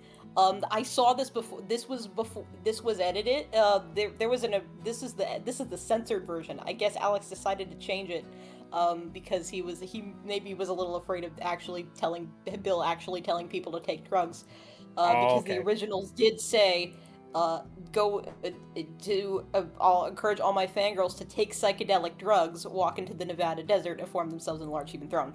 So he changed it to take something psychedelic to not explicitly say drugs. Yes. The original said take psychedelic drugs. Oh, okay, Yes. Just straight up. Yeah. I guess, Alex Hirsch good, has a fun good looking time out. when writing Bill, although he does have to sometimes self-censor to make sure that Bill Yeah. doesn't actually encourage people to do bad things. Yeah, that's Right. the only censorship that happened with Book of Bill. Is Disney basically let me do whatever I want. The only censorship was I had to censor myself because there's some things I don't want Bill to say in case anybody actually takes his terrible advice. One of the things that he wanted Bill to say, but then realized, oh wait, no, we can't have him do this, was you should go underneath your sink and take all of the stuff that's out there, put it into a bowl and drink it. Ooh, yeah, no. That's like, Stuff very like that. possible. Yeah, because don't. kids Yeah. could do that, and that would be a problem. So don't do that, actually. Absolutely. But all right, so that whole in character Bill, for we Gravity all know- Falls, Bill would say that, but he also can't say that because We don't it's a want work him. of We don't fiction. want. We Right. don't want Bill actually killing someone. like I'm one of those guys that I Yeah. feel like, corporate meddling when it comes to stuff is stupid, and it's really dumb that they think we're that stupid that we'll go and do something that like self-destructive. Especially kids. Kids are a little smarter than that. I'm gonna be real though. Sometimes you do need to just avoid saying certain things. Yeah. Like I have learned over my many years of being on this earth that there's a reason why there's warning labels on the back of like, polyester pants. Yep. Please do not put on I the love this, head I of love toddler. this one. Oh I yeah. love this one. So, Bill, we all know that pain is hilarious, but what's the most hilarious kind of pain? And his response is just yours. Yours. And the answer, and then the reply after that is walked right into that one. Yep. Okay, so random aside, that Bill response did remind me of something. I saw somebody on Blue Sky posted this fucking hilarious post. I'll go ahead and I will copy paste it and leave it over in the Twitch chat just so you guys can get access to it. It was by Roxy Poxy. Had a dream that there was a global panic about the world running out of oxygen. Nintendo was the only video game company to make a statement about it, and then the internet collectively spent its final hours on Earth debating whether Nintendo was being genuine or not. And I'm like, that's not even parody. That's just something that would happen. That is Let me also read. very Bill coded. Let me read you this thing. This is Miyamoto. On behalf of everyone who is employed at Nintendo Co. Limited and its subsidiaries, we deeply mourn the countless human lives which will be lost due to the depletion of the global oxygen supply. To anyone who has ever played one of our games, we are eternally grateful to have created long-lasting fun and memories for you. To ease the suffering of families and children across the world, the Mario Kart World game for the Nintendo Switch 2 system will be available as a free download on Nintendo eShop for the foreseeable future. We hope this small gesture of kindness will ease the pain as humanity prepares for a worst-case scenario. Oh my That's god. incredible.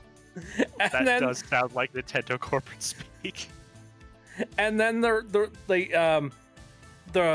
response images are just like fake screenshots of Twitter, and it says, "No." John default profile picture says, "No one read this statement and thought it was distasteful. Why did Miyamoto think this would help anyone?" And then somebody responded, "Simple. Nintendo is so depraved that they'd exploit a global crisis to boost the player count of the failed Mario Kart World and force consumers back into the Switch 2 ecosystem to boost sales and player numbers." That's hilarious. It goes on. "What the fuck are you doing falsely advertising sales during these trying times? I went to the website and Mario Kart World is still selling for $80 USD. And then somebody said, "If you actually read the statement, it clearly says the discount is available on Nintendo eShop, meaning the application on the Switch 2 itself, not the web browser version." And then the guy said, "Point still stands." And then the last screenshot is someone saying, "What, nothing for Switch 1 owners?" Yes. Yep. You get nothing. No breadcrumbs. This is the best. You know what? I'm That is here. the best, Repost. actually. That's funny. That's hysterical. Again, is it is it parody or real? I can't tell.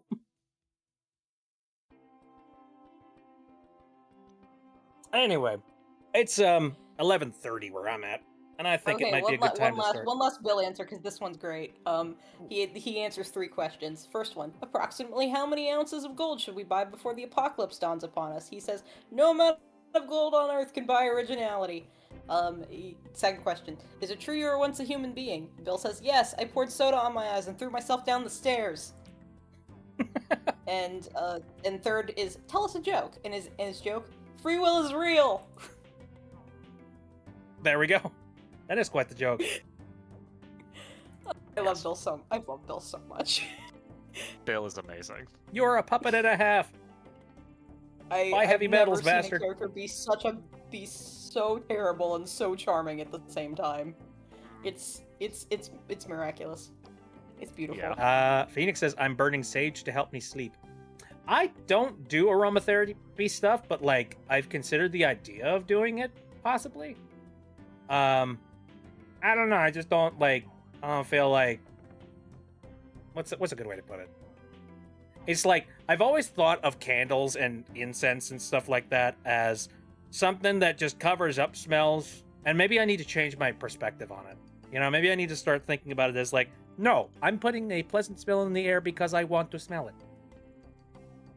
But it also doesn't help that also I've got like an air purifier back here, and I have no idea how that's going to affect things. If like it's gonna make the incense and like, you know, scented candles and stuff smell less smelly. I don't know. Anyway, right, like I said, we are. It's late. It's been fun, but I Yeah. think it's time to finish some stuff up. Yeah, Very fun. it is about time to go to Sleepy Sweater Town. So Mm-hmm. I think little I'm about bit ready of. to head out. I'll give you guys a little bit of an update on what we plan for next week. I am going to continue to play Little Gator Game on Wednesday because I enjoy that game very much. You should go and pay them money because it's a fun game. I know that like it's a game that is published by like by Playtonic, but at the same time I'm like there's enough of a separation, I think, and I'm not too gung-ho on it being like, no, Playtonic, don't be an asshole. You know, if it was EA, that'd be different. But anyway, I don't know. Go either like watch somebody play Little Gator Game or play Little Gator Game. One of the two. Then I'm going to continue to play through Silk Song, and I'm really enjoying my time running around trying to find, you know, little extra MacGuffins to power myself up. I'm hoping that significantly helps me in terms of, you know, progression and stuff like that. Maybe it will, maybe it won't. I don't know. And then again, come back next Sunday where we will probably rant about Gravity Falls again. Yes. Yay! Very likely. Or maybe Bill, no, wow, I am very, Maybe Bill the is in my Bill will brain. have read the book of Bill's Bit. in my brain. He's in my Oh. brain. He's in my brain. But maybe Bill will have but read yes, the maybe book a bit. Is that what you said? Yes, that is what I said. Well, yeah. Well, maybe Bill. Yeah. Well, maybe Bit will have read Journal 3/Book of Bill and play Plains Quest 2D.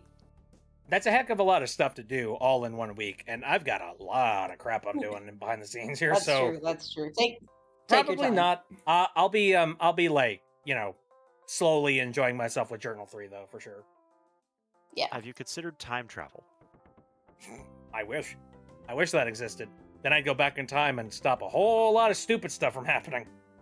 But you know, Well, you see, life ain't so. it does wibbly exist in the future. You just need to do that, and then the problem will be solved. In the past, I in the see. future. My brain hurts. Yes. Does anybody have a DeLorean? Um,